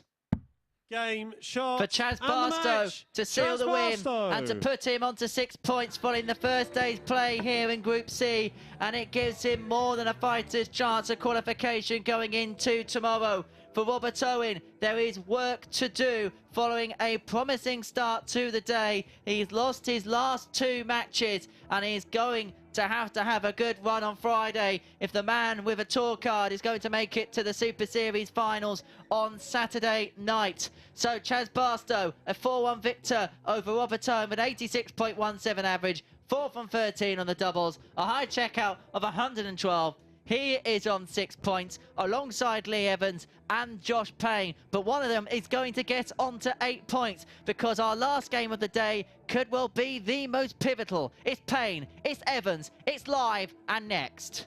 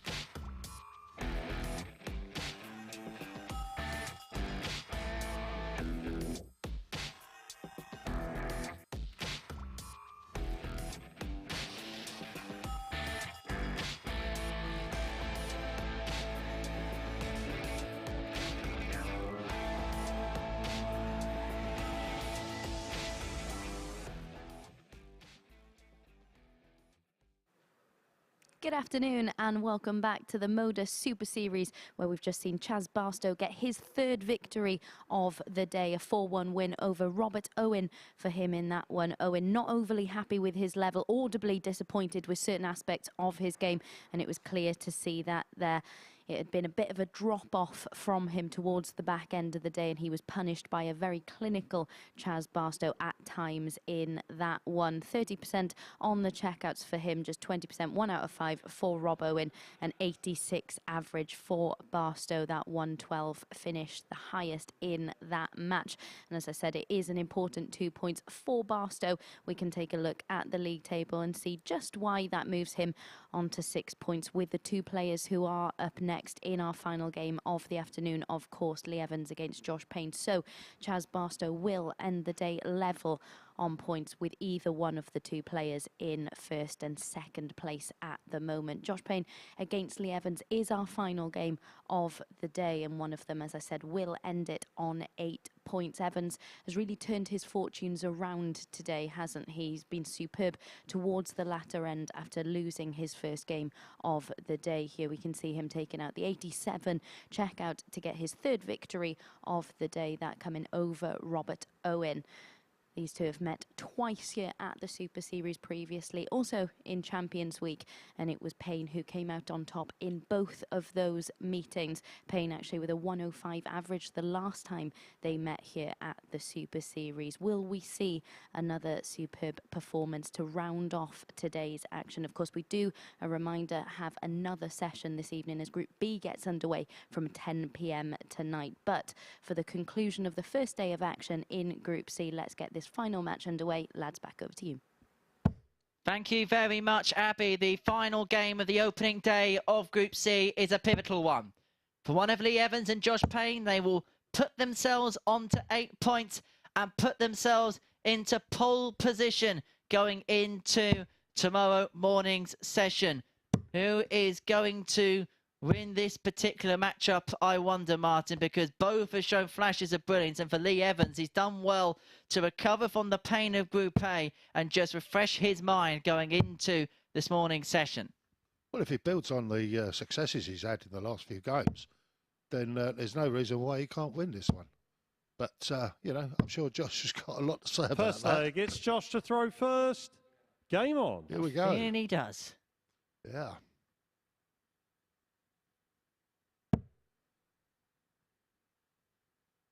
And as Abby rightly mentioned, we've got a session tonight from 10 p.m. 41. Group B will get underway. We cannot wait for that. And then self and Martin will have this group wrapped up tomorrow morning. Yeah. It's going to be interesting. 140. Yeah, tomorrow will be very interesting, I think. Because effectively the draw is reversed. So this will be the first game tomorrow, these two. So, yeah. Which means that if someone can win this fixture twice, they'd open up a 4-point gap after the very first game of the session. Yeah. That's a huge advantage. It is when you look at how the games have panned out today and how the tables 140. You know, levelled out, and then you've got some gaps in there now. That amazing. Really good fun to watch. And it's gonna be fun to watch tomorrow. 100.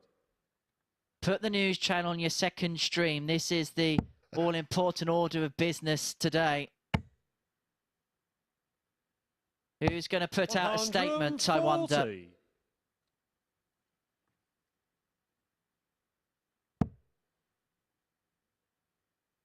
One of them can dispatch possibly the rivals down the bottom of the table. 96. Joshua required 122.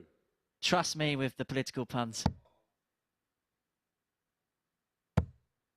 Now one of them for double 7 for 15 dart opening leg hold. Lee required 108.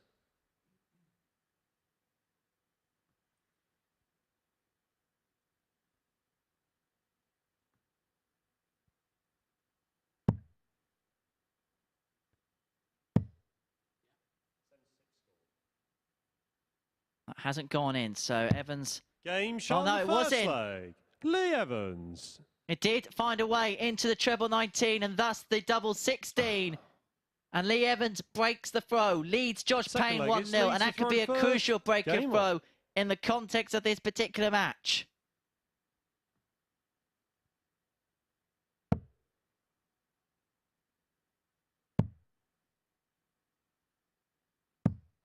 $58.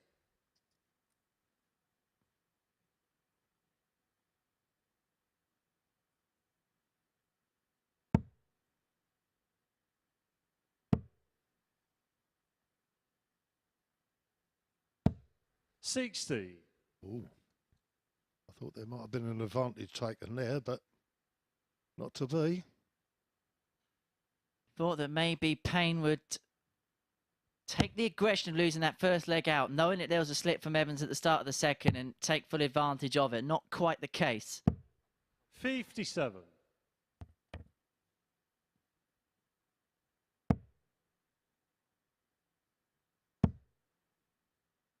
Well, he's doing it now. 180.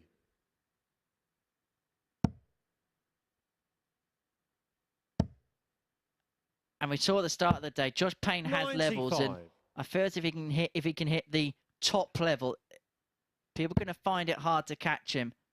And there has been times where he's played his best, but there's also been one or two games where he's just managed to scrape his 140. way over the line, and they could be the crucial ones come the end of play tomorrow. Oh, very much so. 140. Yeah, Joshua sometimes- required 121. Sometimes just sneaking over the line is it's great for your confidence. Well, again, he's 81. trusting his opponent Lee not to take out the required finish because he's 151. decided there to go 25 for double 18 as opposed to going 11 bull. Either that or 47. he's completely missed the 11. Joshua required 40. That's very possible, but Game shot on the second leg. Find it hard to Josh believe of Payne. accuracy just like that. And Josh Payne lowers us up, gets the break back at one apiece with a 13 dart leg. Quality affair, a 105 average for the maximum. Third leg, it's Josh to throw first. Game on.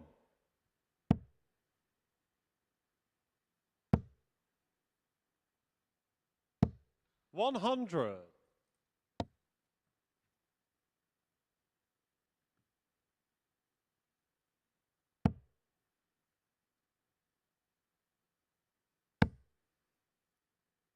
You feel that Lee Evans needs more visits like this. 125. yep.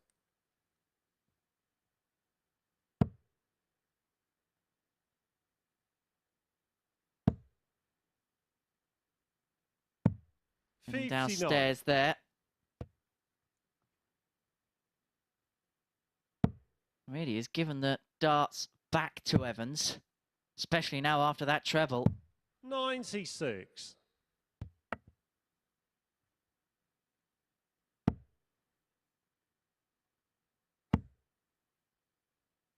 Surely that's going to lead to a max. 140.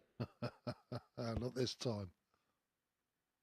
Looked absolutely plumb for Payne.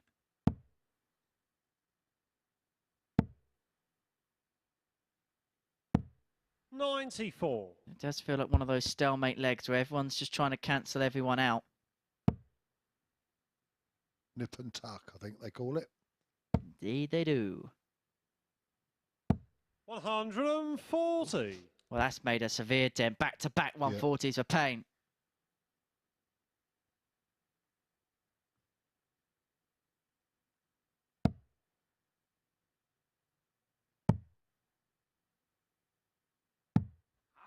$42. Joshua requires 62. The first hold of the game. Josh Payne is going to get 2 at double 16. Game shot And on the only third needs the leg. 2. Josh Payne. And he leads Lee Evans by 2 legs to 1. He's halfway towards 8 points. He's halfway towards topping the group at the halfway Fourth stage leg, in it's Group Lee to C. throw first. Reminder, Game on. if you are new to us here, at the Super Series in Group C, the top 2 will progress their way through to Saturday night's finals in front of a crowd here at the Live Lounge in Portsmouth. In Group B, which you'll see tonight, there's going to be 5 players, and 3 of them 91. will make their way into the finale.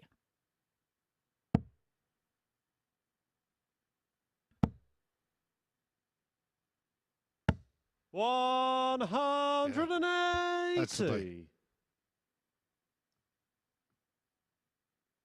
It was like a Vincent van Gogh painting. It looked so good.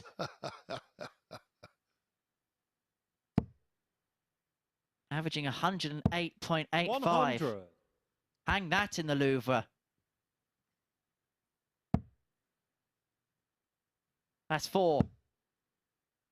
4.5. 100. Got excited for a second, Wolfie. Yeah.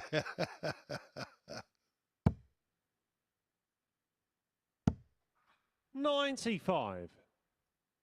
Josh Payne will be happy with how this is going. He saved his best till last. And to be fair, Lee Evans is averaging 90.5, and he hasn't really had much to go at. He's only had 1 dart at double on the 108 and has taken it. 65. May get a bit of an opening here now. Well, he should do. He's only on 2-1-5, so 2 treble visit would make a big dent in it. 96. Josh will require 156. This really would be a showstopper for Josh Payne. The 156, another one of them would have left double 18. And so Evans returns to the 119, and you 100. get the sense he's going to have Lee to take it require out. 119.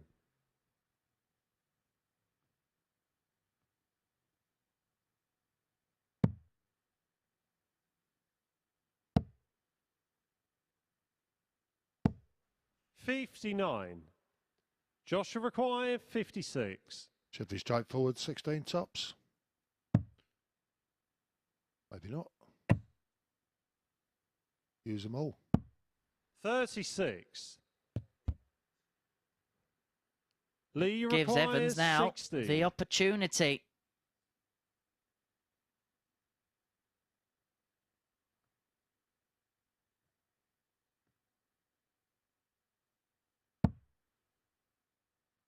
Tops.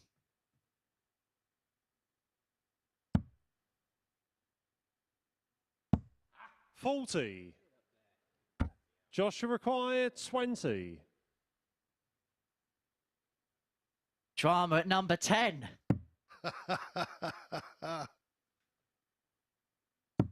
Game shot on the 4th leg. Josh Payne. But this time someone's home. And Josh Payne is a leg away from getting on to 8 points, This leg, topping it's the Josh to table throw overnight. first. Game on.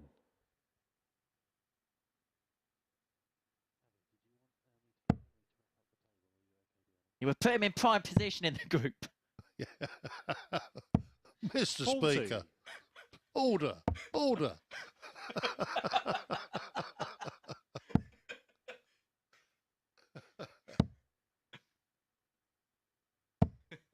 55. Oh, I knew I'd get here if I waited.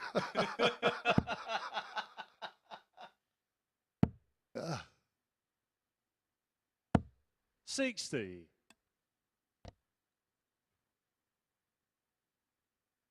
Do you realise since the Super Series started, we've now had 3 Prime Ministers and 2 monarchs?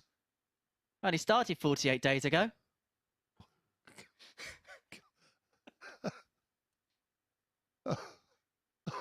Beam me up, Scotty.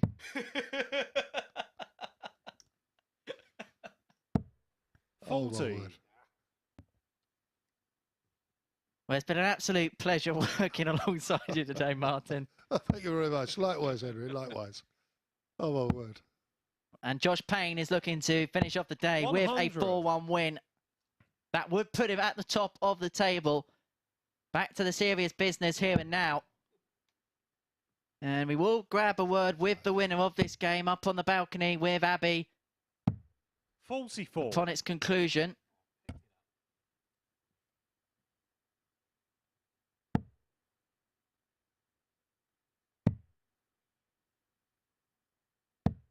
57.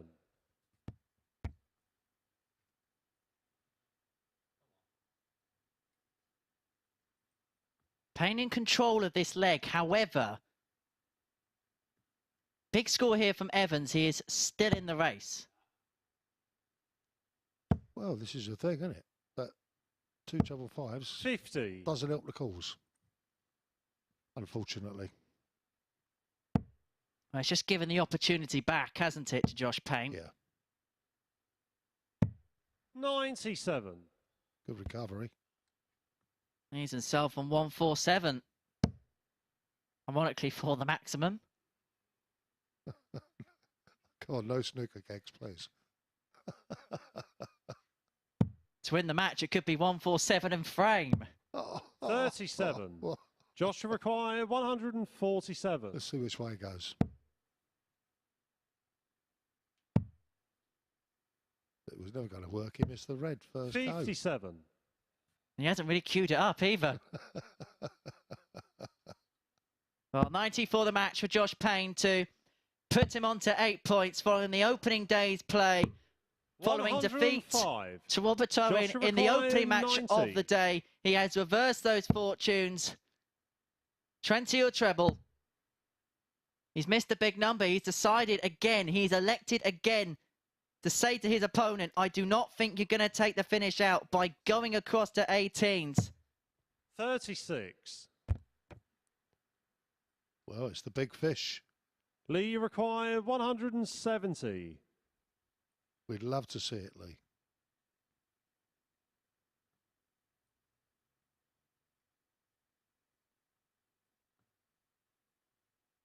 Save the match. Another.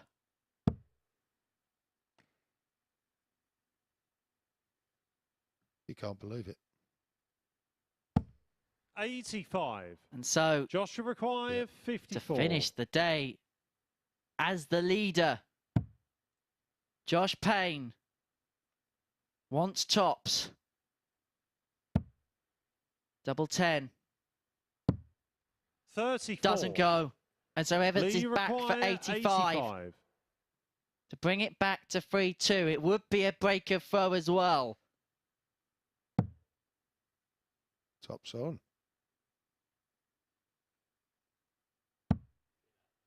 Double 10. Game shot on the 5th leg. Lee Evans. Wonderful game, this, isn't it? Never a dull moment. Always full of surprises. 6th leg, it's Lee to throw first. And we saw in the opening few games of the day a player go 3-1 up and then get embroiled in a battle right to the very last. Is that how the day is going to end? It could well be. Lee's got to throw.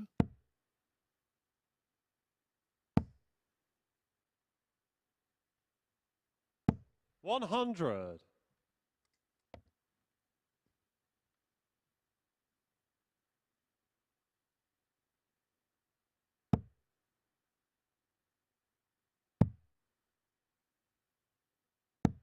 $93. Good last start. And this is where Josh cannot afford to let his head drop a little here.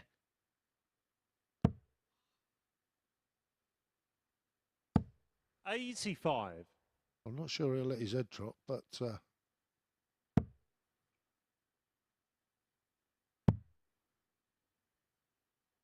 he needs to find that 51. accuracy.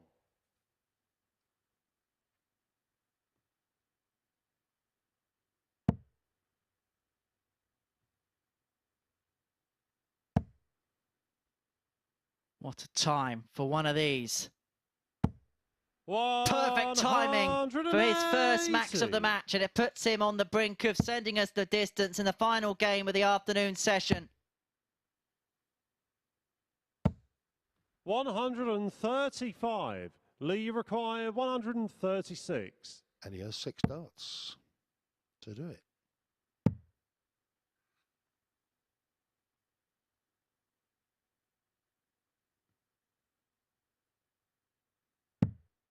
$60.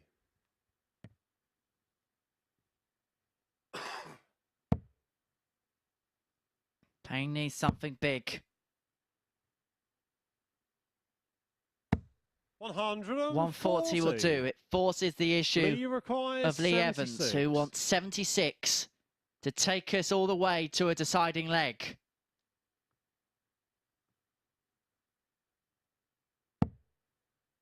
Two eights.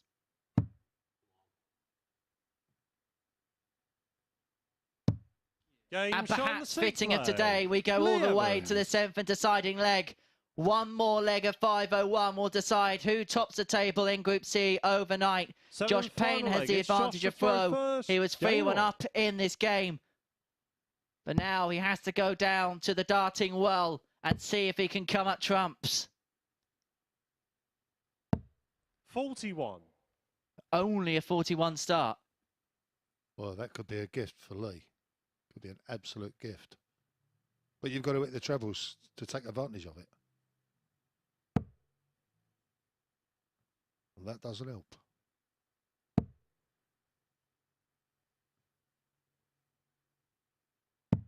$40.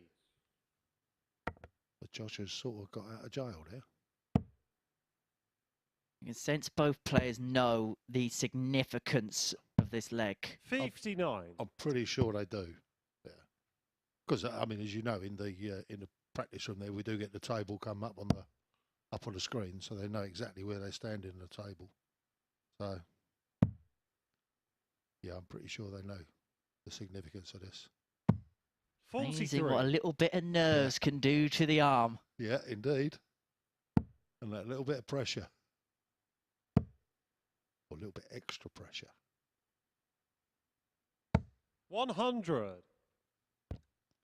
Well, Evans's shirt looks like that, with the logo of a well-known energy drinks brand. Well, he needs a little bit of energy just for these next few moments. He needs to find something inspired with these next two darts. It's not going to happen with a single 5. 28. And that may have given Josh Payne the keys to the leg, the keys to the top of the tree. 64. But he may have handed the initiative back if Evans can pile in 2 trebles. He won't. 60.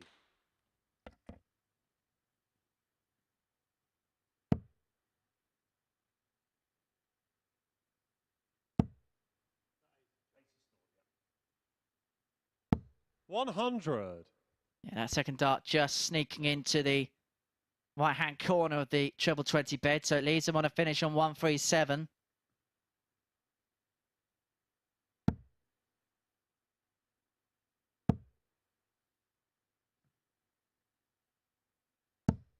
$43. Josh will require 137. That's not going to work, I don't think, for him. But 137 could well go here. No, not this time.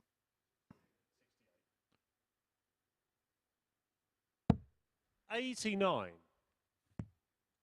He's himself on 48. Evans can only apply pressure.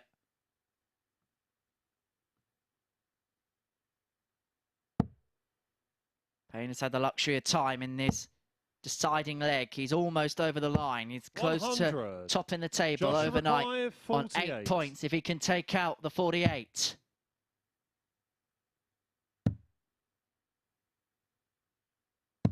Game, shots, and the match. As expected. Josh Payne. And double 16 does it for Josh Payne. He is going to be the man at the top of the Group C table overnight, courtesy of that 4-3 victory against Lee Evans with an average of 86.95. 2 maximums to his name. 4 out of 11 on the checkouts. A high out of 102. Meanwhile, for Evans, a 3-dart average of 78.26. 1 maximum to his name. 3 out of 7 on the doubles. 42.86% and a high out of 108.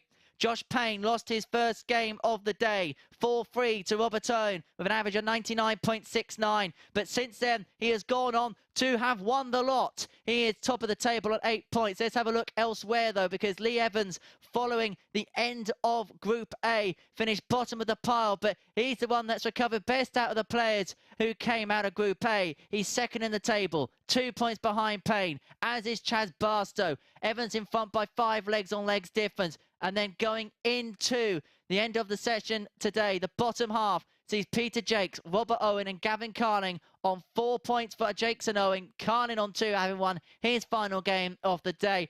But it is all about Josh Payne. He has won 4 from 5, 8 points following the opening day. He's in pole position and he's talking to Abigail Davies. Right, Josh, you're top of the table going into the second day of action. Sum up how you feel you're playing at the moment. Well, as you saw from that last game there, it weren't pretty, but I knew that it was a bit of a tussle between us at the top. I don't know if that had a little toll on it or anything, but I just haven't... I felt good today, but I just haven't played great today, but it's there, it'll come. And you seemed in control of that last match. Obviously, forced a last leg decider. Do you think the nerves played a part in that decider? Not really nerves.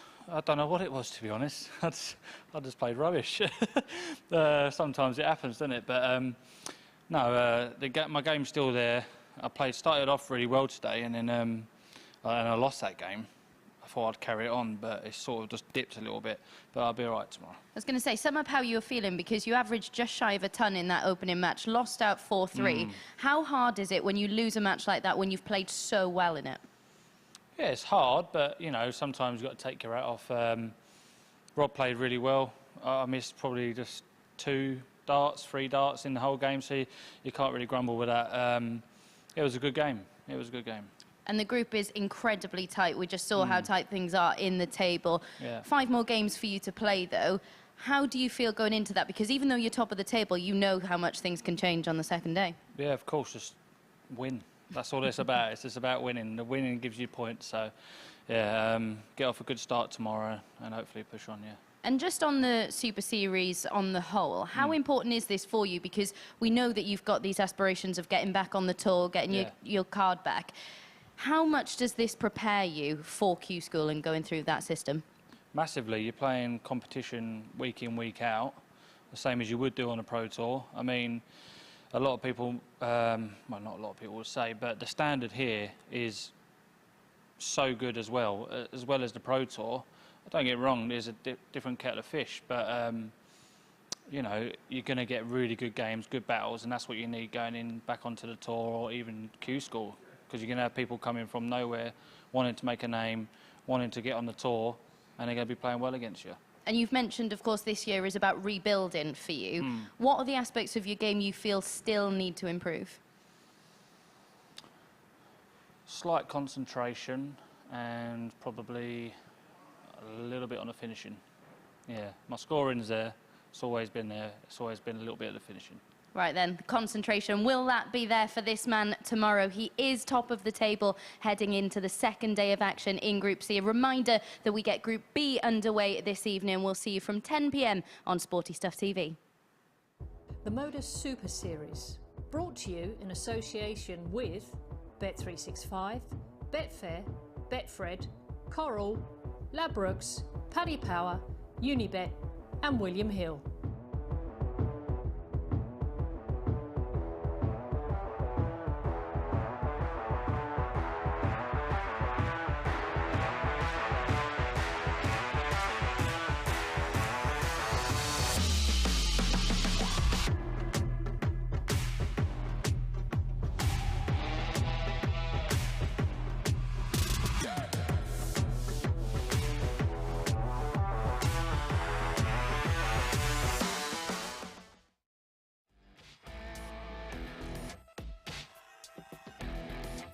The MODUS Super Series, brought to you in association with Bet365, Betfair, Betfred, Coral, Ladbrokes, Paddy Power, Unibet and William Hill.